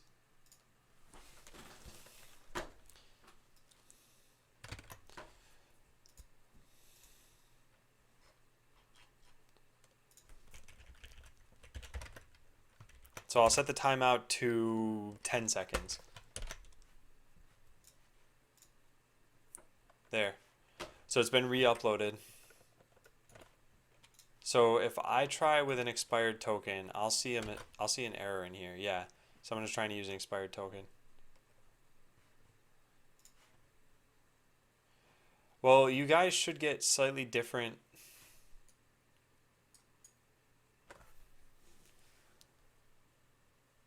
Oh yeah, that's a good idea, EJ.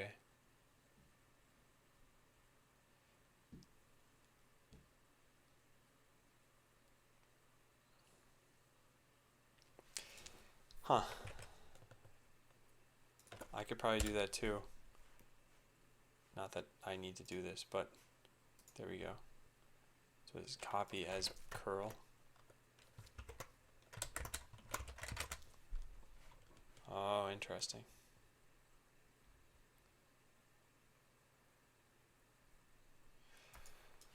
Yeah, I don't think this is a ping thing though. This is on some other layer that I don't really control.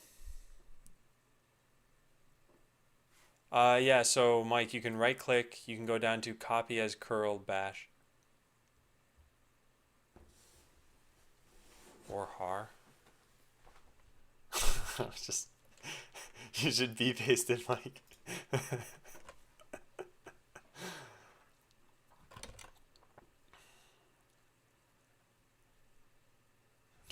Super strange, just super strange. I wonder what you guys are getting in response now, though. I changed the timeout, and I also have it return the full response. So let's take a look.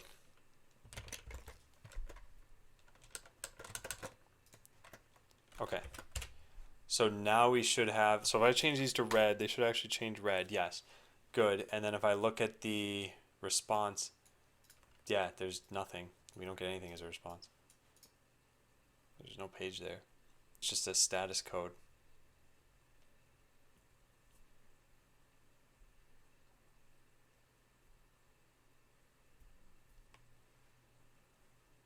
And then the other problem that I'm going to have here is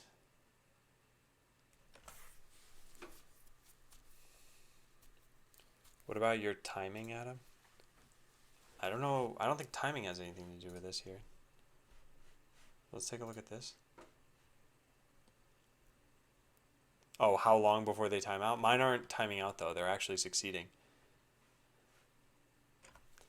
So wait a second. Now they're taking 20 seconds, noob. So before they were taking 2 minutes.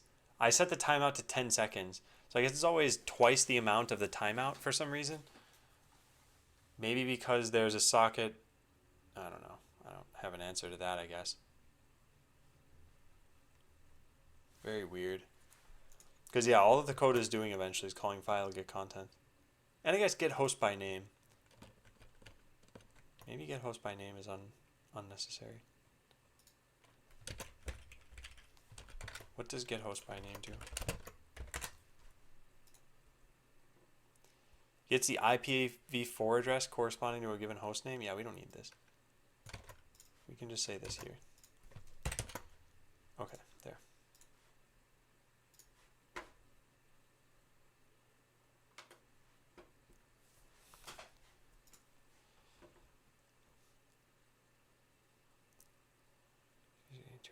Here's from 2 minutes ago.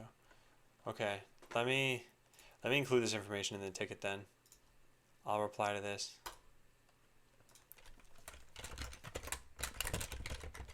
Well, I'm definitely sure that I was seeing 508 before. I can't get it to occur again on my own machine.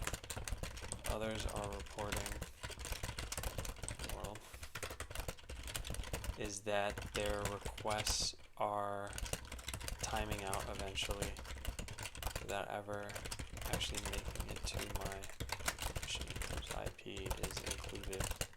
Let's take it automatically.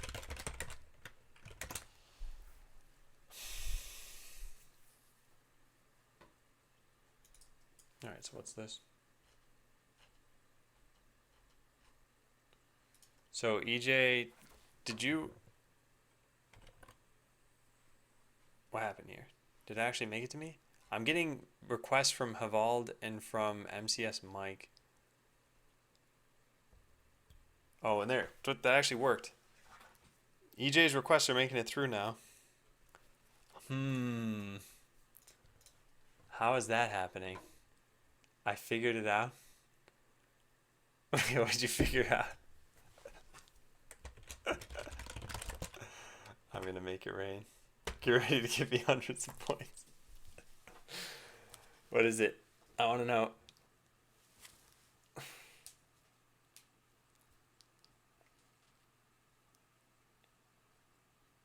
The %20 breaks it?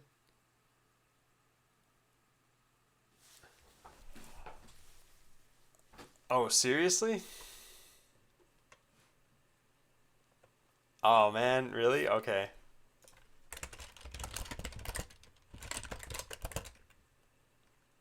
All right, I'd say that's pretty good. Let's give 15 points for that. And then,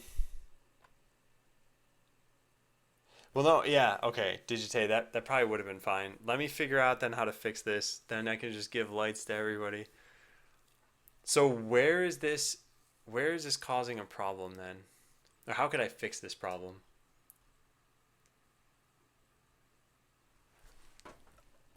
Master Programmer A. So it's because of this? Okay, so we gotta remove those. Where are those spaces even coming from? Oh, hang on. I think I know what's going on here. I think.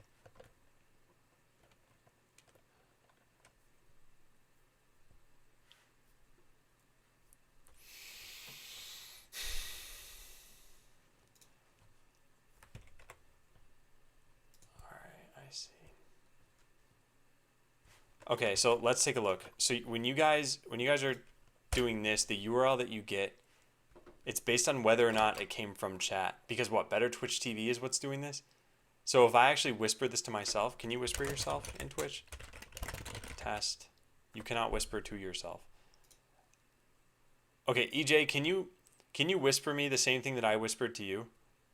Yeah, BTTV adds spaces. Right, but then I want to see what happens when I click the link just so I can test this out. So I guess I can file with...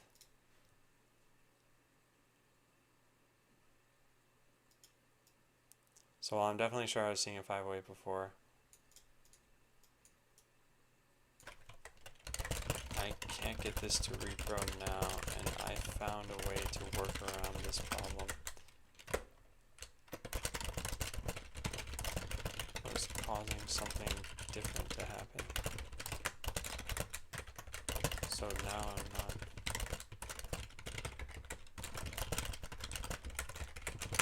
Okay, let me submit this and close the bug ticket.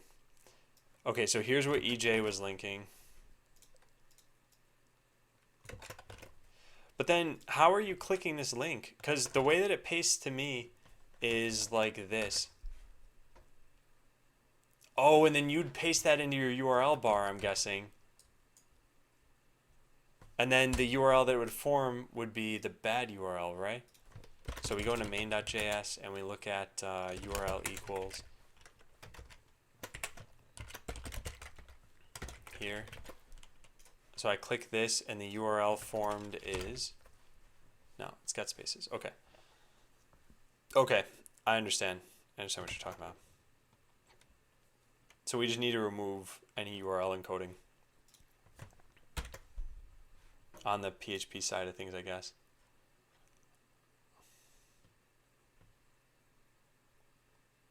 MCS Mike, do you have better Twitch TV? Because that could be the issue. So is there a way to strip out URL encoding from PHP? There's URL encode, string. They show an example of how this works.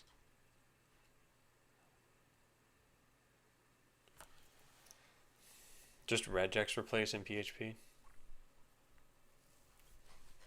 Yeah, there should be URL. Yeah, there it is. URL decode.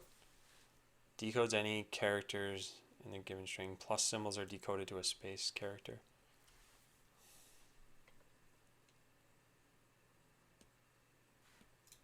I mean, I could just replace the %20s. Yeah. That would be fine. So fine. Okay.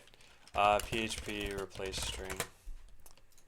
Stir replace.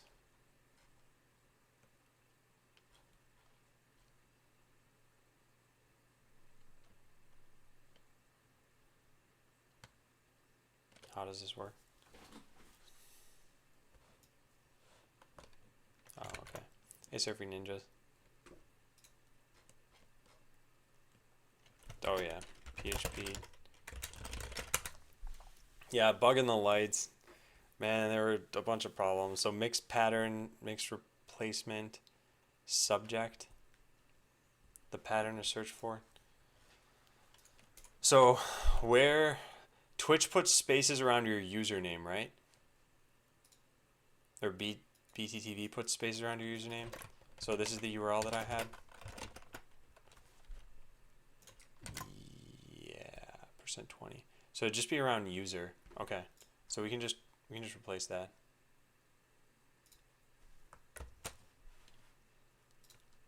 Can't believe this.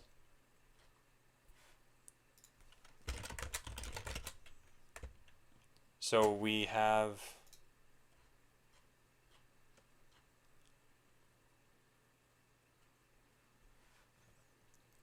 pattern is going to be %20. Is this really priority work? Yeah, it is. I don't want to worry about the syntax of this though. That's the issue. So I don't want to figure out like % might be a regex character, so I'll just use string replace, I think. The value being searched for. Okay, so we'll just do that.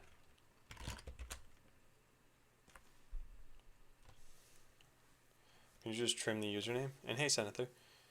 Yeah, I just don't like PHP.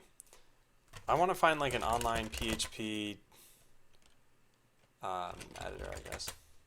It's not a regex char? Okay, fine. I can just use that then. So preg replace %20.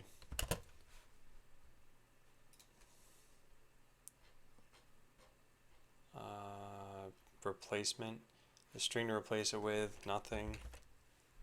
And then the subject.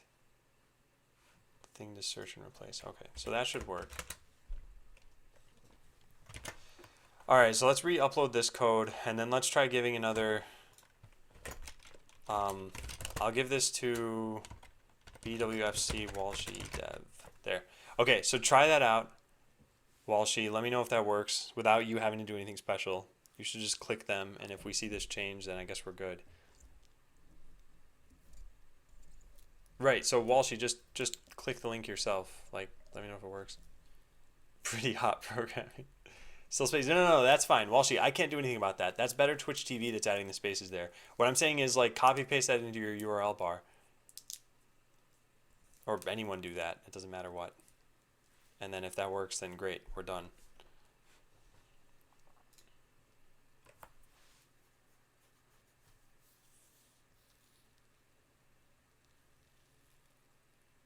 $403. What? Oh man. Seriously?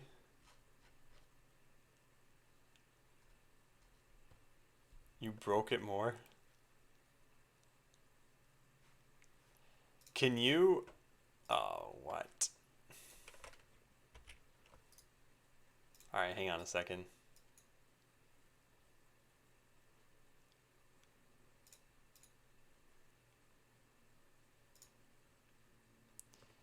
Could not change permissions? Permission denied?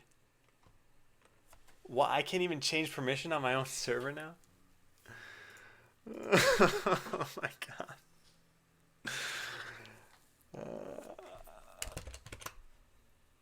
I don't get it. I just don't get it. Like, what? Critical file transfer error, permission denied. I can't even. I've been overwriting it all day. Now all of a sudden I can't do it. I think they locked this or something. Let me know if you get the error again and go ahead and copy paste it over here. I have a quick question. Wait, what? Thanks for the feedback. Let me know if you get the error again and go ahead and copy paste it over here. I have a quick question. Is this something you uploaded? So, yes, it's something I uploaded. It's a script that people use to control the lights in my room. I'm streaming on Twitch. I think you may have tweaked the file permissions, though. No one can access it any longer. And I can't change the permissions. Oh man. This is so annoying. Alright, so the file's just totally locked. I can't do anything about this now.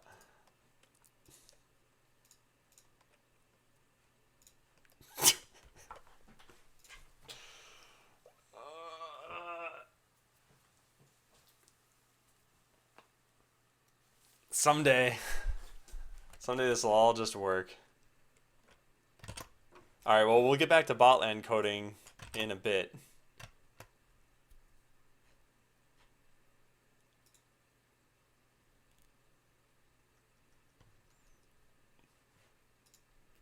Can you create a new file? I mean, I probably could, yeah. But then I need to point everything in this new file, TCP2. I think he locked the file when he thought, wait a second, this looks really bad. Like, what is this doing? TCP7.php. Oh, man. Alright, well, I guess we just need to wait for this to work. So I'll just put this on the back burner for right now, and we'll get back to botland coding. This is just stupid. This whole thing was just stupid. Well, thank you everyone for all the help. I really appreciate that, and really your patience too.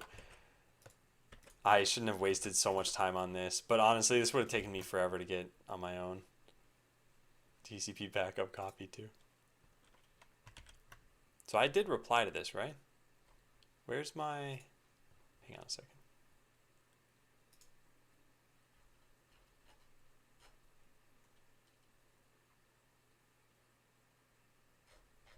Where did my reply go? I don't think it did get my reply here.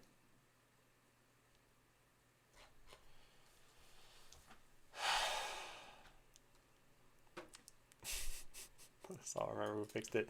What I don't understand is why did I not see any of this show up on my own machine?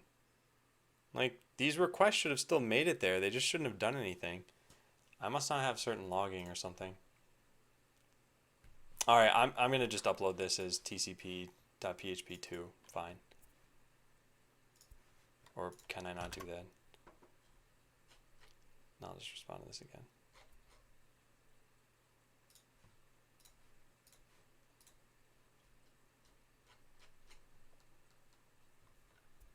Oh, wait, here's my response. This never submitted. Ah, there we go. Okay, cool. Yeah. Done. All right. Yep, back to botland. All right. So, where do we leave off here? Yeah, nothing to commit. That's good.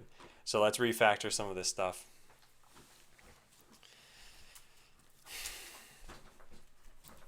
Refactor is item of cosmetic location. So this is in a couple of different places. We could pass this in set props get item template. So I guess in setup React.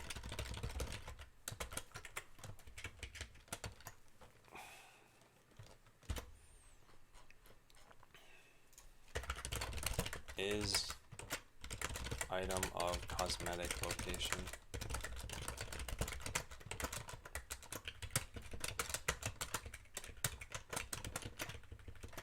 So this would just be like main instance get item template.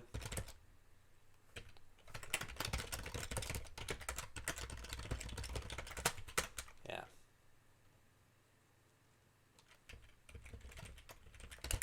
So item data and then cosmetic location.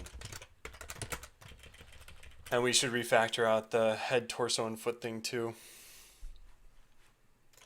Can't believe this.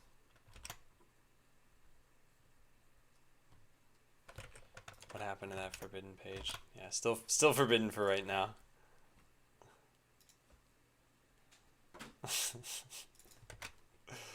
Okay, so let's get rid of this. And then this can come from this dot props dot whatever. Okay, good.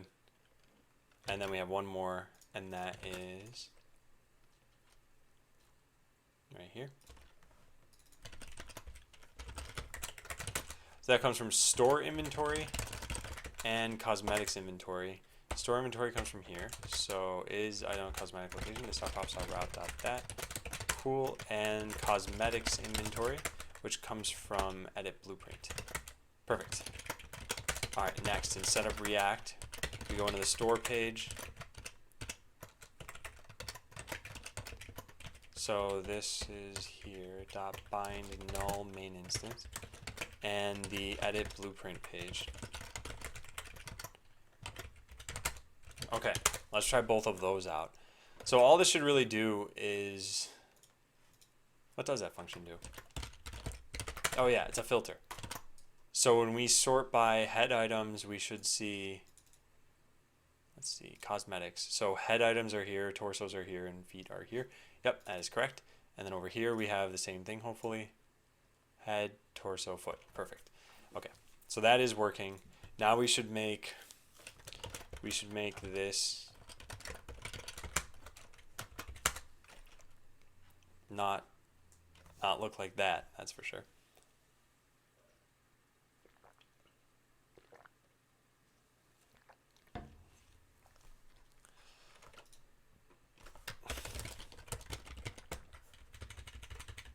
So constants, I guess we could say export const cosmetic location. So head, torso, and foot.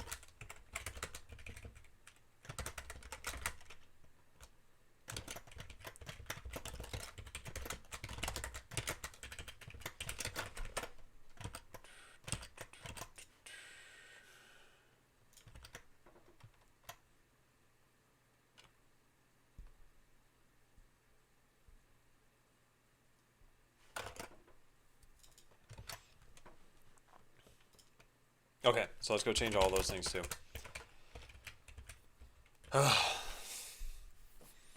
So these particular constants, I'm going to have to pull from a totally different location.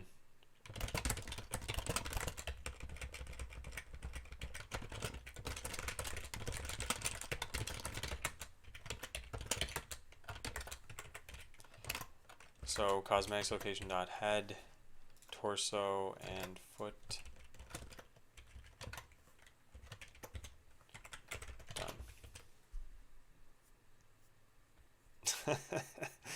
Damn. Helping everybody out, huh? Yeah, so we'll do this. There, done. Okay, but that's not even correct. Constant as cosmetic location. There we go. So this is done. We can close out of that one. Now this needs to be done. It's going to look pretty much the same way. Oh, where did that go? Here it is.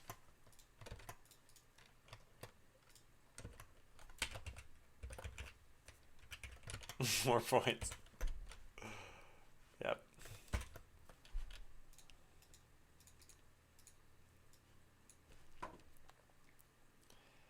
I can't find this code anymore. I'm very frazzled right now because of all the things that I just changed with that web server. Man, I hope they get back to me pretty quickly. And then we can just give everybody light control for the rest of the entire day. Just turn this into a DDoS machine. We'll get there.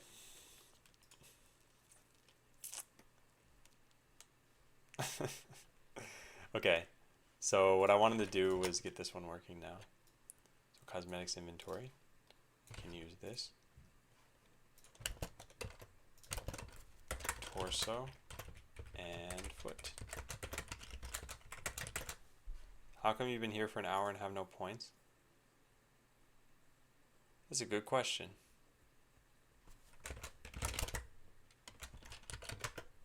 Is anyone else having that? Currently has 0 points. Oh, you know what? I probably screwed something up.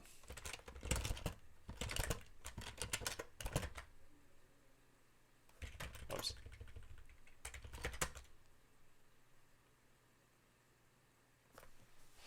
Okay, maybe that'll do it. Maybe when you hit a 0 balance, it just stops working. Yeah, well, see. Everything is screwing up. How would that happen, though? It doesn't make any sense. Oh, wait. People are saying no one's getting any now? Alright. Whether people are getting points still. I wonder if I'm getting any. Because I had 0 the last time I was checked. Now I have 40 now. Oh, maybe it was... Maybe Make It Rain broke it or something? I don't know. Yeah, I'm not sure. We'll have to keep an eye on that. Did he fix this yet? No. I didn't even get any in that rain? Yeah. Maybe you should take a break and come back to it later. I should take a break from really everything and come back to it later. Okay, let's finish checking in the rest of these things. So valid cosmetic locations is here, constant stock cosmetic location.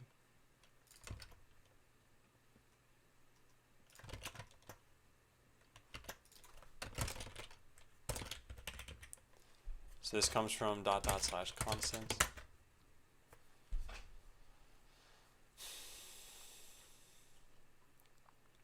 Okay, and just this one. So these need to be verified against the item templates that are read in. I guess they already are, so I don't think there's a problem there. I think we should see other people.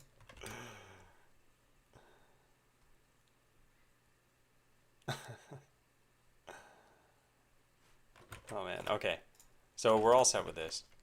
Let's test it out again. So what we should have now is the same stuff we did have, which is that when we're in the store and we're looking at cosmetic items, we see them sorted correctly. Good. When we're in Edit Blueprints, we see them sorted correctly. Good. And there were 2 other spots. No, that's it. Yeah, I think that's it. Okay. How many lunch BRBs are you in for? Let's find out. 18. So you already had 2, and then I put you on for 16 more.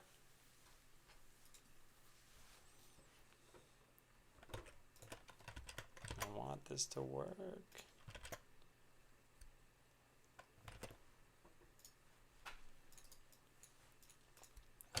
So done and done. I just need to comment that. Location. Returns true if the specified item. Wait, what is item data? This should be item ID. This is a bad idea, I think. Yeah, this should just be item ID. Okay, let's delete this. And let's go fix what this does.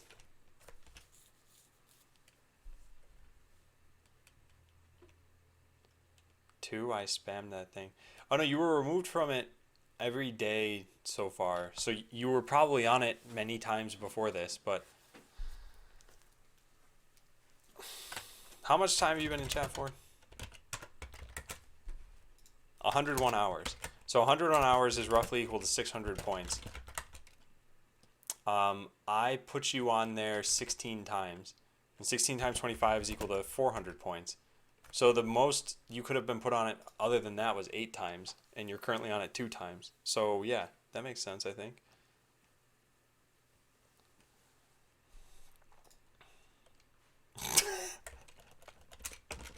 I don't know why I'm typing LOL. I can literally laugh out loud and you guys will know it. Okay, so here, item data, we'll just pass in the ID. There, done. And then where else do I do this? Here. We could probably just format this the same way. But here it'll be buyable items. Okay, there, that should be everything. Alright, now we can comment this.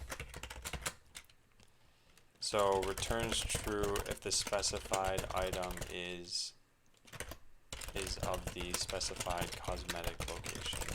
Head versus torso versus foot. So item ID is a number. I guess that's obvious enough what it is. And this is constants.cosmetic location. There.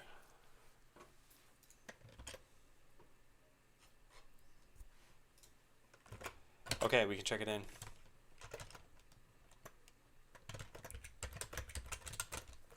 If someone says lull or lol, ironically, I think I'm fine with that.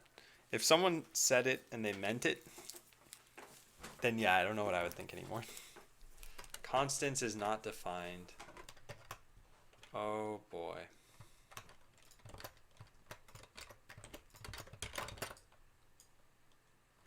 And then missing a semicolon in constants themselves.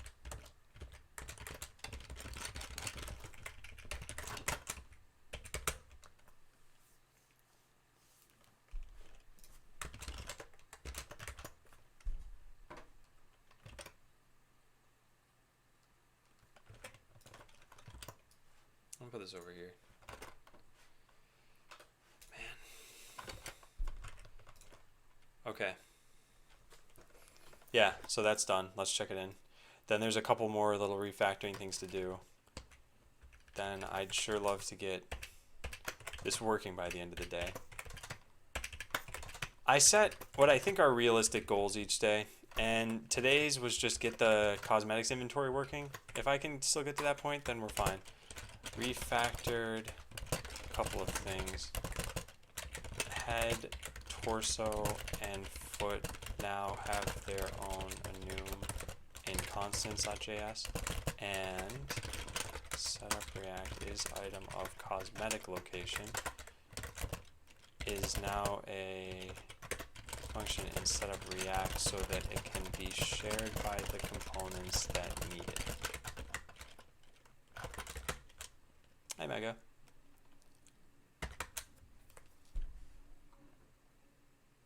Alright.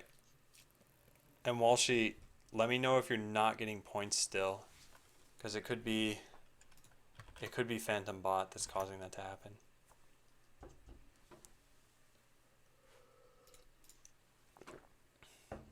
So refactor hardware inventory so it doesn't need connect.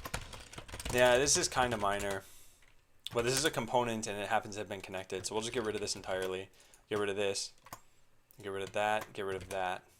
And then anywhere that we're using props.anything state needs to be totally removed. So this, for example, this needs to be like owned items, which would also be in cosmetics inventory as what? Owned items, I guess? Yes. So we no longer need a comment for this stuff. And this used to be pulled from inventory state.rows. So that we will need to know. So there's that. We also need the buyable items. Buyable items. And finally, we need whatever's in workbench state, which is the hardware filter string. Workbench state.hardware filter string.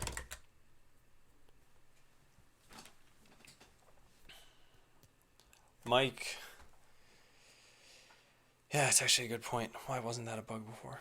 Oh, because I think I was cutting it out on the, I don't know. It doesn't matter. It really doesn't matter. What matters is fixing it. Yeah, yeah. Something else did change, I'm pretty sure. So hardware inventory. This only exists in, oh, it exists in 2 spots. Well, well, well. So we need the workbench state and the inventory state. So we got to pass both these things in. So this is owned items. This is buyable items, and this is the hardware filter string.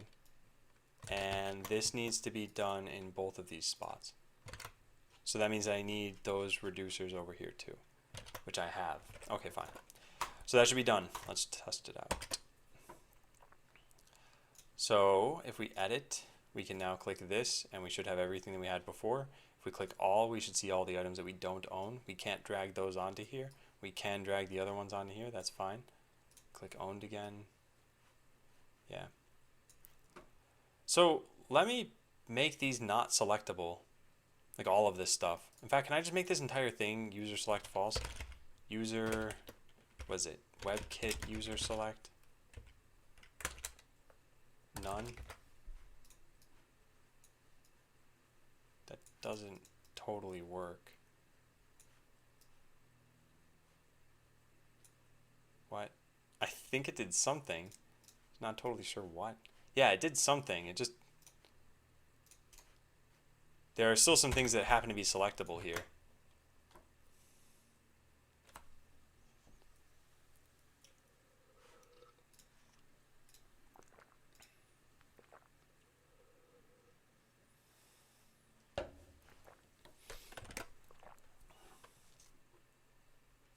Just apply user select none to the body. Would that prevent you from doing this? From selecting text inside of an input?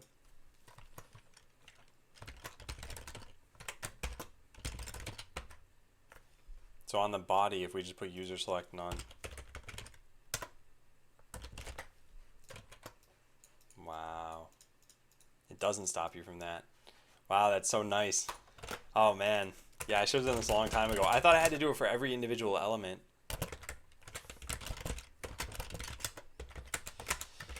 Okay. Well, where do we put this then? What is this? What is this? Style.css. Is anything trying to use this? Layout.jade. I'm not even using Jade files anymore. Where does this exist? Game server. Game server doesn't even have. What is this?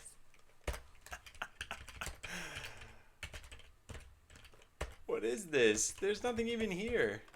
The game server doesn't have a REST server, a public. Oh man, I'm deleting this entire folder. Delete. Yes. So what's this then? This uses app. App uses hopefully nothing from public. Express static dir name public. Yeah, we don't have that any longer. So I guess we just get rid of that. Okay. Well, that's gone. No need for that stuff to exist then.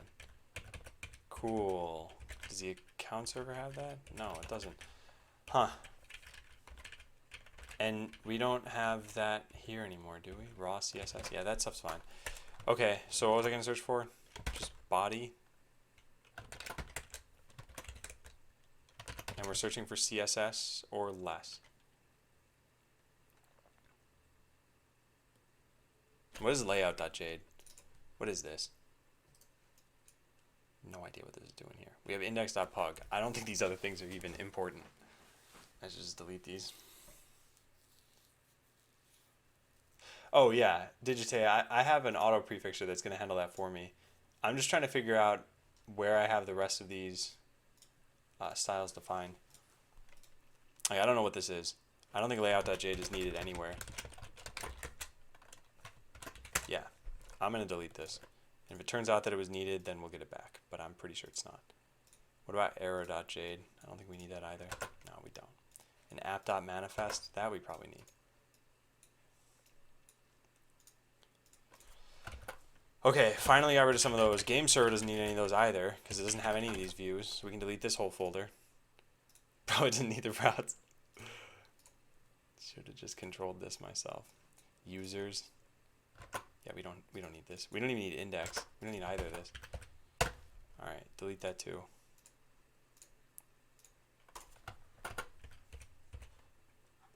Can't delete because it's open in another program. Not anymore, it's not. Done. Okay, what about the views here? So that's done. Views, we don't need this. We probably still need index for some unknown reason. No, we need this for a not unknown reason. It's used. Okay, so this gives us our final bit of putting this in layout maybe. Or may as well delete botland. We'll just put something here that says body. I don't know if there's a better place to put this. Now that doesn't exist, so it's probably going to cause an error for us. So we'll save this as body.less, and then we'll put this here. Background color Peru. Done. Okay, did that build? Of course not. Did that build? Is any of this ever going to work?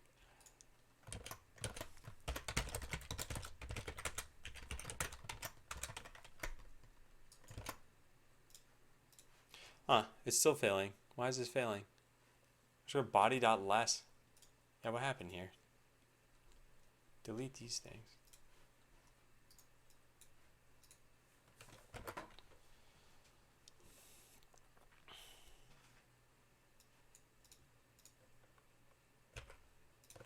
Very bizarre. Body.less is right here. And yet, something's going wrong with me trying to use this. What is this? Cannot resolve file or directory body.less in style sheets layout. Did I put it in the wrong folder or something? Style sheets layout. No. Okay, let's just delete this. I don't know why. Shouldn't have to. Does that fix this? Yes. Now if I uncomment it, is it still working? Of course it is. Okay, so all we should have is a Peru colored background. Oh, look at that. Beautiful. Just beautiful. So we just say user select is none, and there, all those stupid drag problems are fixed. So let's try it out. So now we drag over to here. Oh, it looks beautiful.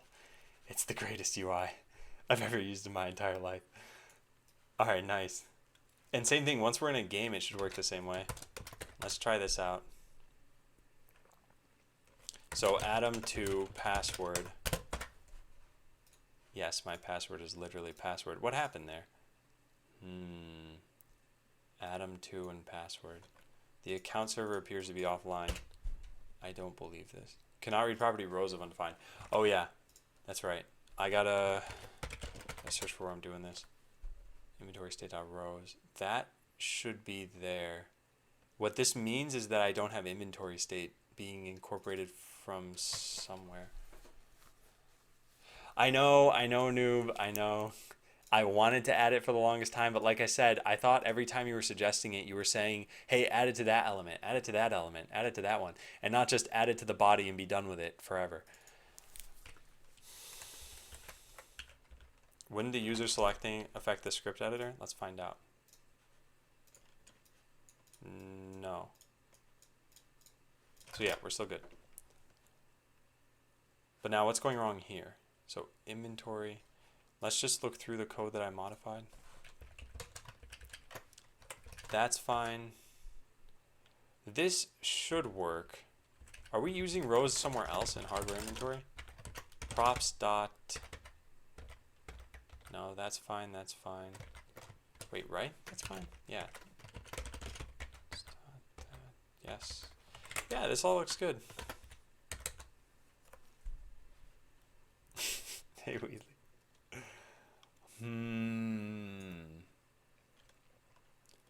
How's that? Buyable items, owned items, and hardware filter string. Buyable items, good. Owned items, good. Hardware filter string, good. And we have inventory state, right? Yes. And we have workbench state, right? Yes. Okay, that's totally correct. So we're good there. Then what? Cosmetics inventory doesn't have anything important. Edit blueprint. And then in-game. I guess in-game was the other one, and that's what's... Oh, that can't be breaking. Not even there yet. I don't know. Let's just try again. So I tried connecting. It says cannot read property, rows of undefined. Do we have a stack trace that actually helps? Of course not.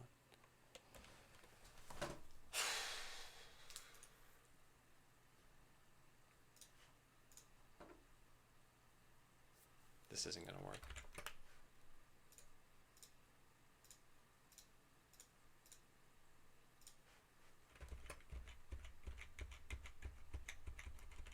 This is going to happen constantly.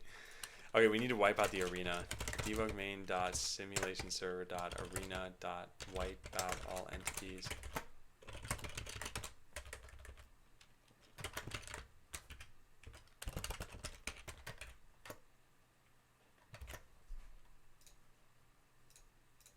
Okay, perfect. Now we hit connect. It breaks in.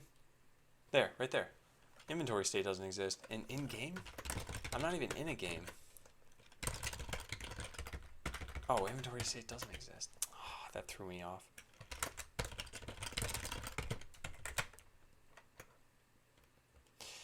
Yeah, Judge Bacon. And that's if I see something wrong. I don't know if I'll even run into something like that. Alright, so in-game has yet another reducer in there. Well, this should at least fix that problem. Let's try it. So we're going to turn that off and remove those things. Okay, good. So we connect. And perfect. So we're in a game. Let's try editing hardware. This used to be this glitchy, like, select everything on the page fest. And now it looks like it's fixed. Oh, looks good. Looks very good. Yeah, so now you can edit this stuff however you want. Oh, that's not good. The wasp torso is showing up in util over here. Oh, that breaks everything. We're gonna have to fix that. Okay, so where does that come from? That's hardware inventory that shows up in the game. Hardware inventory. Owned items is right here. And then the owned items get passed into this. Owned items. And then we filter them. Oh, right. This is what's wrong. Okay, I remember now. Hey, Nisimico. With any luck, we'll have the light control server working again. I haven't gotten a response to my ticket. It's been about half an hour. Maybe. Yeah, whatever. So close. Okay, so we'll fix these things. There's something that I put in... where is it? Hardware constant? Util.exists something.hardware constant. Let's search for it this way, actually. Util.exists.star hardware constant. Right here is item of hardware category. So we'll put this into hardware inventory. Just delete all this stuff.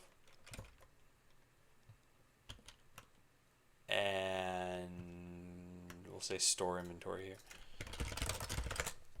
And then we'll just call that function attack def and util. So this should be called items to show. All right, bug should be fixed now.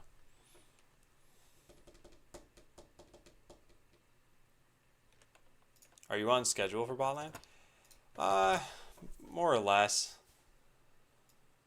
The part that's not maybe so much on schedule is release. That was planned for, what was it planned for? March 2017. How many months from now is that? Like 8. So release was planned for 8 months from now. And for all I know, that's still possible, but I really doubt it. Some things change in Xtonomus that are going to cause us to probably spend some more time, maybe a couple months. And I'm not positive yet. Beta should still be released next month, I hope. Okay, I broke this again. What am I doing? Util is not defined. Oh, that's an easy thing to fix. Okay, so store inventory. We go into here. We paste this over to here. We're done. We rerun the page. What? TF2 is getting comp? Oh, competitive.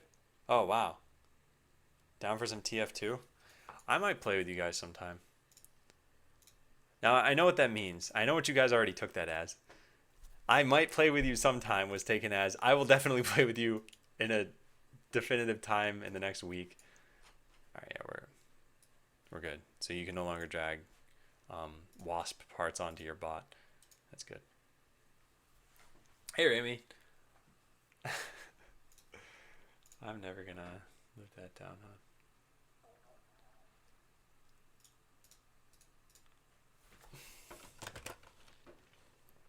Okay, we're all set.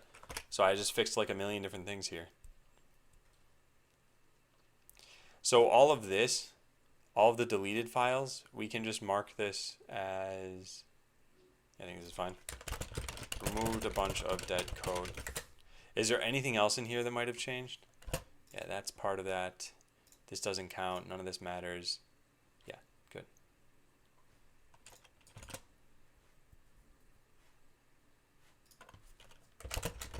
They were mostly express artifacts. All right.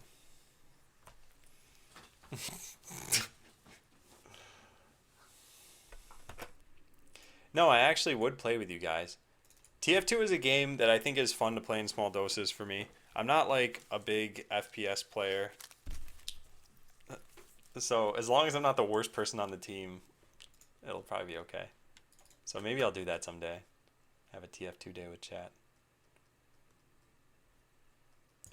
The problem is, as we get closer and closer to beta and then finally release, there's going to be less time to do extra stuff, I feel. Then again, this is just work-life balance. Okay, I'll write this here. This is super important given how much of a role drag and drop plays in botland.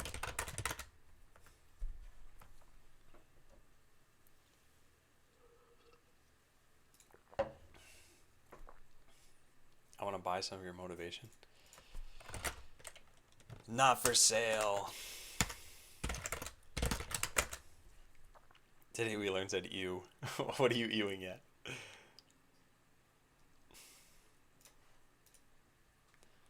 Does he know how to use a mouse? Imagine playing an FPS with a keyboard. I don't even know how that would work. Okay, so what do we do here? Oh yeah, refactored hardware inventory so that it doesn't need reducers anymore. Yeah, that was it. Refactored hardware inventory so that it doesn't need reducers any longer. And then this is technically part of a different commit entirely. So let's check that in on its own. This is finally added user select none to the body element. That way drag and drop doesn't highlight everything on the page. Your time is not increasing? Man, that's super weird. Let me look into this. Is everyone else's time increasing at least? Let's check. Corso was at 42:42 earlier. Okay, yeah. So we know for sure at least some people are. So let's go find out what could possibly cause that to happen. What could cause that to happen?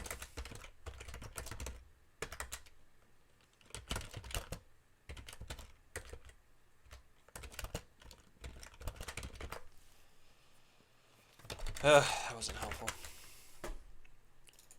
So scripts, system, do we have a time system in here? Handlers? Where's time handler come from? Time system, here it is. Okay.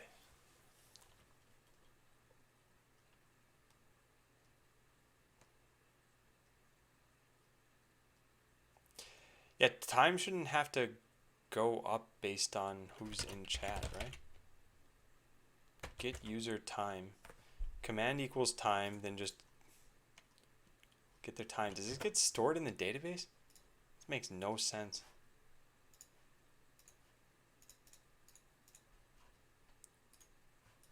Oh yeah, time does get stored in the database. That doesn't make sense.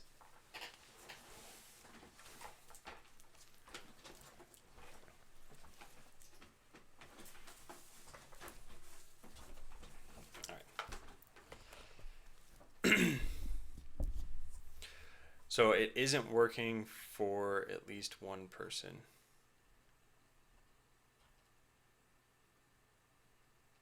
I wonder why not, and where this is even going up. Well, there must be an NEDB dot set time. Yeah, but this has to happen somewhere else.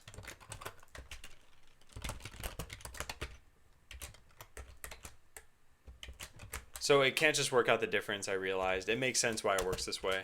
The reason it works this way is because it can't just assume you were in chat the entire time since you first joined. I counted you, so 3. What are we counting? Oh, yours is dead too, you're saying?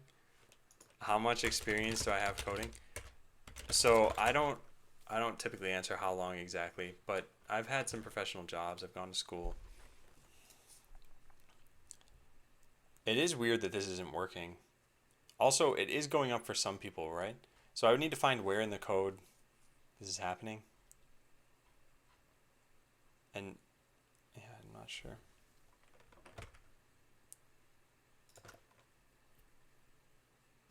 Oh, people whose times have run out. Yeah, this is super weird though, and this isn't something that I should even be doing. I wonder if there are too many people in the database now, and this thing can only return the first X number of users. That actually might be it. Yeah, let me test this out. So if I say MySQL get count of table rows, whatever, should be fine. In fact, we could probably do this by just clicking this thing, right? Go to time. There are 12,091 rows. Yeah, maybe it's doing something like only working on the first 10,000, and some people are just not getting counted now. It is pretty weird that they would even do things that way, isn't it?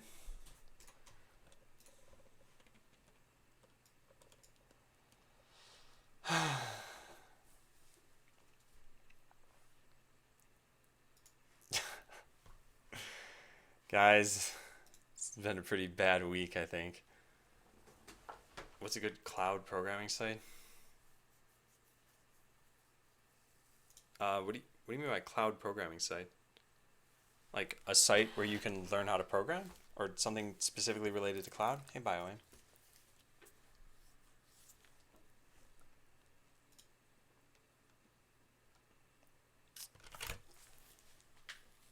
Huh. Okay, well, we did this. Can at least save that thing. Next, I guess I can look at PhantomBot and see if they have some bug database. I'm not going to get this stuff done today. And I don't think it really matters anymore.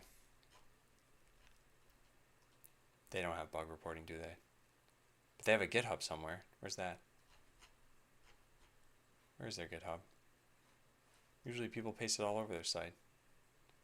There's a download button, but... Ah, here we go. Found it.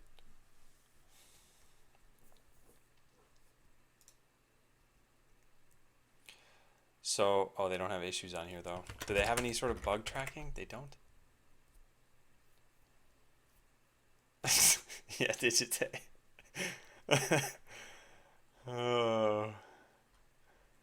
I think losing water is what was the weirdest one of those. Everything else, yeah, sure, that breaks. But when I tried pouring a glass of water and the faucet had nothing come out, I was like, no, you've gone too far, life. I can't deal with this anymore. And whoa there, thanks for following.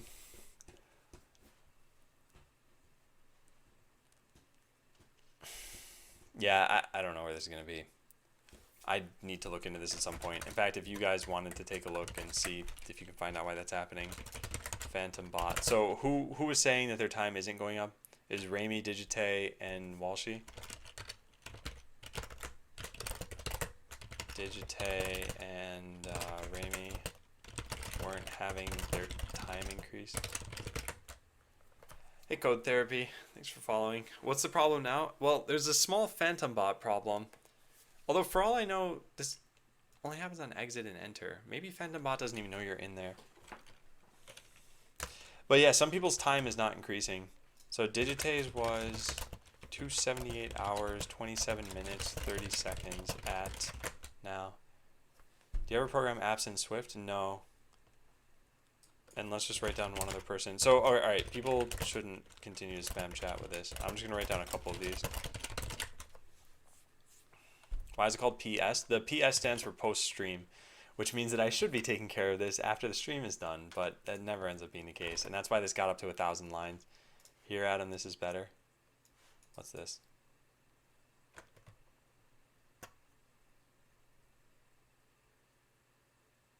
Okay. Yeah, I'll keep that. Alright, so next up on the list was get the owned or all filter working. And this actually shouldn't be too tough. This is referring to... Oh, that broke. What did util not exist? I was so close to actually doing this. And wait, there it is. What? What's going on here?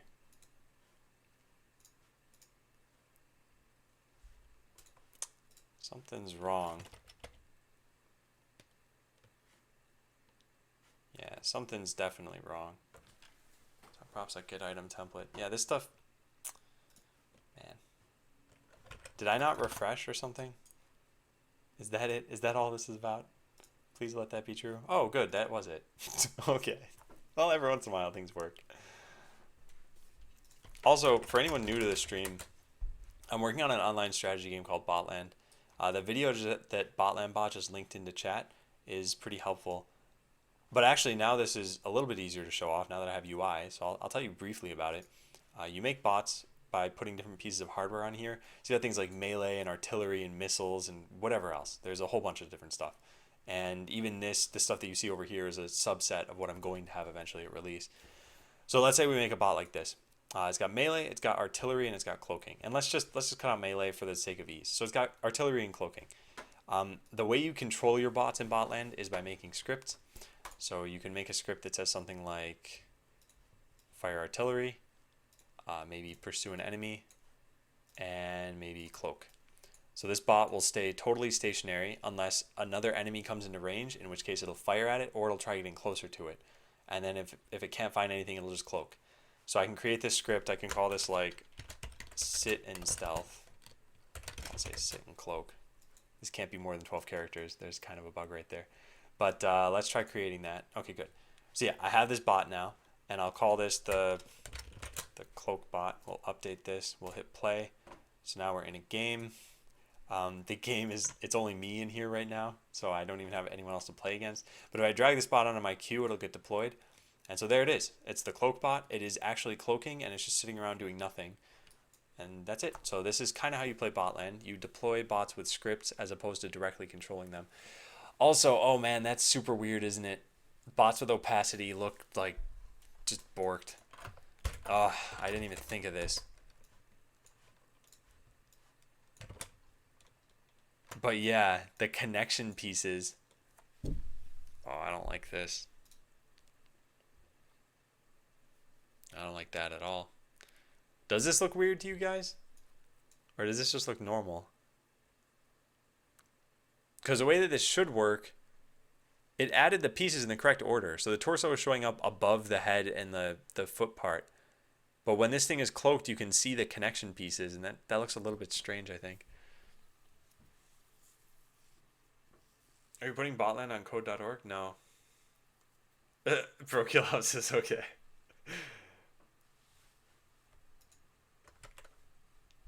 Why not have a fade tint over the top? Fade tint.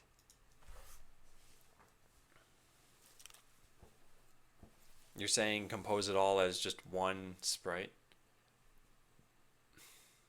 Have you seen Scrappy? I haven't heard of Scrappy. Can you link that to me, Double T's?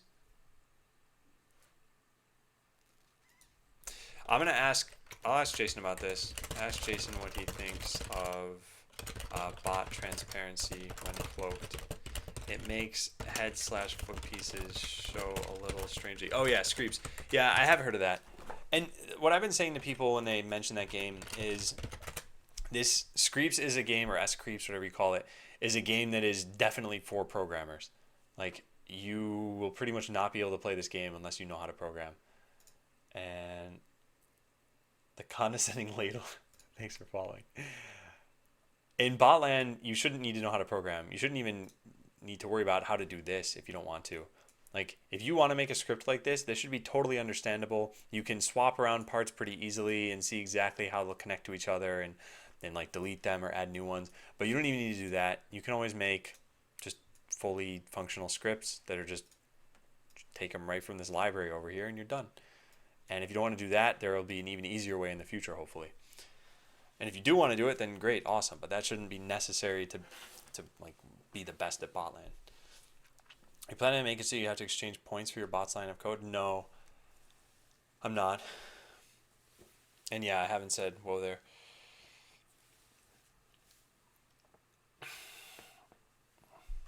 So no, the way that you will control your bots in Botland, you make these scripts, so whatever it is that you wanted here, and then just save it into the arena, and you're good to go.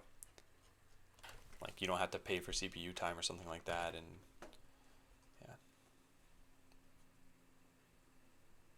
I think if we did that, if we add any additional element here of like you have to pay to use lines of code, let's say, and it doesn't even need to be real money. It could be like in-game currency or maybe life of your bot even. But then it becomes more of a let's optimize the code greatly. And then this becomes more of a black box to the people who don't know how to code.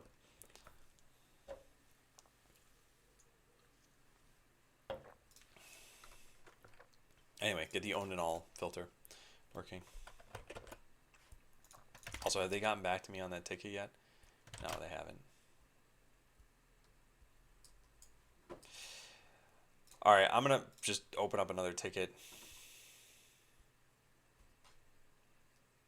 Because, yeah, the permissions on this thing are totally wrong. I have permissions on that, but I can't change them on this. 644. Oh, wait, what? It worked? What? No, could not change. Permission denied. Yeah, I'm going to file another ticket on this site. Because it's been almost an hour and they haven't responded to me.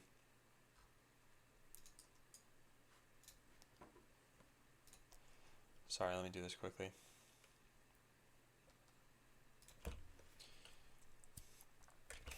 So subject, one of my files.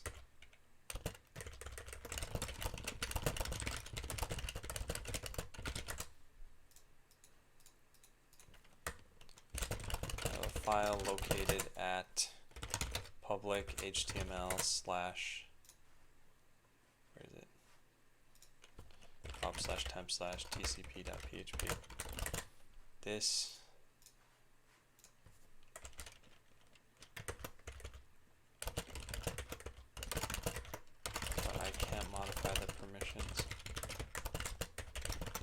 set them to 644.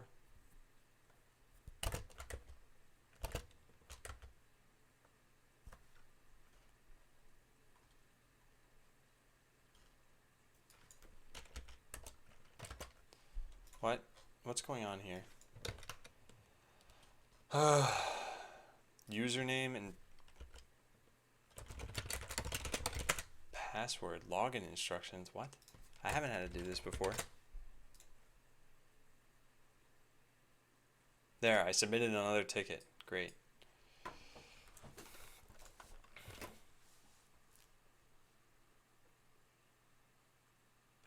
No, they have a 30-minute guaranteed response time. So even if their company's not very large, then they've outsourced their support, or at least their first tier of support. You know what? The own and all filter is not as important as just getting these things to be able to drag. So let's do that, and then getting these things to be updated. Because honestly, this is like the last bit that I care about. So I'm going to turn on a fan.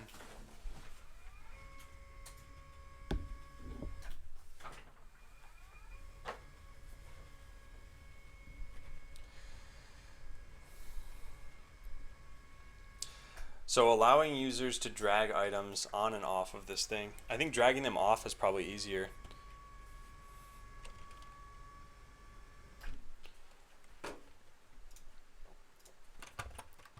From their loadout.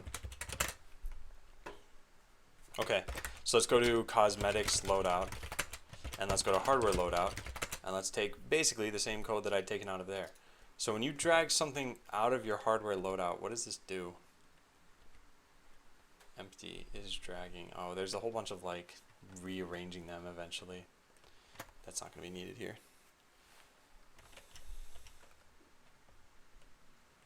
What do we use this dragging for anyway? Just for the empty hardware slots? If you're dragging, show targets. Yeah, I don't think that's necessary. I don't understand though. On drop activate. Yeah, that is correct. Okay. See you, Walshy. Up, and away.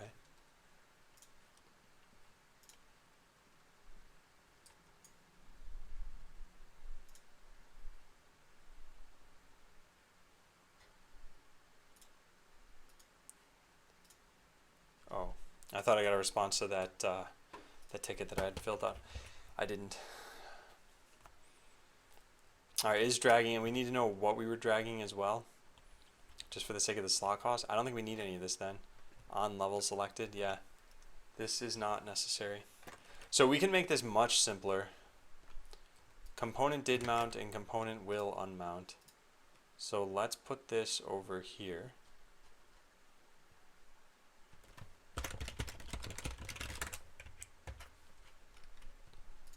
Cool. So this won't be draggable hardware. This will be draggable cosmetics.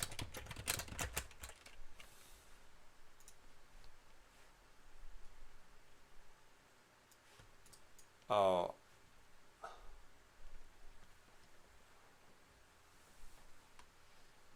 Yeah, this is like, I see what you're saying. And I don't think it's that bad. I think the problem is that this might tank performance on some devices because filters are not very performant in Pixie, but I'll write this down. And thanks for mocking that up.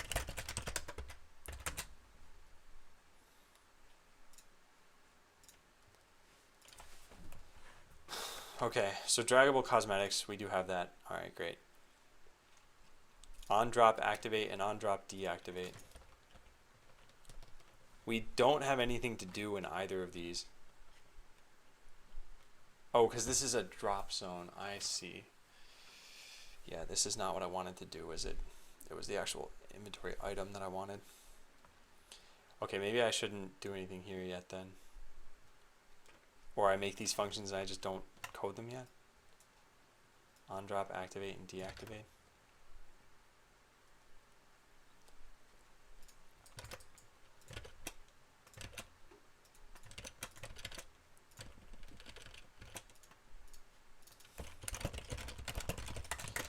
No, this will be fine. I have an idea in mind for this. At least your points work. Yeah, I need to figure that out, definitely.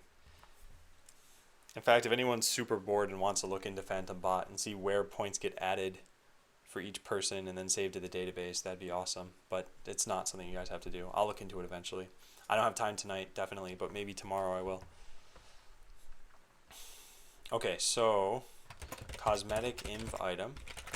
When you're only allowed to drag non-empty ones. So we need all of these.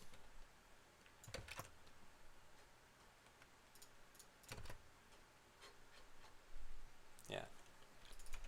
So prevent the user from dragging an item that they don't own. Get quantity owned. This shouldn't really be. Oh, yeah. Oh, because this exists. Darn it. This isn't what I wanted to code either. What I wanted was whatever's inside of cosmetics loadout. What is this? This one. We have create cosmetic slot. Ah, finally. Cosmetic slot. That's what I want. Cosmetics slot. And this is going to be like hardware slot. Okay, good. Yeah, so here we go. On the brace. Okay, great. So we put this here. Set up drag listener. Looks good, looks good, looks good. And on delete, that also looks good. So then is editable. This is not totally how this is going to work. We need to figure out whether this is empty or not. Is empty. We could actually just pass this in, but return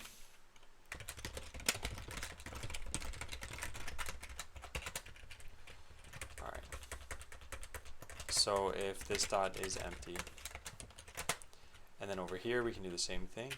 So if this dot is empty, then just return. Cool. That's all fine. Alright, so now we just need an on delete for this. On delete is going to be a bit harder, I think, than what I just did. So on delete equals. Now, what does hardware loadout do?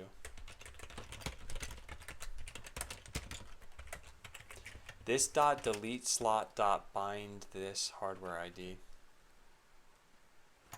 I don't really need to do things this way, do I? Because the delete slot isn't used anywhere else. So we could just say this dot props dot delete slot.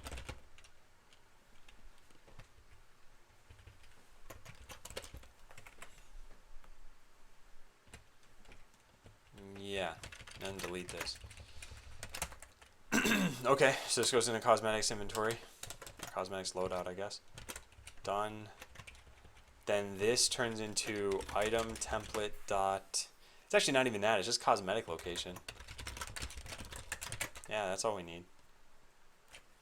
Alright, and then this gets passed into where exactly? So hardware loadout. There's no on delete there. There's no on delete there. There is one there. Remove hardware. Dot bind this.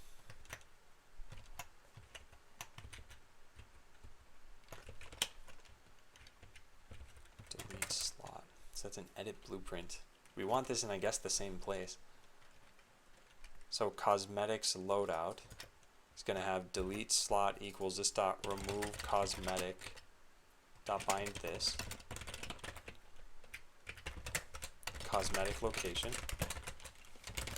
modified cosmetics loadout equals this dot props dot route dot remove cosmetic. This actually is not very difficult to do.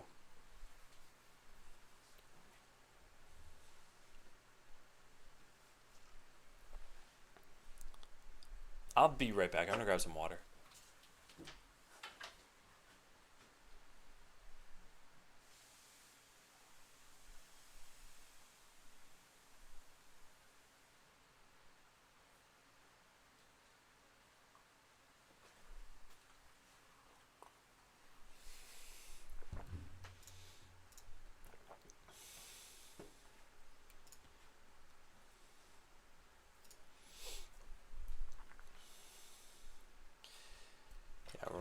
cosmetic from loadout.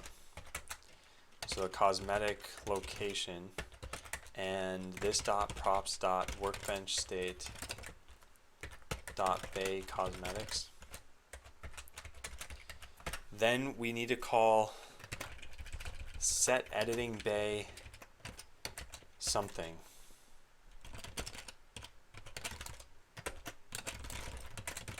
Set dot star cosmetics. Set editing bay cosmetics. Oh, I already wrote this out. Okay, so now we need to write this function. Remove cosmetic from loadout.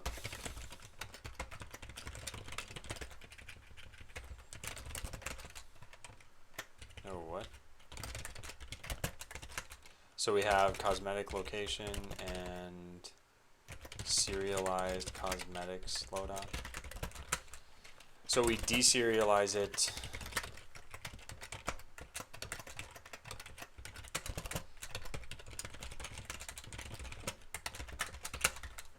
Then we remove the particular location that we wanted to remove.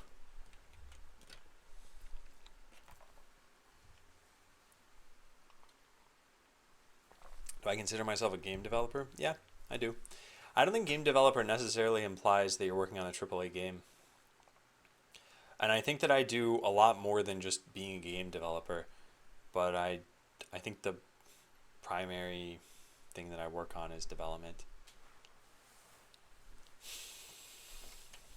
Okay. So here's what we'll do for now. We'll just say if cosmetic location equals head, and this all definitely needs to change, but then cosmetics loadout dot head ID equals null, and then we return the serialized loadout. Done. Okay, now we pass this into the same place that we passed this into, which should be edit blueprint. There. Perfect. Okay, let's try it out. So now no matter what we remove, actually not no matter what we remove, the only thing we can remove is the head piece.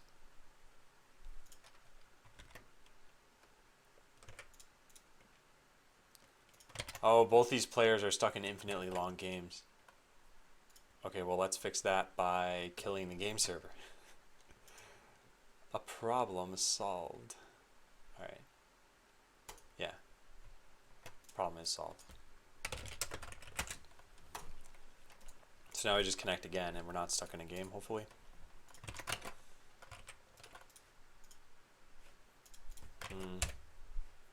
Now read property bind of undefined.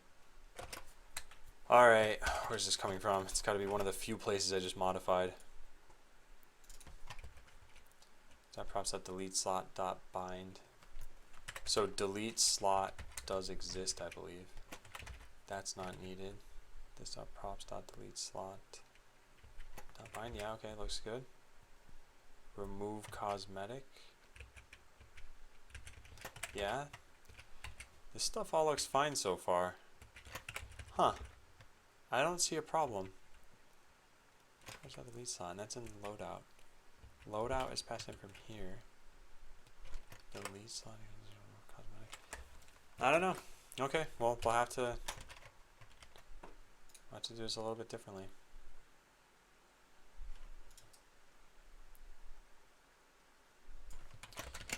Debug main dot simulation server.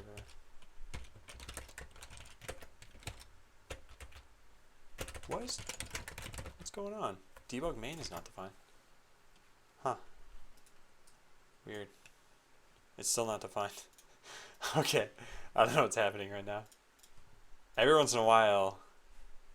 Oh, it's that the file hadn't loaded yet. And yeah, we're okay. Simulation server dot add bot cooldown.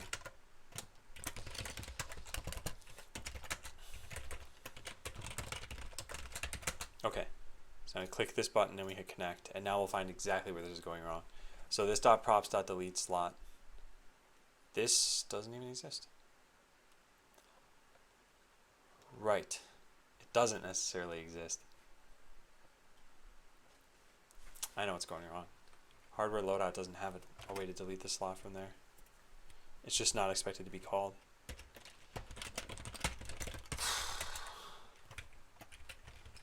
Yeah. Yep, because in some places we don't pass it in. Okay, then we can't do that. So we need to change that back to what it used to be. Or, no, that's fine, I guess.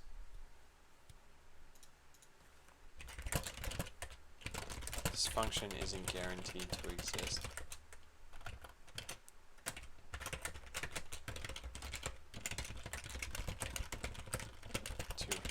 So we need to wrap the function in try binding to null. Alright. Hardware ID at this point is probably a hardware constants .IDs. Alright, and then we do the same thing over there in cosmetics inventory. Cosmetics inventory, or cosmetics loadout might be slightly different in that the only place it shows up, it will have a delete. That's actually currently the case, so let's just use this. And now everything should be working.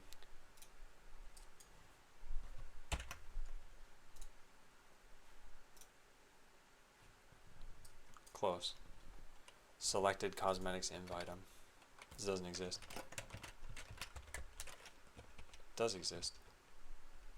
CSS classes doesn't exist. Process selected doesn't exist.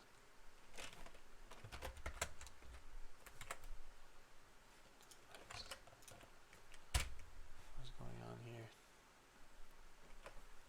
Interact is not defined. Oh. Oh. What? This is coming from the wrong file then.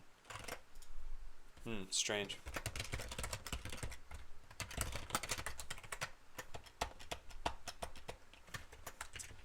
Yeah, so hardware inv item.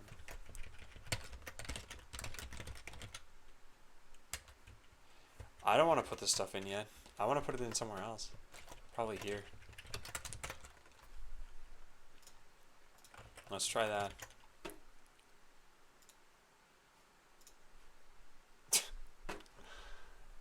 Oh, come on. This.refs.hardware slot, yeah, that doesn't exist.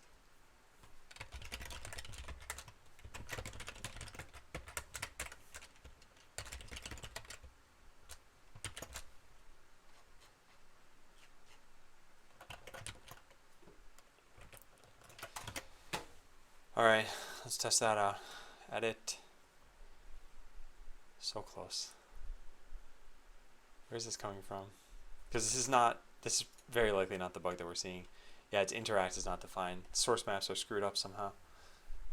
I don't know how that happened. But something else that I changed must not be using interact that should be using it. It's this cosmetics loadout.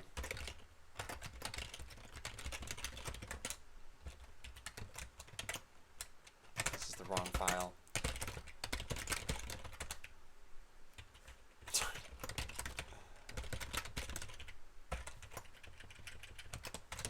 There. Almost there. Okay, so now when we drag the head piece off, yeah, it deleted it. It's just not totally working yet. We need to have, let's see, the hardware slot itself would be draggable. But then when that was deleted, it would fully delete itself. This one doesn't do that.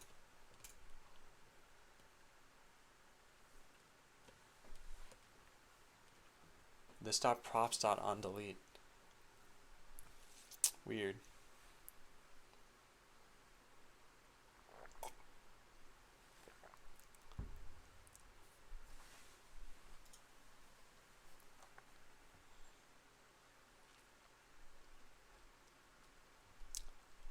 I think I know what's going on.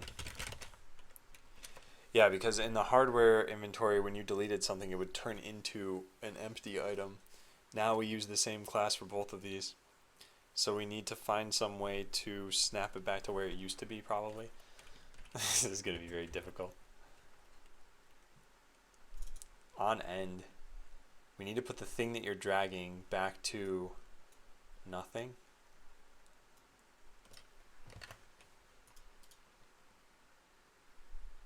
Do we have this information? Hi, Hero Beatbox.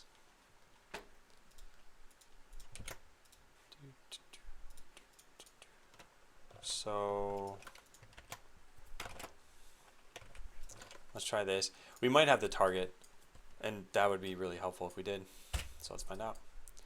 Edit, we try dragging this, which we shouldn't be able to do already. I have to fix that. What was that? What was that?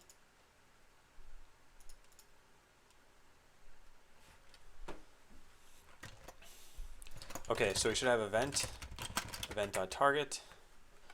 Yeah, so we could probably just snap this back to where it used to be. This isn't a great idea. It's not terrible right now.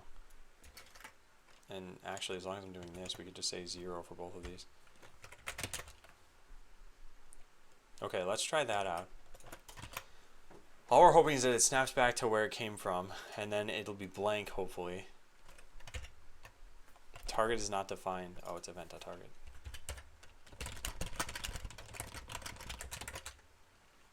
How's your day?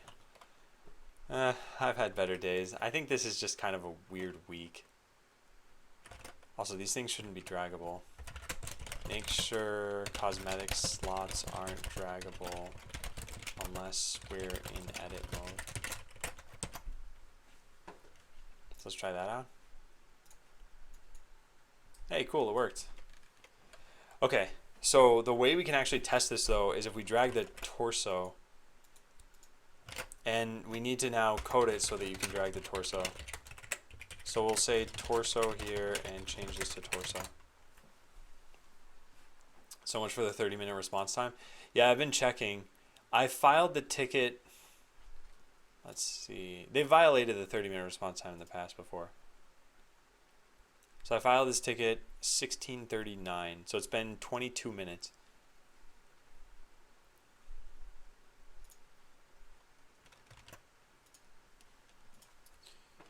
And yo, A-Rex. Thanks for following.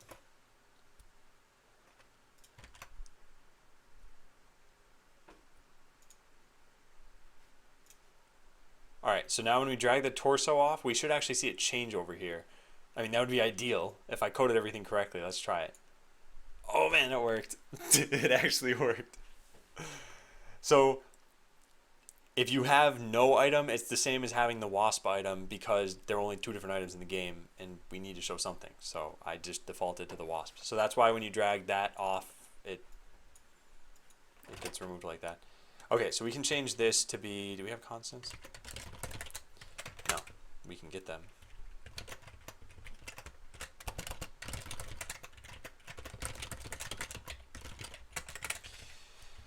This part's a little bit weird. I could probably have cosmetics loadout take care of this for me, actually. Remove item, cosmetics, location. So we can get rid of that entirely. We can just say cosmetics loadout dot remove item, cosmetics location. Get rid of constants from here. Put this over to here. Get constants from over here now. Import star as constants from constants. So if cosmetic location equals constants.cosmetic location.torso, let's actually start with the head item. Then remove that. Head ID equals null. Okay. Just do a switch case actually.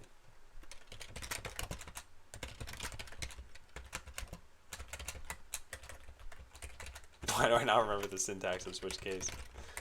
How long have I been coding JavaScript for? Okay, that's how. So case this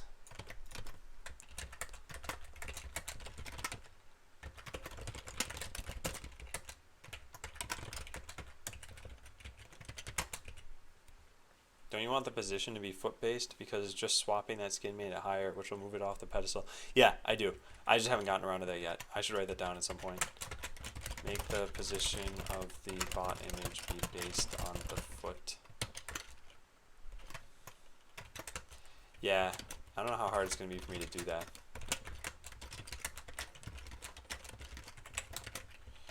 Default. This would be, I don't know, throw new error. Unrecognized cosmetics location.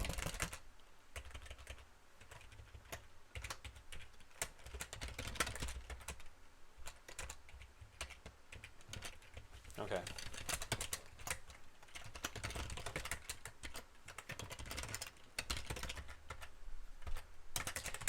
Done.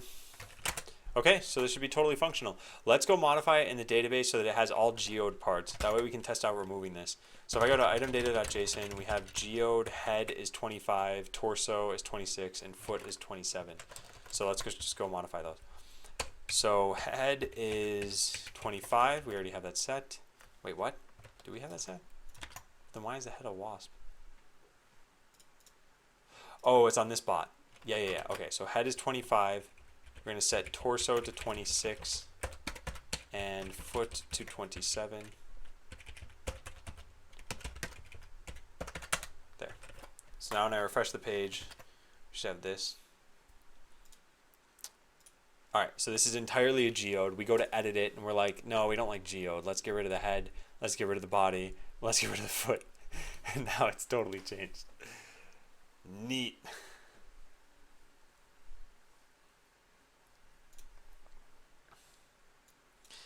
So yeah, you can't drag these things now. We need to make it so you can't drag them when you have... Oh, what happened there? Oh, cancel that.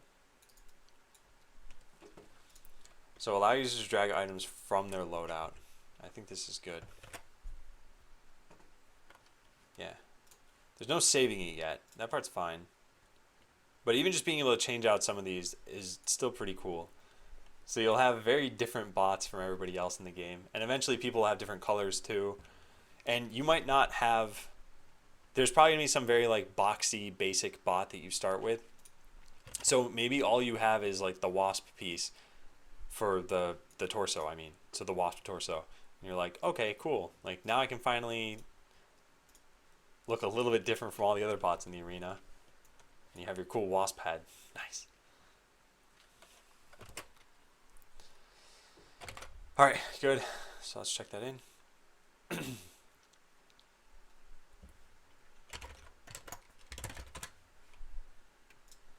Have I heard back from BounceWeb yet? No. I have not.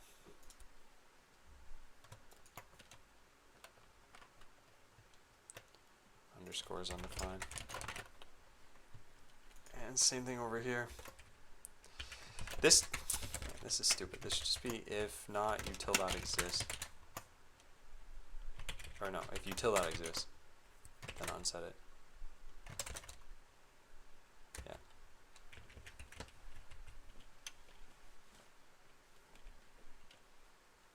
What? Pacific Rim? Film. Oh.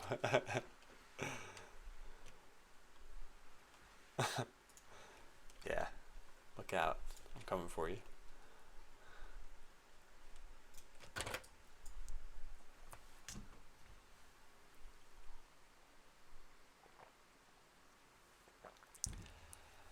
Okay, everything's successful. Hooray. Okay, so let's check this in. This is probably... No, this is fine, actually. Wait, what?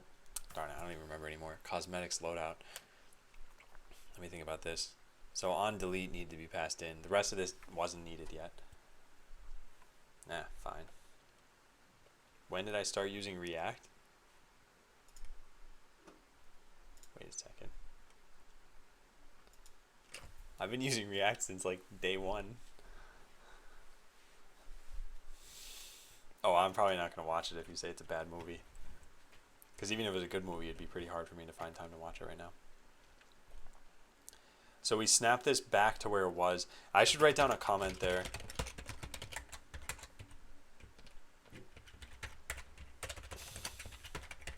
Snap what you're dragging back to where it came from. The reason we have to do this for cosmetics but not for hardware is because we use a single class to represent whether a cosmetic is empty or filled. So by deleting it, it won't get reconstructed. So it will still be positioned strangely. Strangled. That's apparently what I'm trying to type right now. Oh, you were never here for the rest of it. Okay, clone. Oh yeah, now I remember. Okay, I have context based on like when people came into the stream, and now I remember because you helped me out during all the infrastructure stuff. I had admittedly forgotten who you were before that, so I apologize. Oh, hang on, someone's knocking on the door. I'll be right back.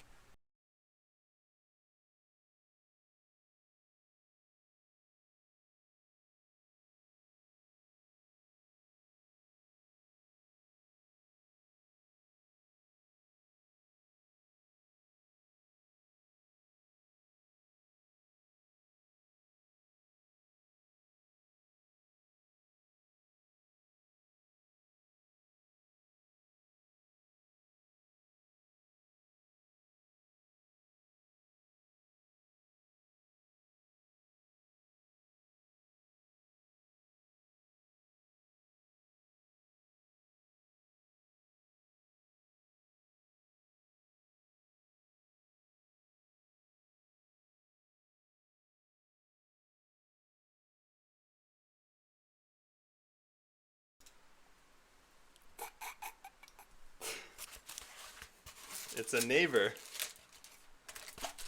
Neighbor whose name I forgot, so thankfully I didn't have to use it. Whoa. He came with cake.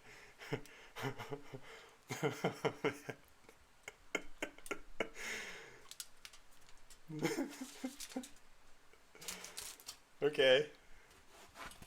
Well, I will gladly accept this.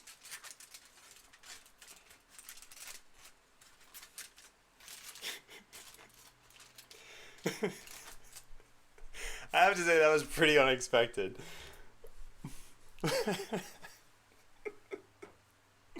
Also, there was a bottle of wine outside, and I asked him, "Hey, was that already there when you got here?" He said, "Yeah, it's from the bank, I think." Is your neighbor single? I mean, I know that's a joke question, but he had his kids there.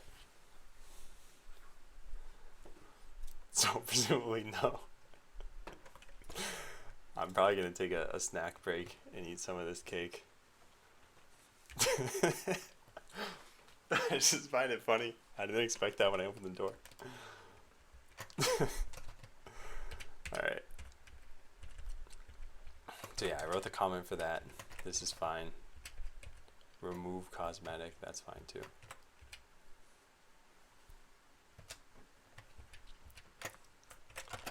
So setup React, remove cosmetic.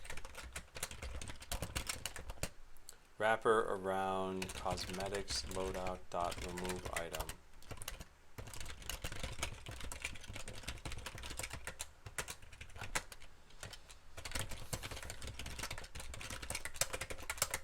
And this is just an object, and it returns an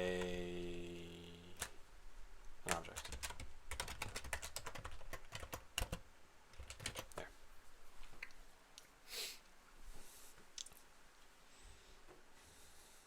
Wow. Maybe the good people at Bounce Web will send me a cake. Wouldn't that be nice?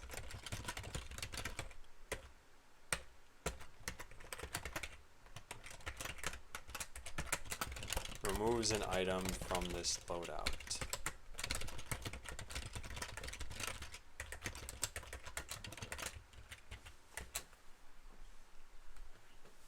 Chug wine on stream, I'm not going to do that.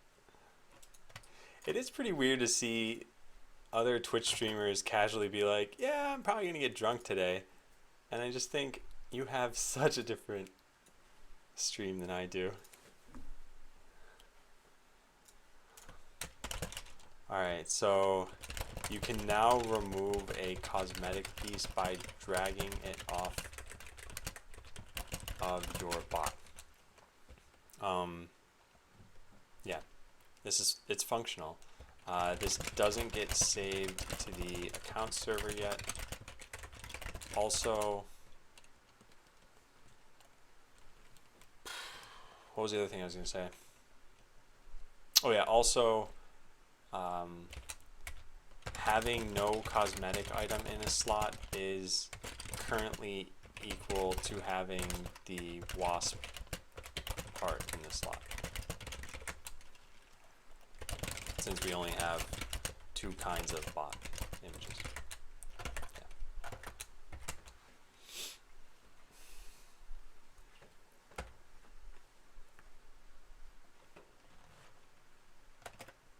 If you're ill or Twitch feels you're going too far, you'll get permaban. Huh.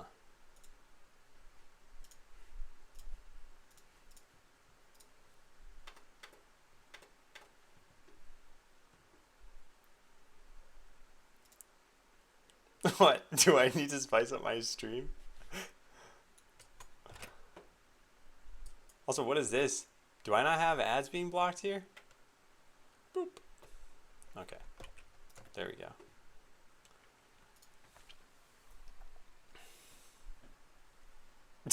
Driven. Wow, that's the best reason. Okay, so allow users to drag items from their loadout. Make sure cosmetic slots aren't draggable unless we're in edit mode. So I need to, oh, you know what I should do? I should go figure out the name of that neighbor. And no, that's not related to this at all. Man, I'm getting sidetracked.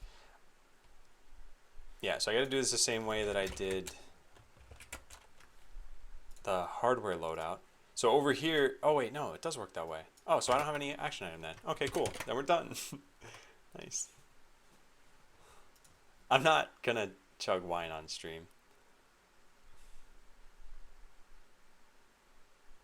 They're playing The Little Mermaid. Is that the NES game? Switch to Adam. No one wants to see my place. Okay.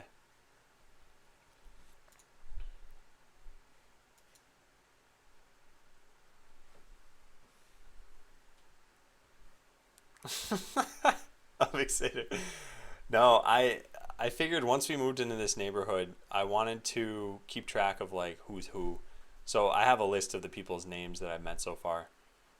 Because otherwise it's just a whirlwind of like, oh, I saw that neighbor 3 months ago. I don't remember their name and now I can never ask for it again. Which I guess is better than a story I read online. There was a guy who apparently, like, you guys know my name is Adam. So imagine if I met the gardener and his name is Mike. So he introduces himself. He says, hey, I'm Mike. And I say, hi, Mike. I'm also Mike. And from then on out, you can't be like, oh, whoops, I just said my own name wrong. So you become this character, this Mike. I've never had that happen. I've never said my own name wrong. And I think I would live in fear of that day. Never want to see the person again after that. Okay, cool. So we got half functional stuff here. We need to be able to drag these things onto here. And that's pretty much my only goal for the rest of the day. If it happens to get on the account server, that's pretty great.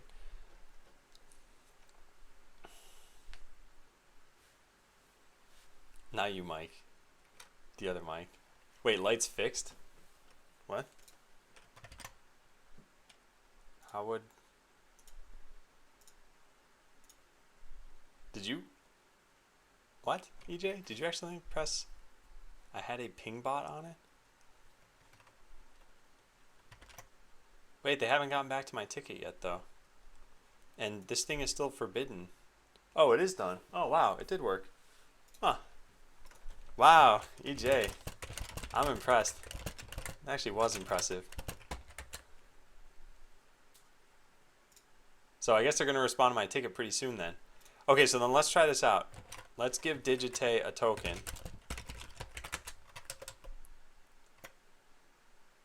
Okay, this is unnecessary, Mike. But let's see. So Digite, have a blast. Try it out. Try Digite.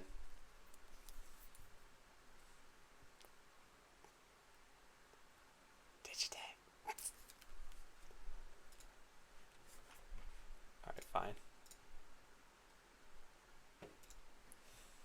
Fine, I'll give it to somebody else.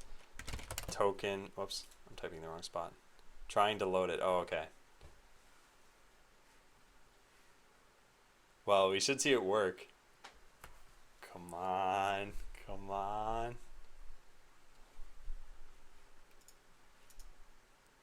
The suspense is literally killing Adam. Pending. Can you load it in an incognito tab? Because maybe that was the old code. That yeah. Try it in incognito.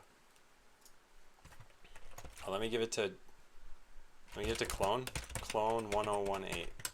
There. Go clone. Be free. Run with it. Oh, it worked. Hooray! It's finally working again. Whew. Alright, nice. Yeah, the space thing isn't fixed. I think it's fixed.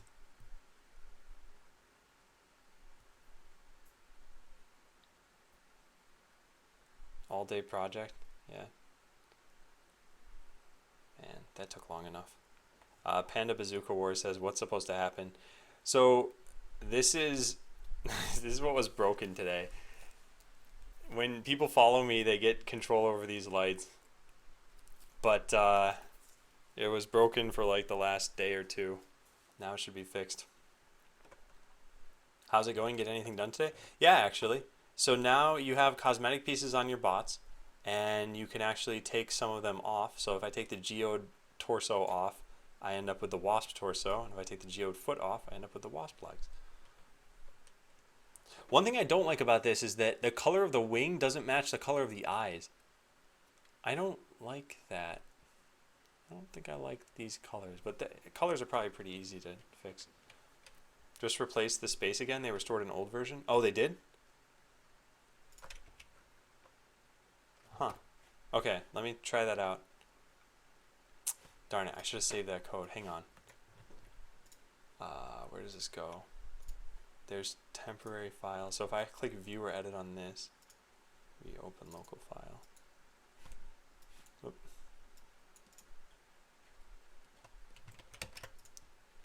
Okay, so if I save this here and then re-upload it. Okay, Digitay, can you try it again now? I just re-uploaded it. And Funky Monkey, thanks for following.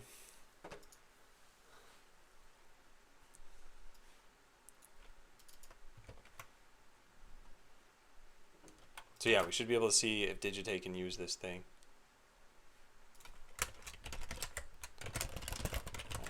I re-uploaded the PHP script.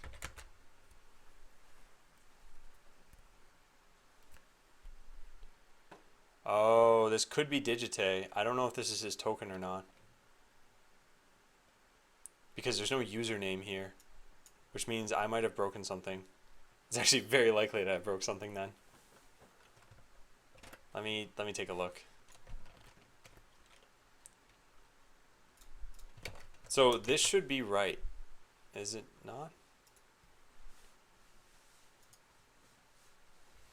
Oh yeah, no problem, Funky Monkey. And if you have any questions, just let me know.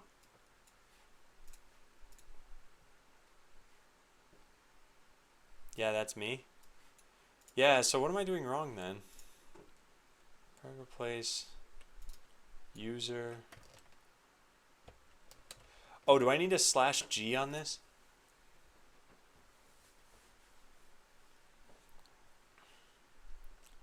I think I need to change this. PHP move global. How do you forgot the slashes? Oh, you need slashes around that? Oh, yeah. So I'm just bad at this. Okay, let's try that out. All right, Digitay, try another time.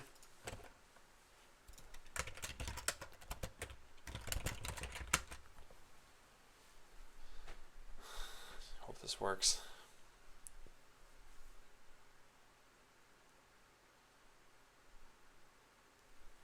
I know absolutely zero about this sort of programming. I'm a web designer, no basic JS. What you're doing looks cool though. Oh, cool. Well, good. And is this...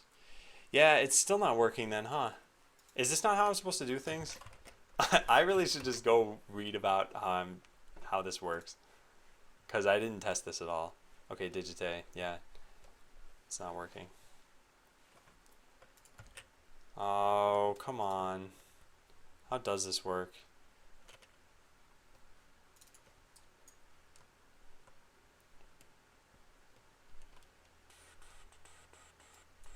Do I need the /G flag?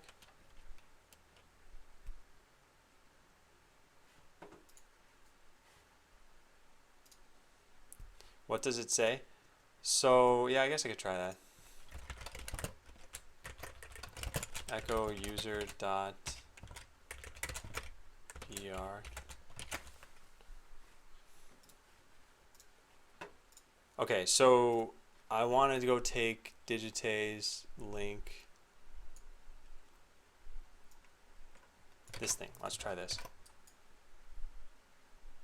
Oh, what?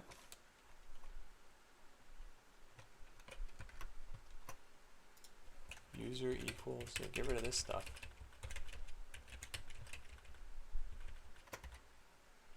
Okay. So it should have printed out the user and it didn't. So let's try this out. User. Okay, let's try that again. User's nothing. What? What am I doing here? Let's do get user.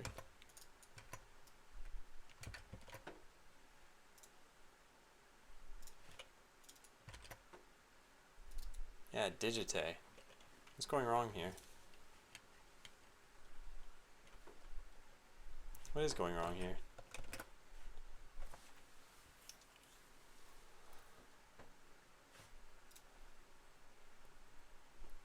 Well, no, this is correct. This is not correct. I don't know how this is supposed to work. Do I just take off the G there?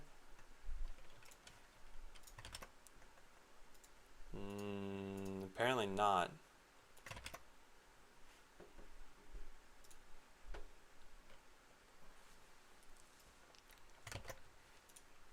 What's this? Oh, 20%? It should be %20, right?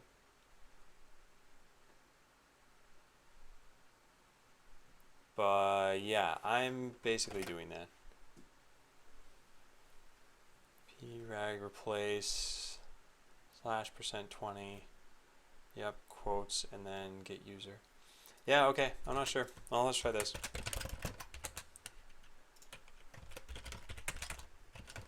I'm gonna try something else over here. Okay, let's try that. Oh wait, user Digite. Oh, wait, what? How did that work? What did I just do? Oh darn it. I don't know, but I think it should still be working now. And now I should get... Oh, let's try. So 10 light 2. What does 10 even do? 10 is color lights random. And what is 2? It's probably one of these. So I don't know if that's working. But yeah, this seems to be fine then. Okay. So Digite, I'm going to send you another token. Do you mind trying this again?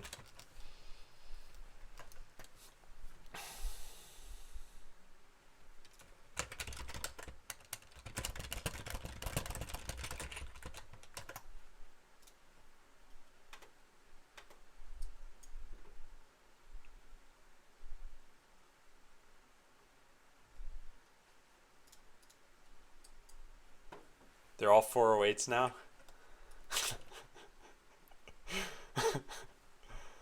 Oh boy. Alright, well whatever. I think we're done for now. I'll just leave it as is. If it works, it works. If not, then whatever. Yeah. Pending. Alright. Oh well. We'll try it out again later. So, make the position of the bot be based on the foot. We're not going to do that yet. We want to do this next.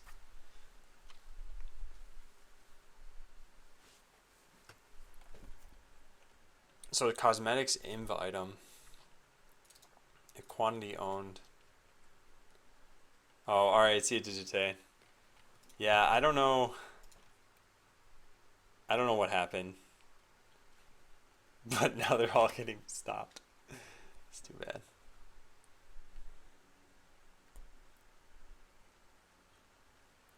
Okay, so get quantity owned. I think this is fine.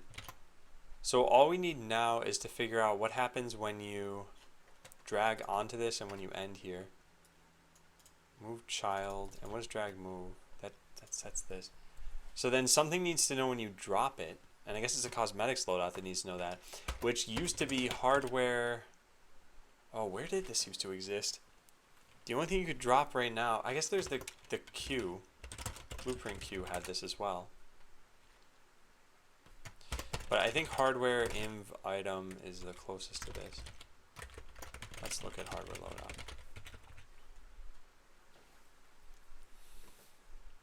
So yeah, empty slots were the only targets for dragging. So hardware empty slot.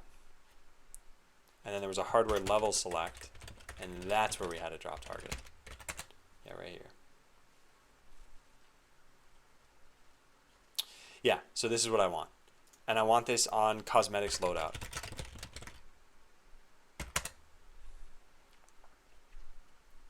Yeah, and so I have most of this code there already. So I'm missing things like overlap and whatever else.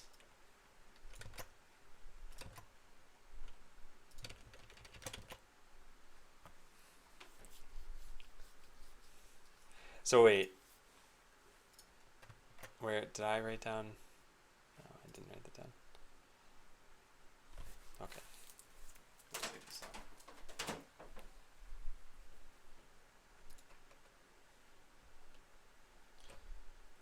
Alright, so that's fine. But it's on drop, on drag enter, on drag leave. Those are the important things. And this isn't hardware loadout, this is cosmetics loadout. And there's no ref for it either. Ref equals cosmetics loadout.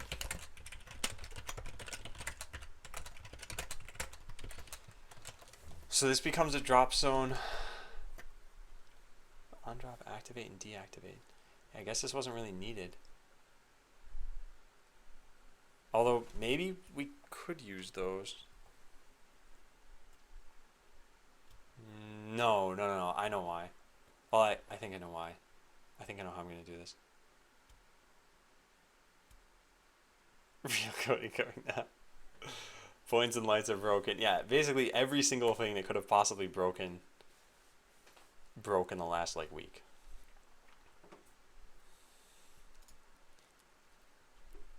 So drag on drop hardware. We don't want that. We want on drop cosmetic.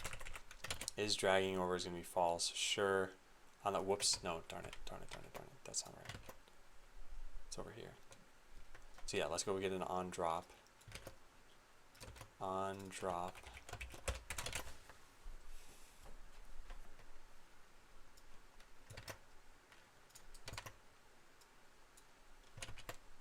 Set state and then choose a level selected. I don't think we can do that exactly. This would be like something was dragged onto this thing. We don't even know the level. And we don't really care where you dragged this. Just anywhere onto the loadout should be fine. So something like, we can get something from the event. Let's just put this here for now. So window.alert dropped. Okay, let's try that. Because that should be it. So we don't have any sort of theming yet.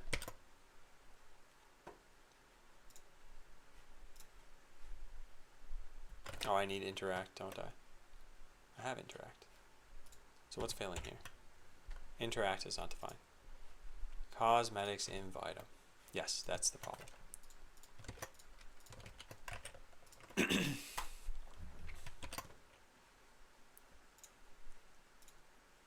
Okay, cool. So I can drag these things now? Yes.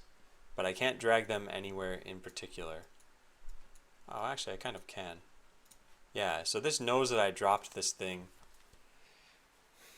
I think with dragging a hardware item onto your bot, like, so right now you have wasp head.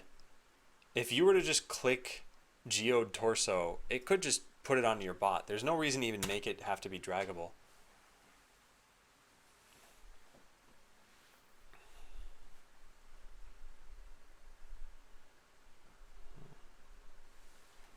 We might want to redesign this UI a bit. I like having the dragability of this. This is actually necessary because you need to pick what level you want. Well, it's not necessary. We could do it a different way. But we don't know exactly where you're going to move it. On the other side, like head items can only go onto the head of a bot. So there we do know where you're going to move something. So we can remove this, and then we can try dragging this here. So we just need to know what it is that you dragged. Make it draggable and clickable. Yeah, I think that would be a good idea in the future. All right, so when you start dragging, that's what we're going to set.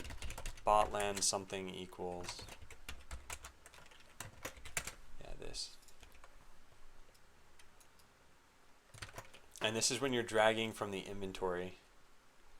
Oh, we have this. Botland item ID. This.props. Yeah, wow. Okay. So we can just go get this from here. On drop activate. This is called when you start dragging hardware. And we set this. We need to set this inside of the cosmetics loadout probably. We have is dragging over here. I guess this isn't really needed. Except for styling. So yeah, let's put this over here. Then what was the point of... Huh.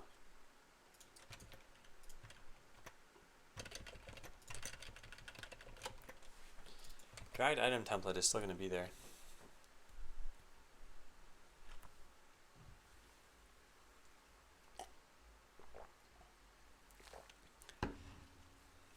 So then in here, on drop activate. Cool. On drop deactivate. Cool. And on drop itself. That's where we can say dropped plus this dot state dot dragged item template. All right, perfect. So let's try that out.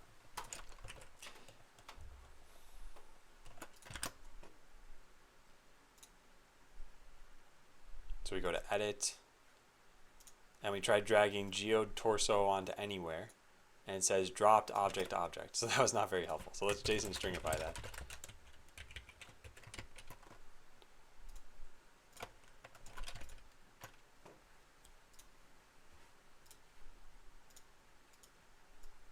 Oops, geode torso. Dropped geode torso. Perfect. Let's try this one. Dropped wasp foot and dropped wasp head. Okay, so now all it needs to do is replace whatever item you currently have with whatever the new thing is that you're dragging over there. So this dot props dot, what do we call this? Like on replace item, and the item that you get is going to be this dot state dot dragged item template. We don't really need this. We could specify a cosmetic location, and then yeah, item templates have the location and it has an ID, and I think that's all that's really needed. Or we could just put that entire thing there. I guess it doesn't matter. Yeah, let's just do that for now.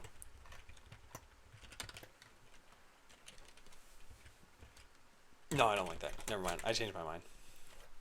Did I? No, let's just keep it this way for now. So on drop, we have replace item. Now we go look at cosmetics loadout. And we put this here, on replace item equals this dot replace cosmetic dot bind this. Now replace and delete are kind of the same thing. You could just replace, I'm going to do it this way, I guess.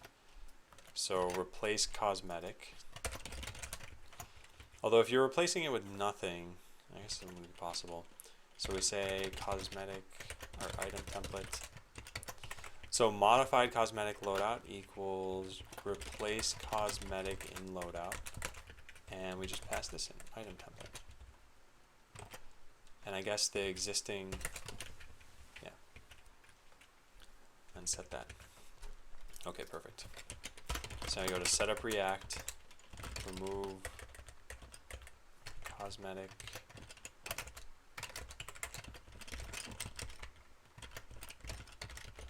So we put this here, function this item template serialized cosmetics loadout. Alright, so instead of remove item, we're going to say replace item. And here we could just say the item template, I guess. But let's say item template dot cosmetic location or ID. Item template dot cosmetic location. Alright, and then we just write this function.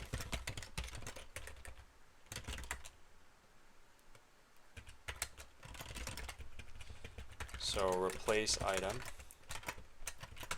And it was ID, comma, cosmetics location. Okay.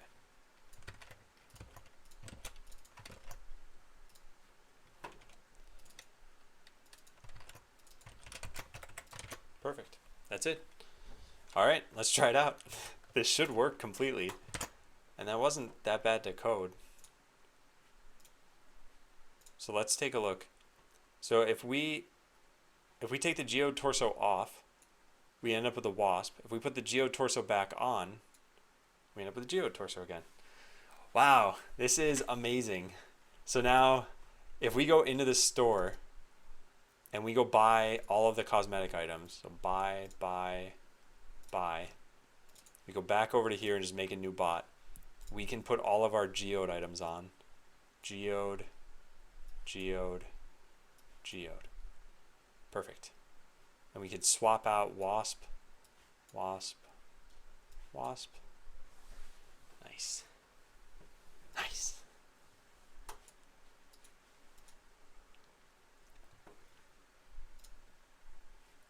Well, it's pretty cool. And this will really let people see how you customize bots in the game now that it's much more visual. Because you can just drag this item over to here and it works. So one of the things we're going to have to do is style this correctly. Wait a second. What's going on there? Oh, that is correct. Okay. Just looks a little weird. When dragging a cosmetic item over any part of the loadout, style the loadout so that it's obvious that you'll drop it there. And when dragging a cosmetic item anywhere, style the loadout so that it's an obvious drop target. Alright, nice. Okay, this is done. Let's check it in. I don't know if I did anything bad there, so we'll find out as I go through all the code. Yeah, it's certainly very similar code to everything else that I've written for this drag and drop. I should come up with a better way to do this.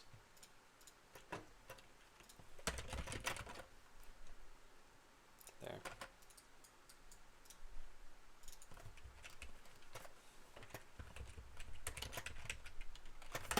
Dragged item template. This is very similar to hardware loadout. This refers to the last item. Yeah, I like this being there.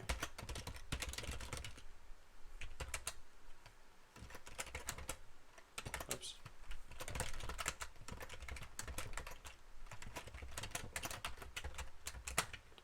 Alright. Not bad. Is dragging isn't being used for anything right now. That's okay. Edit blueprint. Yeah, that's fine. So we got a comment setup React and cosmetics loadout.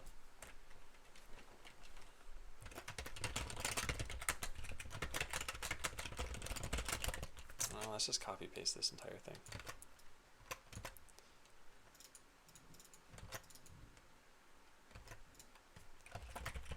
Item template is actually it is an item template. Yeah, what am I doing?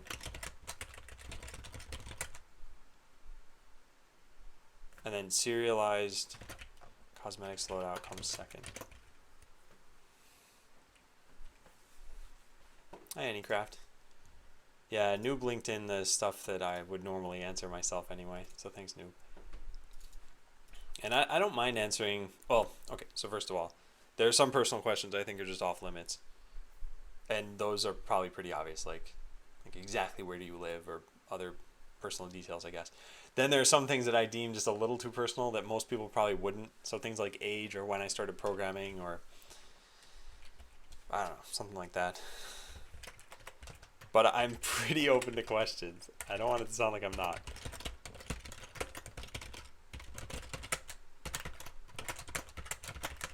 Replaces an item in this loadout. So item ID, this isn't even an ID. Oh, it is an ID actually. Yeah, so this is just a number.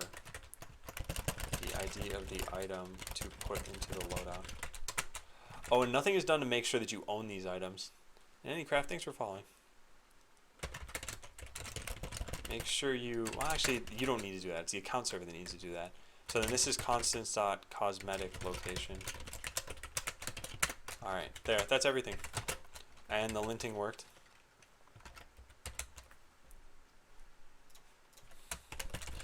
You can now drag cosmetic items from your inventory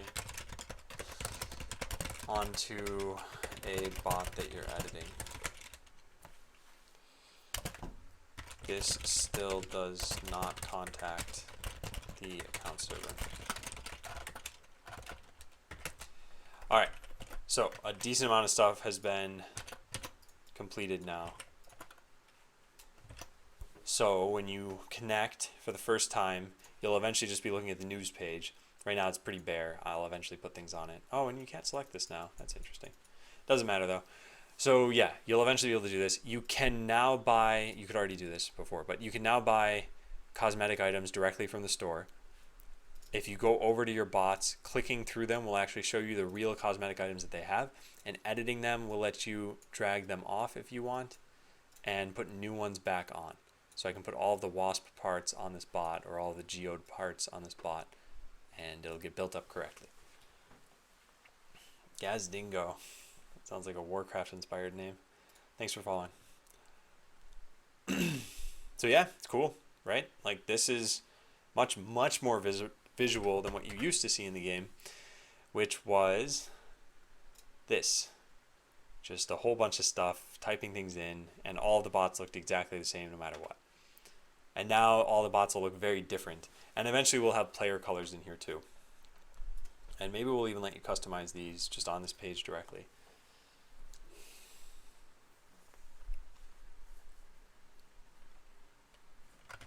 Okay, so in dragging a cosmetic item, so this is styling stuff, and then eventually we need to tell the account server about this. And yeah, these things.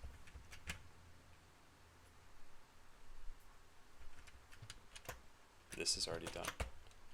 Save player colors in the database. Perhaps allow players to change their colors for free for now. How do the bots look in game? Those are still however they used to look.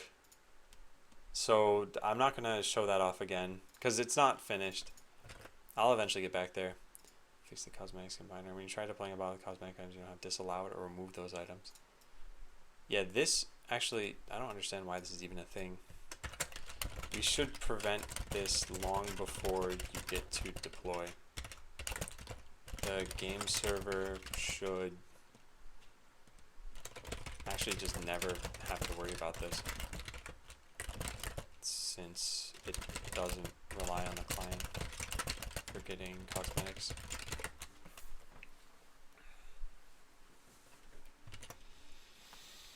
Okay, well, I'm going to do these things after I come back from my break, my cake break. As most of you saw earlier, a neighbor came over unexpectedly and delivered some cake. And I'm all about eating food from strangers, so I'm going to go have some of this, use the bathroom, get some more water. So yeah, when I come back, I'll work on this. And I'll be back for another hour when I come back. So I think there will be enough time to do maybe these 3 things. And I'm happy already with the progress I made today. Like, this is great, because this is a nice visual thing that's easy to show people, like, how this works and customizing these things. So this is going to be awesome. And it's not my birthday. I think my neighbor's celebrating Eid, and that's why he came over. So, yeah, I'm going to go get cake. I'll be back. BRB cake. 5. Let's say 6 minutes. I'm not gonna eat this whole cake or anything, but I do want to just go use the bathroom too. Okay, so I'll see you guys in just a little bit.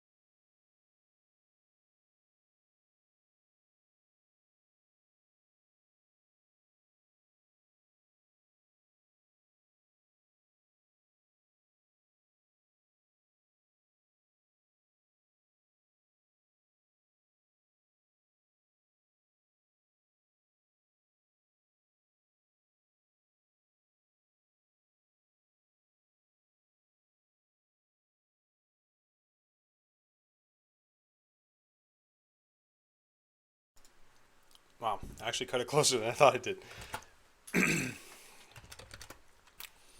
Good cake.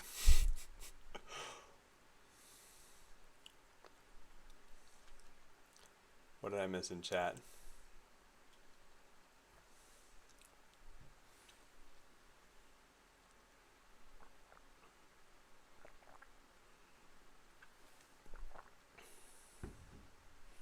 Happy Twitch chat birthday.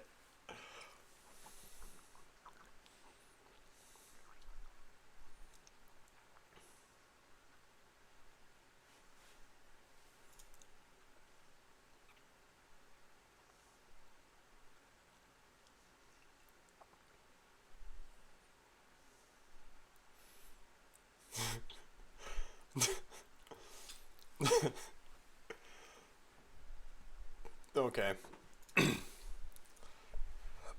Wait, what? Rip Adam? Why?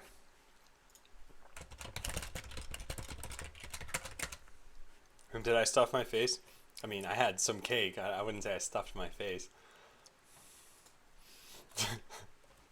But it was nice. It was covered in a frosting that was probably more for decorative purposes than for eating purposes. That didn't stop me because I was determined, but I don't think I should have any more of that. Okay, so when dragging a cosmetic item anywhere, style the loadout so that it's an obvious drop target. What I mean by that is when you start dragging this, I want it to highlight pretty much everything over here. So maybe even just putting a border around this, I'm not sure. Changing the background color or something. Anything like that, basically. The cosmetics loadout, yeah. Background color, red. Yeah, that's pretty good. At least there you know where you're dragging it to. Or darkening this at all. Something like that. Animate the plate. I wouldn't put it past me.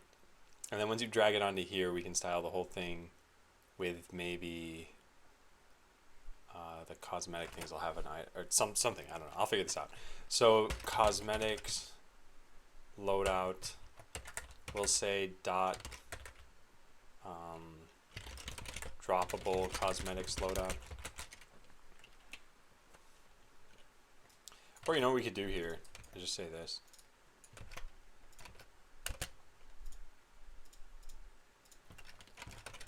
Background color. How do you darken things in less? Less CSS darken.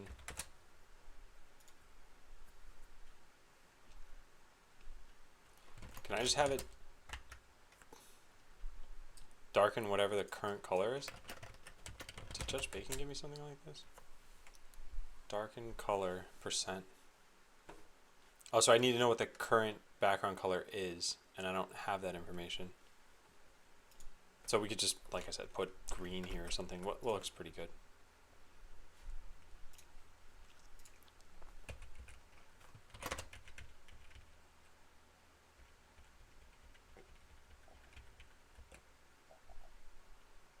Yeah, chartreuse. Don't you have to use a comma if you're styling two classes? So I think the way I'm doing this is correct. Let's find out though. So now I go into cosmetics loadout in here, and if you happen to be dragging over this, then we change the class that we use. So let CSS classes equals style.cosmetics loadout. If this dot state dot is dragging, CSS classes plus equal there. All right, let's try that out. So now by starting to drag, it should look like this. So let's refresh the page and connect and start to drag. Yeah, cool. So now it gets that class. I don't know if that's actually a good idea or not. I mean, I did what I wanted to do, but I just don't know if it looks good now. But anyway, then when you drag over here, I want it to change it again to do, I don't know what. Maybe make... No, that's fine. Actually, I think this is okay. No, it's not. There should be some indication that it's going to be different. Okay, so let's change the background color of that to something else. I don't know what.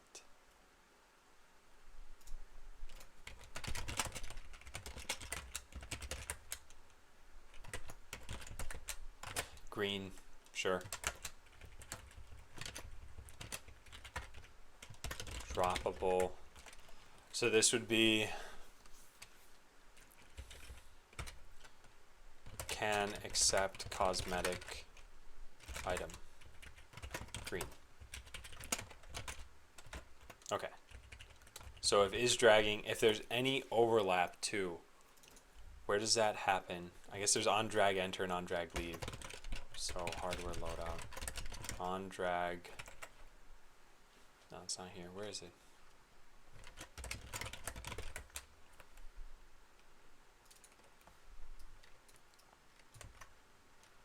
And what do these do anyway? They just set some states. Yep, should be pretty simple then. So we just paste these into here. On drag enter, on drag leave. We put this up to here. So is dragging over. And on drop deactivate. And is dragging over will start as false. And should that happen to be true, we can add the can accept cosmetic item. Perfect. Okay, so that should make that green. So let's try it out. So we connect, we edit. I drag this, it turns chartreuse. I drag it over here, it turns green. Yeah, and again, are those colors good? Is this even a good idea to do? I have no idea, it doesn't matter. But this is fine. There, you are actually changing your bot as you do that. So great, both those things are done.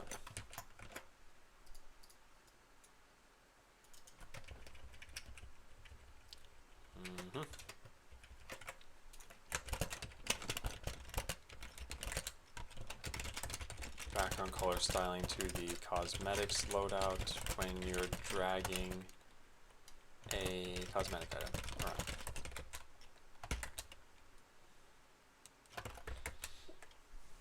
Hey, Spiritman. So tell the account server about any changes. Validate the cosmetics that the user wants to use. Yeah. So none of this is done right now. What does this start off as? So it has a wasp head.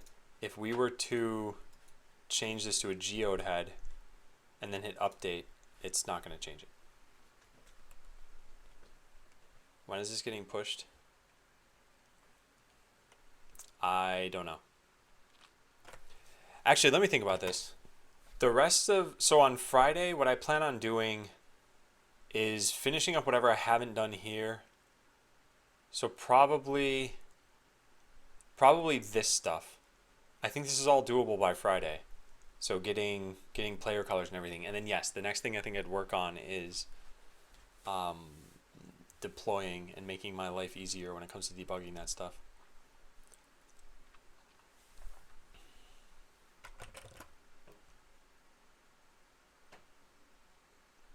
Okay, so as far as saving these to the server, we have update blueprint.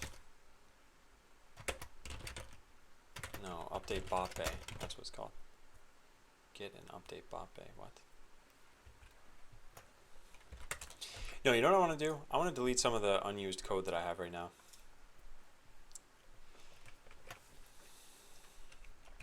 Yeah. I want to delete some of this. Because a lot of this is totally pointless. So get cost of bot bay. Let's take a look. Buy bot bay for user. Yeah, like this. This is not going to exist anymore.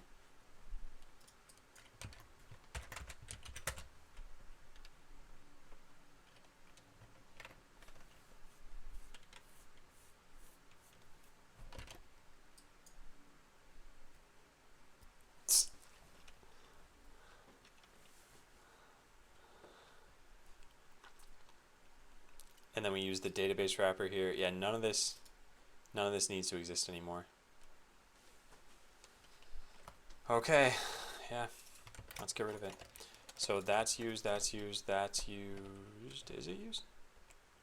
Yeah, it is. Okay, and then authorized token middleware is used, yes. Okay, so buy bot bay for user can be totally done away with. Okay, so let's get rid of this. That'll be gone. Max number of bot bays. That's actually still going to stick around. Get cost of bay. This is going to go away. So get cost of bay. and buy bot bay for user. So let's go into database wrapper. All right. So we don't need any of this. Don't need any of this. None of that. Yep, just delete it all. Then get cost of bay was used here, so we can get rid of that too. Oops, I deleted too much.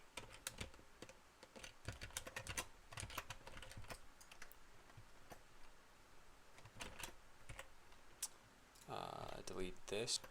Cost of new bays. I guess that can go away as well. So yeah, let's get rid of that.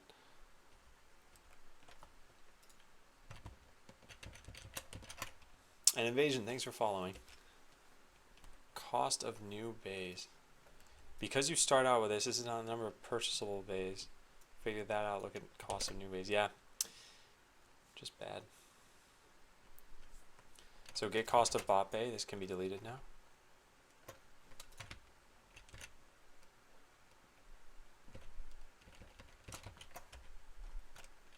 Get bay cost can be deleted. Okay.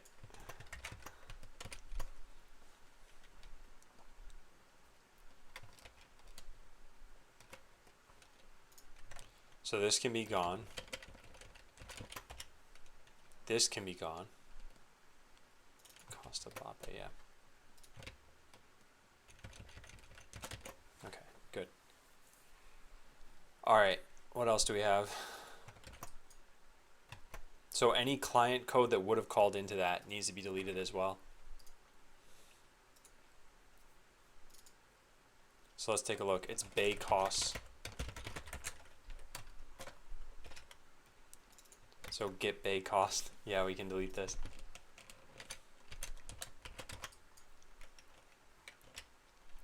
Get an update bot bay cost. Yeah, this can be gone too. Oh man, there's a ton of code here that needs to be deleted just to remove this one thing from the code base. Set next bot bay cost. We can delete it from there, we can delete it from here, and we can delete it from here. And in deleting this, we delete all of these references. That one, and this one. And then next bot bay cost can be deleted because we got rid of that.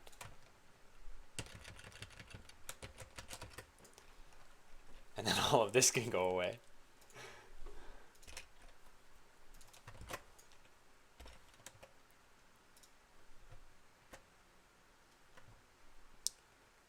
Get an update bay cost, yeah.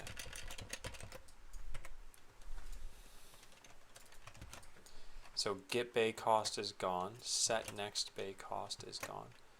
Yeah, so we can get rid of all of this.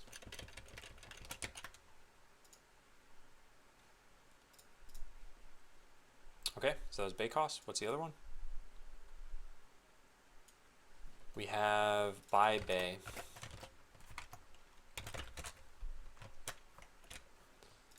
Buy bot bay. This can be deleted. This can be deleted. Oh man. Num empty bot bays, num total bot bays, pseudo money. I guess this stuff is can still be kept around. Set num empty bays. Do I need this?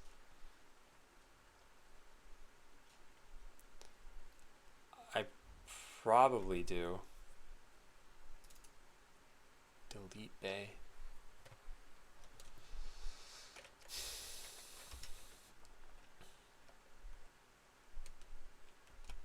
Yeah, I think this is still necessary. Alright, see you, clone. So just purchase bot bay can be done away with.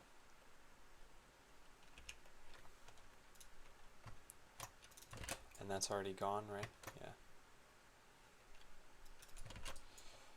Okay, so set num empty bays. I need to look into that and see whether that's something worth keeping around.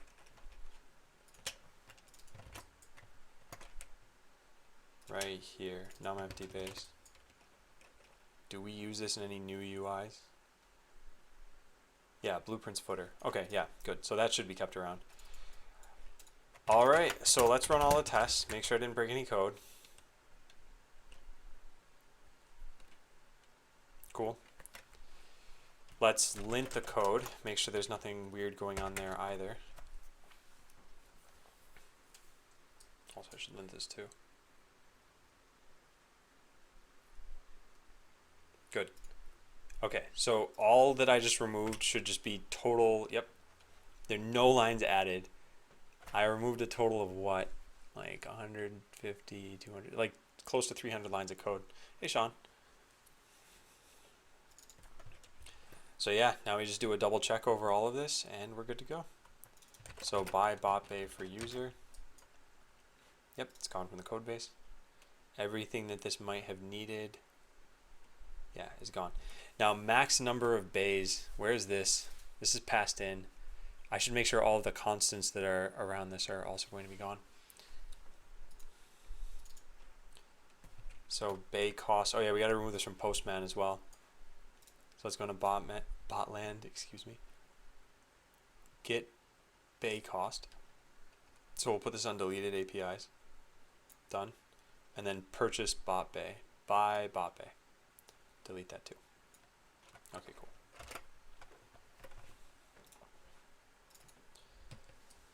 Alright, so bay cost shouldn't be used anywhere. It isn't. And same thing, buy bay shouldn't be used anywhere. Nice. So we're like 300 lines of code around doing this, spread over 3 different modules.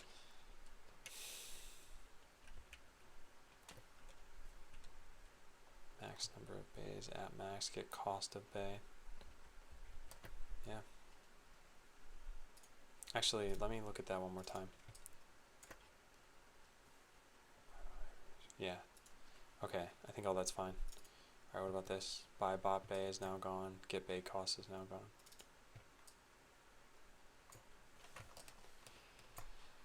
Yep, nice. Let's make sure these don't appear anywhere.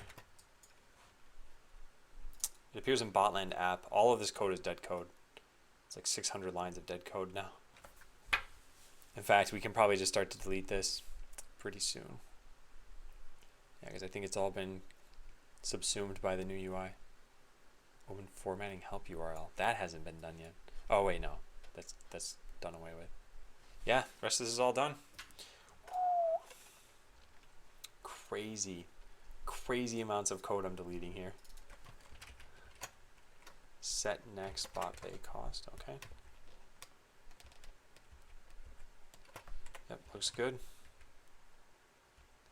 And looks good. So let's look through some of these files and just look at the word cost. I don't think the word cost should really show up too much in the code base. Oh wait, actually yes it should, because they're still buying and selling stuff. The thing that shouldn't show up is in the context of buying bays. So let's go into reducer temp. Does cost show up here?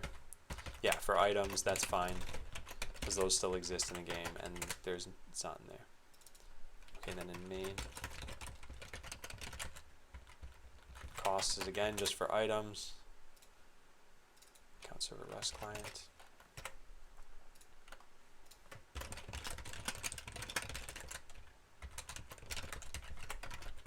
Okay, not bad.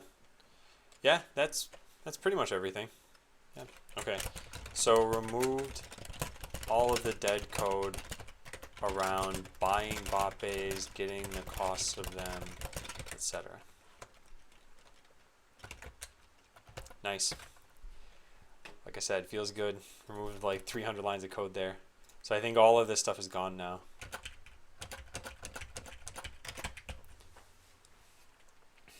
Yeah.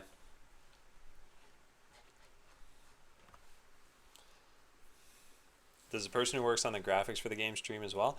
I actually don't know that, although I assume it would have been brought to my attention if that were the case. So I haven't talked to the artist directly. I talked to them through Jason. And yeah, he probably would have told me if they stream. I hired an artist a long time ago for a game and he streams. This is totally unrelated to Botland at this point. I don't think he knows that I'm following him on Twitch. Have you ever tried recording your WPS/CPS? Is that what, words per second? And no, other than this joke, I haven't.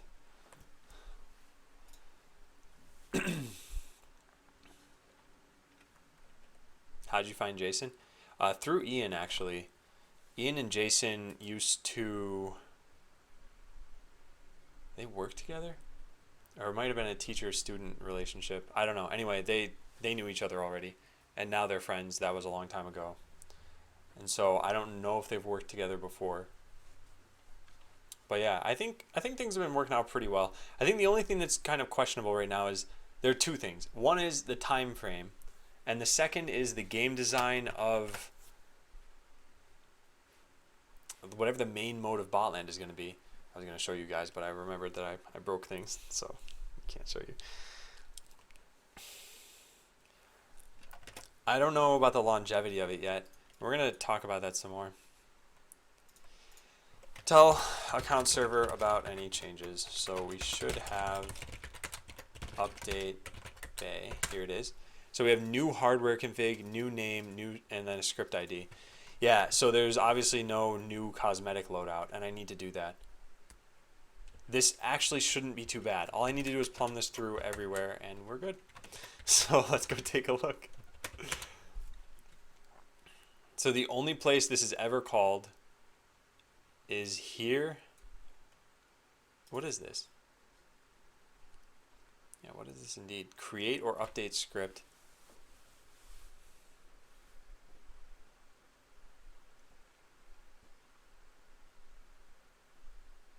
What?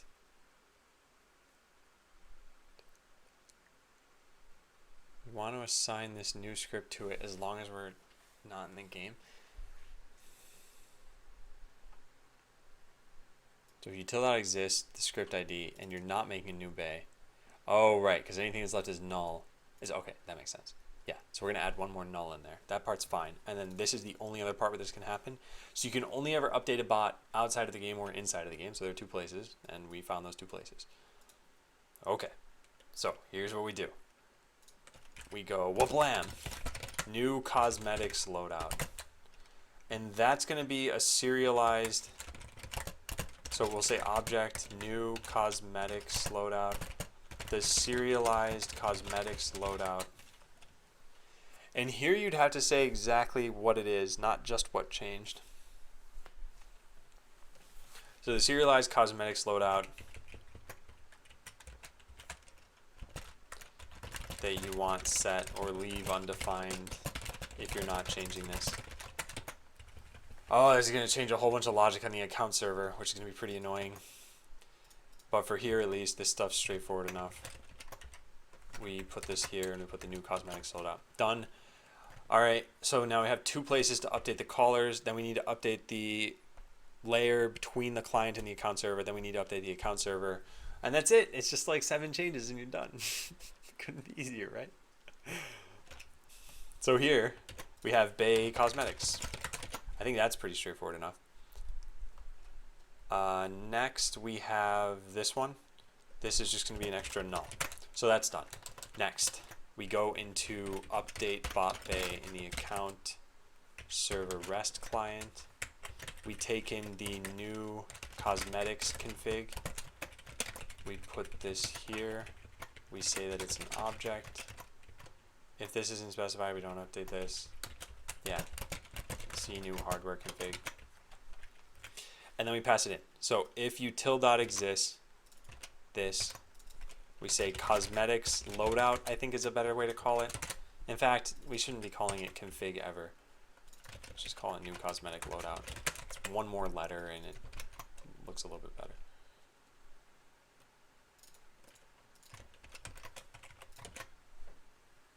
Yeah.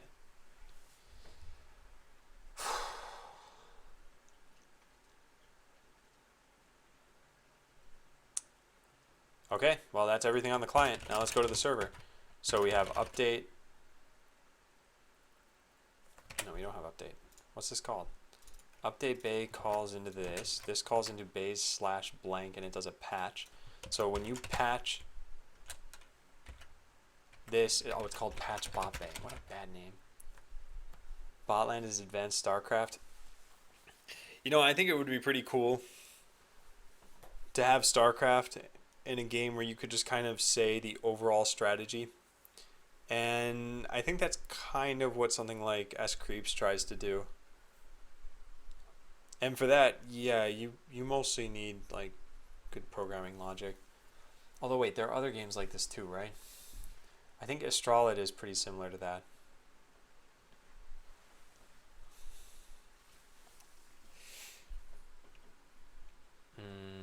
Okay. So hardware config, we get this here.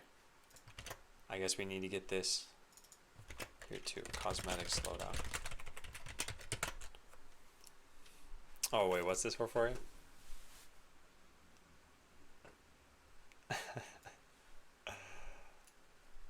We're getting a lot of mileage out of this image apparently.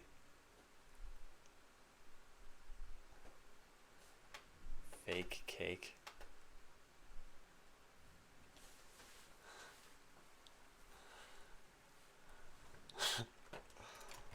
Okay, so cosmetics loadout. Set bot bay hardware config. We need to validate the inventory for this too. So if this exists, patching bot bay with cosmetics loadout. This is the serialized version of this. And I guess that's all this takes in. There's an AI tournament with StarCraft bots. Yeah, I heard about that. And again, that's hardcore programming. That's like know exactly what you want to do, worry about the performance of it, worry about the overall strategy. And yeah, non-sync, that's what I thought of. What do you mean cold shoulder? I took like an extra 5 seconds getting to it. An extra 5 seconds. All right, that's it. No more TF2, guys. That's it. You ruined it. I'm turning the bus around. Patching bot bay with hardware config, patching it with cosmetics loadout. So what we want here, we have the user ID, the bay ID. That all makes sense. Validate inventory still needs to be done, and I guess we just pass in the cosmetics loadout. Really, all this comes down to is, what does this function look like, and what does this function look like? So set bot bay cosmetics. This function doesn't even exist, but inventory util validate inventory does. And this takes a serialized hardware config. Yeah, that's probably not good news. Convert to inventory.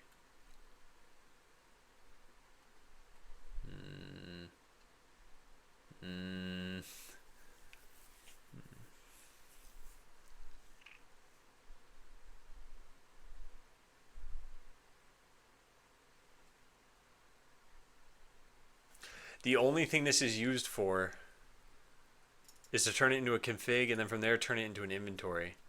And that's it. So if we just passed in what this inventory was, we'd be fine. I just need to design this one thing. This one thing.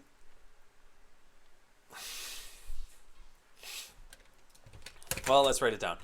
So validate inventory currently takes in a serialized hardware config solely for the purpose of determining which items you're trying to use. So the issue is that we want a more generic function so that we can figure out if you have the required cosmetic items. And where is validate inventory called from?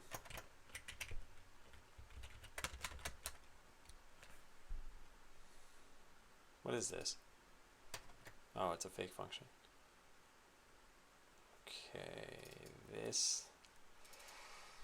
Oh no, inventory test should validate inventory correctly. Well, that's fine. We're gonna obviously break the test for this. And that's it. That's apparently the only place we ever do this. That's impossible. That is 100% impossible. Because something needs to use this function. How does it not? Yeah, it's right here. Validate inventory. How did that not get found in my find results? I searched for validate inventory. Okay, let's try this again.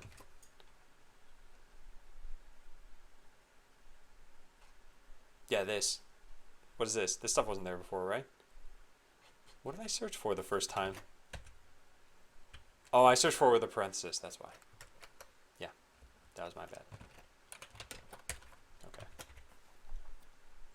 So yeah, it's being used here, it's being used here, and it's being used here. And that's it, other than the tests? Yeah, it is. Okay, well, let's take a look at those then. So this is validate inventory null, comma, item template depot. And that's for the database wrapper. Set bot bay hardware config. Wait a second, what? Okay, that's fine. That's fine. It's the same thing. So create bot bay. Create and then set. So how does this get called? Right here. We pass in an inventory and we pass in the hardware config. Why do we do that though? There's no reason for that. Yeah, there's no reason for that. We just need to pass in the inventory.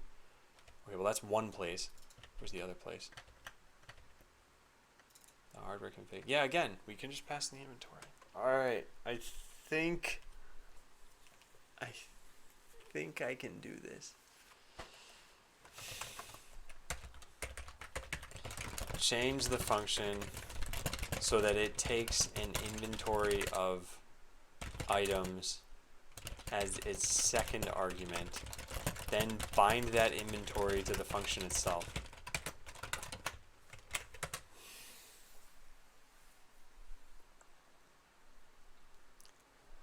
Yeah, I can do this. Alright, hang on just a second. I'm going to lower the desk and close the door. Okay.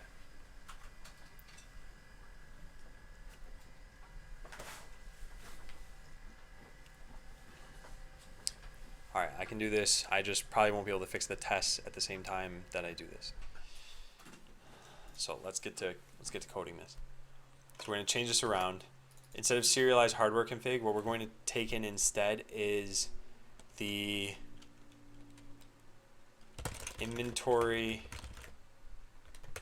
required items inventory. Let's do that.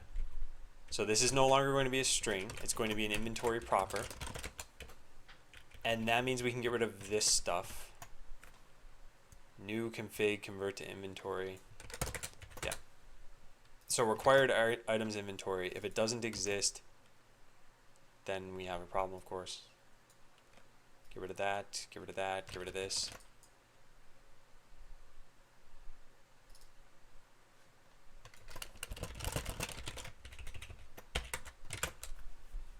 Okay. Good. The items that need to exist inside of the serialized inventory for this function to return true. So validates that you have the required items in your inventory. So true if this succeeded, false if this failed anyway, yeah. Alright, just gotta keep my eyes on the prize here. We can do this. So validated inventory is called from 3 places, all of which are in the server. Yes, and all of which are now going to change. They take in the item template depot, but this particular one had a hardware config. We need to do things differently here. And it's got to be this code. So you've got to deserialize the hardware config, and that needs to work. And then from there, we need to get an inventory out of that. And YNII, thanks for following. Yini.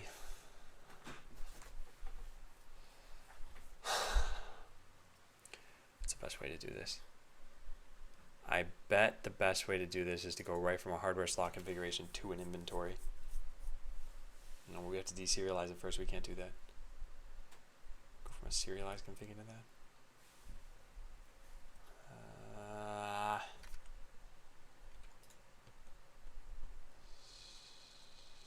So export function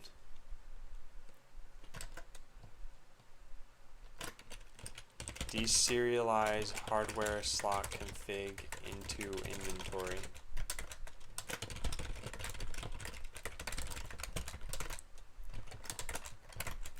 It's going to be this. So not new config, just like config or hardware slot config. And then this will be new config inventory. I guess it could just be inventory.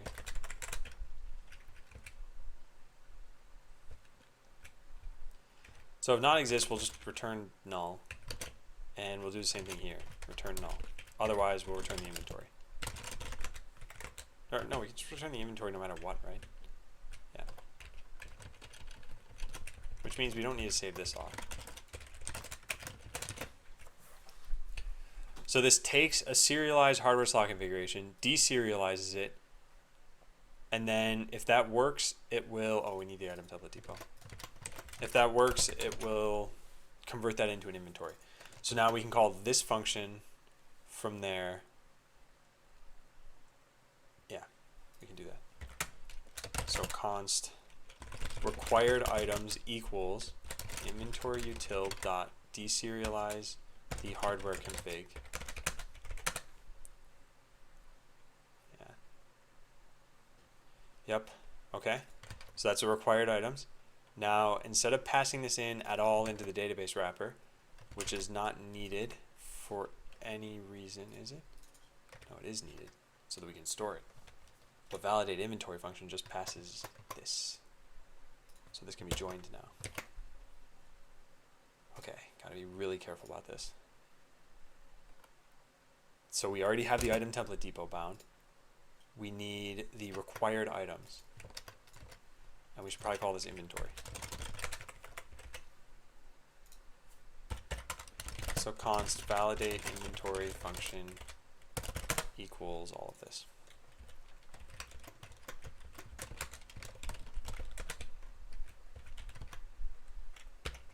Okay.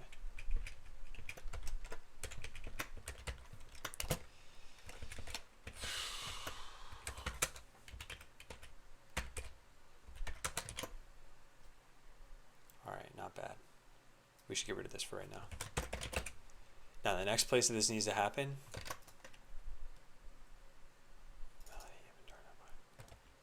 yeah, right here.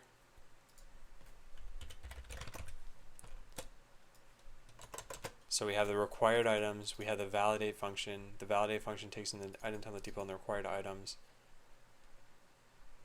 And then we just take this and put this here. Then create bot-pay changes so that the validate inventory function only takes in the inventory. Okay. Not bad. Not bad. I'm, of course, going to break the test here. Now there's one last thing to do, and that's to call this function correctly. There's no way to convert a cosmetics loadout to an inventory, so we'll need to do that. And then I need to just write this code. Where is it? Right here.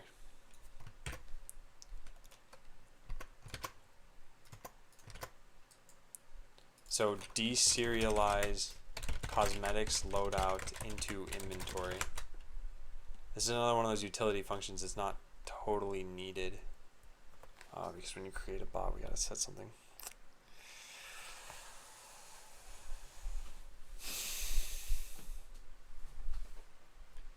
Yeah, this won't work.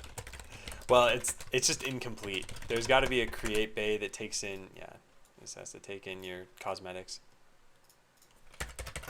Allow a user to create a bay with cosmetics right at creation time. So then this will be used by two different places. Okay, so we just need to write this. So required items inventory, deserialize this. This is not hardware config anymore. This is cosmetics loadout. Required items in inventory. Perfect, perfect, and perfect. Okay, so there are two functions to write. Actually, three, I think. One is this. And yeah, there's been a problem with the lights today and yesterday. So it created a token for you, but then I guess this server isn't working correctly. And it's been like really annoying. Really, really annoying. I wonder if it's even working for me right now. Let's try this out. Yeah, it's working for me. It's not working for everybody though. What happens if I put %20s in here? Does this still work? No, it failed. Okay, you know what you can try, Eni? Try removing the %20s from the URL. So if you have better Twitch TV, it probably puts spaces there for you. Just remove them right up here in the URL bar and then try that out. And then it should work again. You should be able to change stuff after that. And I can put these on so you can try it. There. Lights ahoy.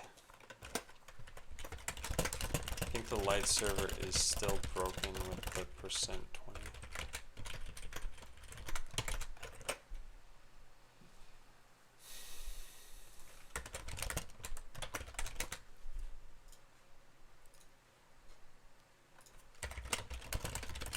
Oh, man, I'm sorry. Yeah. Serialized cosmetics loadout. It's only been this week out of the 10 months that I've been streaming. This is the only week that it's been broken.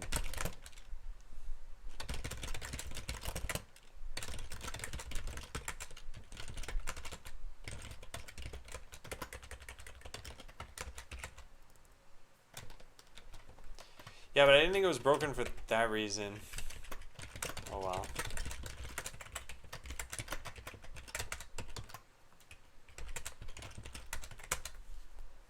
Oh, it does have spaces. Okay. Yeah, try it without them. Oh, hey, it's working. Hooray! Although I think you're only changing one of them. You can select which light you want to change. Oh wait, no, you are changing them all. Okay, good. So if not util.exists cosmetics loadout, then return null. Otherwise, return cosmetics loadout dot convert to inventory item template depot. Now, cosmetics loadout doesn't have this function either, so we need a convert to inventory function here. Hardware slot configuration has that. Convert to inventory, wherein we make a new inventory. So we get inventory and we probably get item as well. I can't imagine this working any other way. Yes, it does work that way. Cool. We put this up here. So ./items sounds good. So we make an inventory. We don't need to do this stuff. We just get the item template. So we could say const item IDs equals this dot head ID, this dot torso ID, this dot foot ID. And then we do a for each item IDs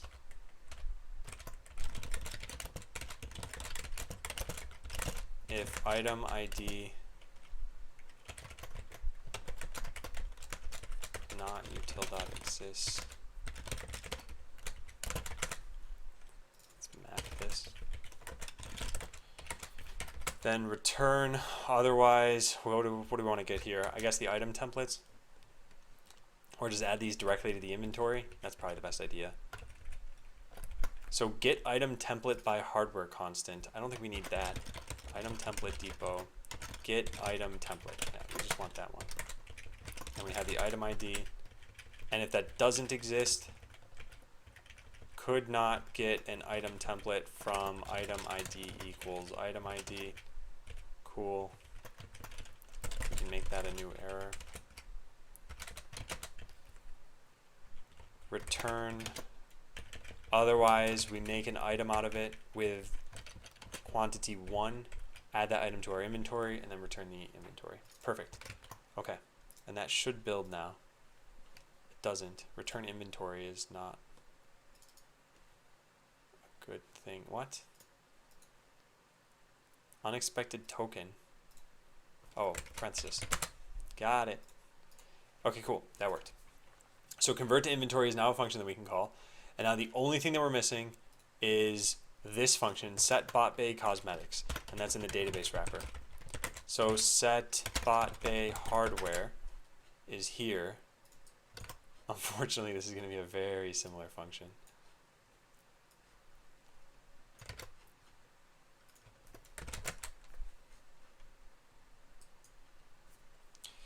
All right, so this is cosmetics loadout.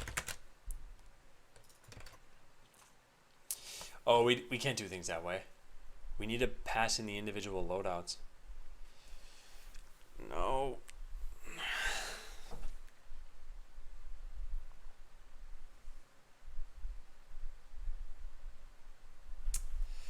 Fine, whatever. We'll do this in a bit. Validate function. Could not set new. Obviously, we can use current cosmetics. Why do we even do that? We don't need this.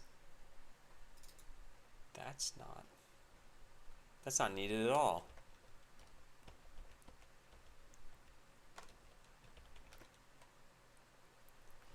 No, we just need to know that this bot exists. Because what if you try updating a bay that doesn't exist? I guess we just say, make sure the bay exists. That's what's important there. Validate your inventory to make sure you can use the cosmetics. Could not set new cosmetics based on inventory in the database, sure. And then update it. Now, the way that this is stored in the database is as cosmetic head, foot, and torso or something. Where is it? Yeah, cosmetic head, cosmetic torso, cosmetic foot. We need to get this from somewhere. I don't know where exactly. Cosmetic head, torso, and foot.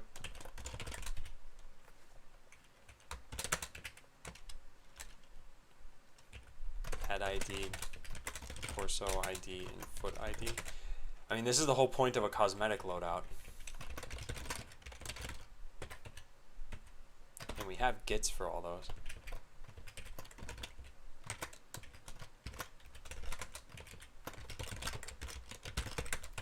There.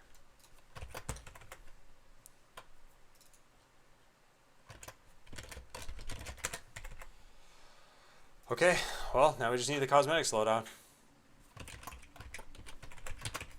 Hey, sub. So set bot bay cosmetics.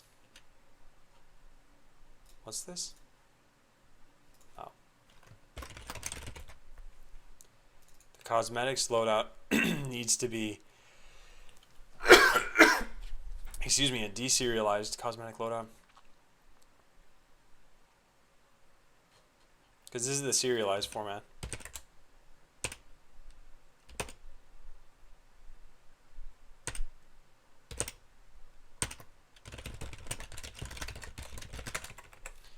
So now let's get the right one.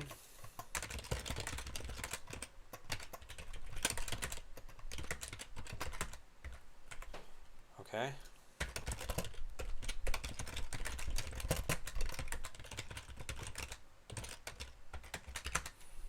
All right. Well, this was quite a crazy change. And I think it's done. I think it's working. We can also put this here. We can also give this a toString if we want. Return cosmetics head equals this dot head ID, torso equals this dot torso ID, foot equals this dot foot ID. There. Okay. Yeah, let's try it out. This is quite a crazy change. We also need to be able to null out the database. Okay, yeah, let's wipe it out. Let's wipe it all out. Drop database botland. Now let's rebuild the database. This will allow us to be able to null it out. Good. Now let's go into here and make sure that that worked. Describe bot bays. So the next time I deploy to AWS, I've got to wipe out the database again. Won't that be a hoot? So before deploying to AWS, do I already have a section for this? Yeah. Wipe out the database again. I made it so that cosmetic parts can be nulled out completely. Alright, so yeah, now they're nullable. Yes, yes, yes, and they all start as null. So we go restart the account server, and here goes nothing. So we connect, we edit the blueprint, and we're going to try this out. Oh, we need to go buy the parts first. So cosmetics, we're going to buy all of these.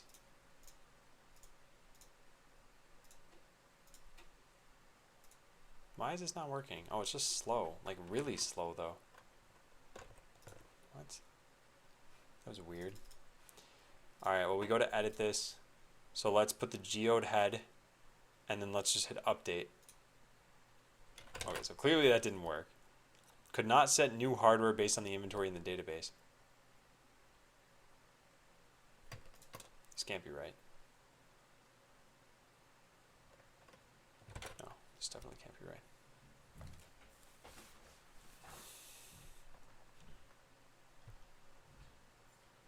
Set bot bay hardware config. What's going on? Oh, it's, never mind. I know what's going on. It's that this thing's totally broken. Required items inventory. Yeah, who knows where this is failing? I certainly don't. Config lasers 1. So does inventory have a toString? It does. That'll help.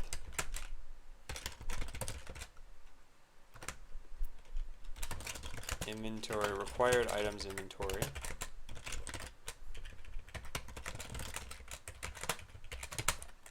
Okay, let's try that out.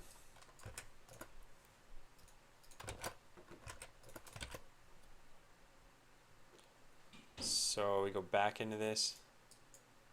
What is happening? This is super laggy for some reason.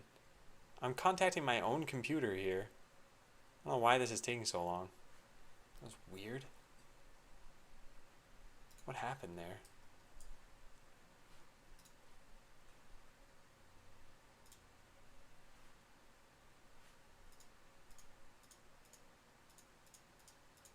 This took on the order of milliseconds, that's fine, but I noticed a very obvious delay. Okay, apparently all of that took milliseconds. What?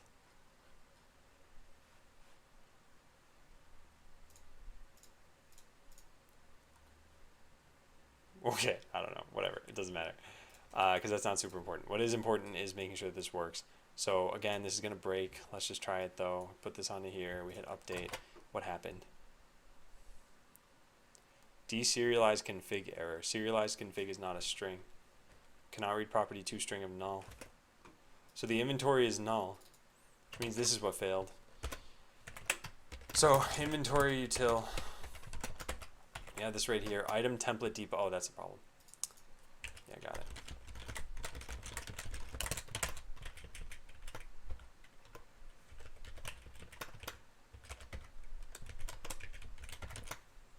Yeah, so required items inventory is what was wrong here. This needs to be this dot item template depot.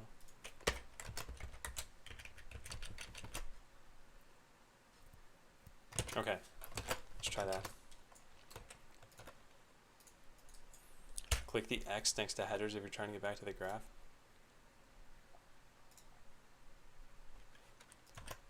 Not sure if that's what I was trying to do. I thought things would, oh, there we go. Okay, so I connect. Oh, that time it worked pretty quickly. So we put the geode head on here, we hit update. It fails again, but hopefully we have some information. Required inventory is 1 lasers. New config inventory is not defined. Okay, that actually is a problem. I just didn't call it new config inventory anymore. New config inventory. Yeah, this. This is required items inventory. Perfect. Okay, let's try that out now.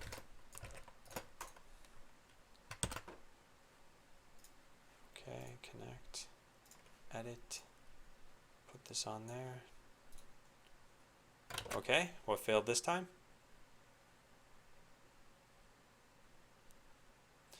The cosmetics never made it across because they never printed anything out about that.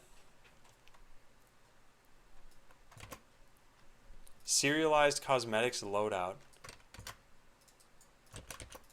Yeah, this never happened. Cosmetics loadout. So what, the account server REST client was supposed to send that? Cosmetics loadout equals new cosmetics loadout. Yeah, it looks fine to me. Okay, let's put a breakpoint right here to make sure this is working.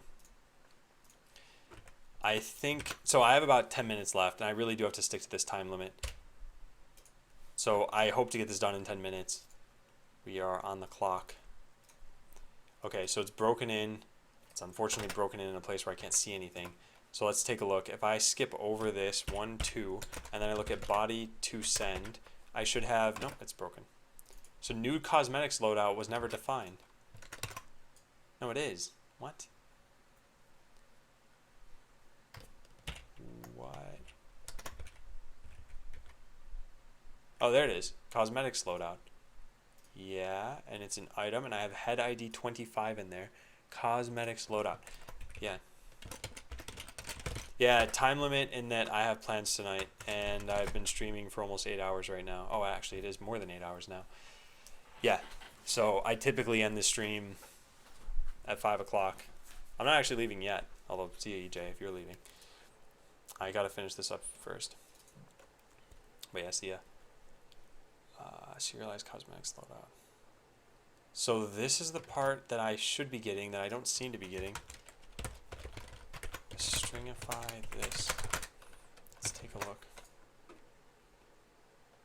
Bot will be broken tomorrow then? Well, tomorrow I'm not going to be streaming.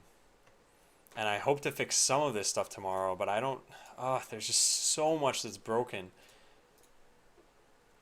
This is undefined. What? This is undefined? Get from the request rec.params.bayid. I think it needs to be that.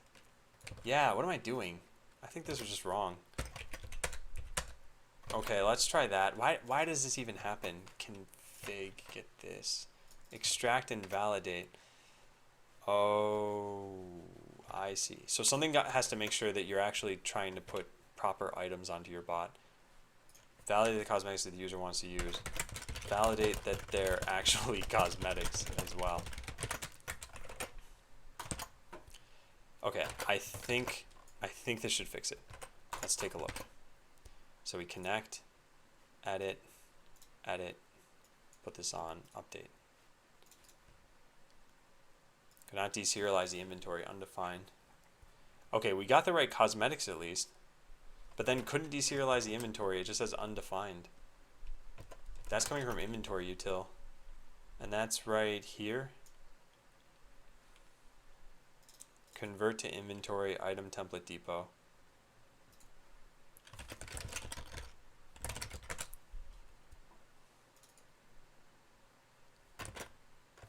What's going on here? It says could not deserialize the inventory, undefined. I don't even know where that prints out.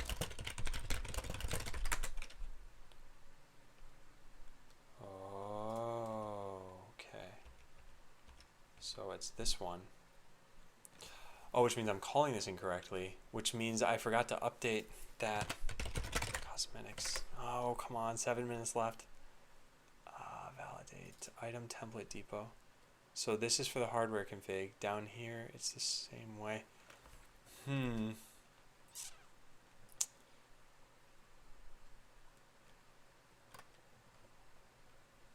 Validate inventory. That should have been after this. Oh, it did print out. 1 geode head. Then patching bot bay 1 with cosmetics loadout. And then I couldn't deserialize the inventory. So this is coming from database wrapper, which is right here. dbuser.inventory. Cosmetics loadout.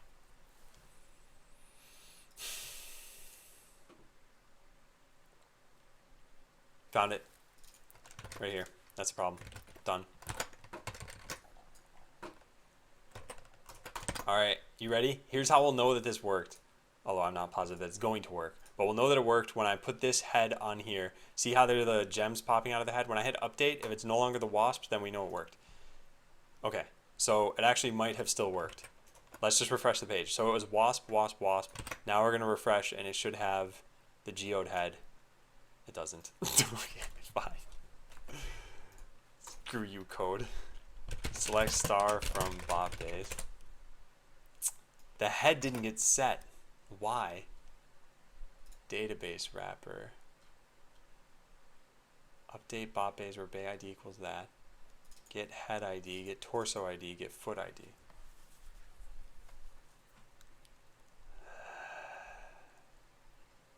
So close.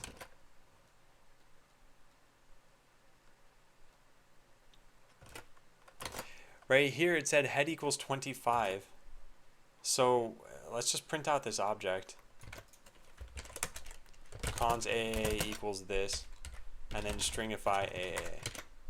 Whoops, too many A's. There we go. Okay, no, I can do this. I can salvage this. We're gonna Kappa Ross this thing. Ready?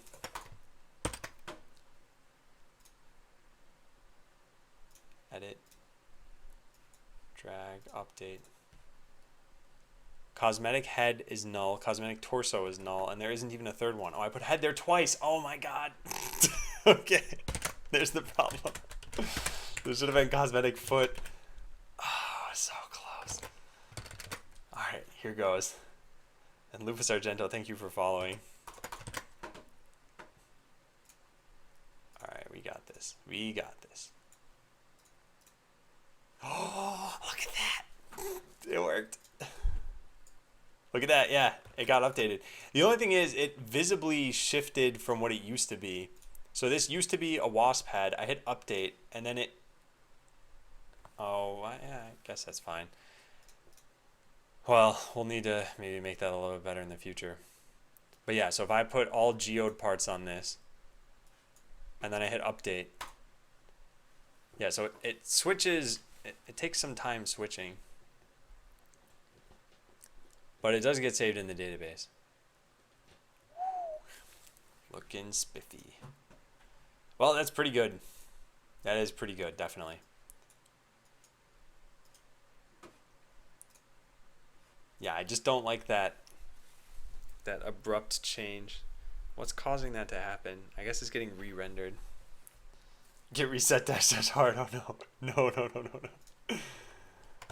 Yeah, what a rush. I'm a mana addict right now.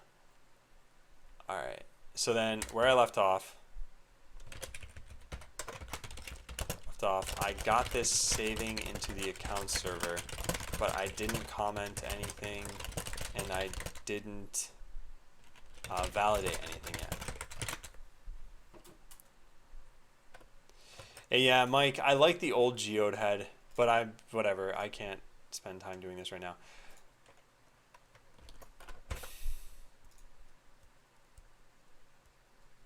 Every time you say what a rush, all I think of is the Mana Addict. Hearth Head. Mana Addict.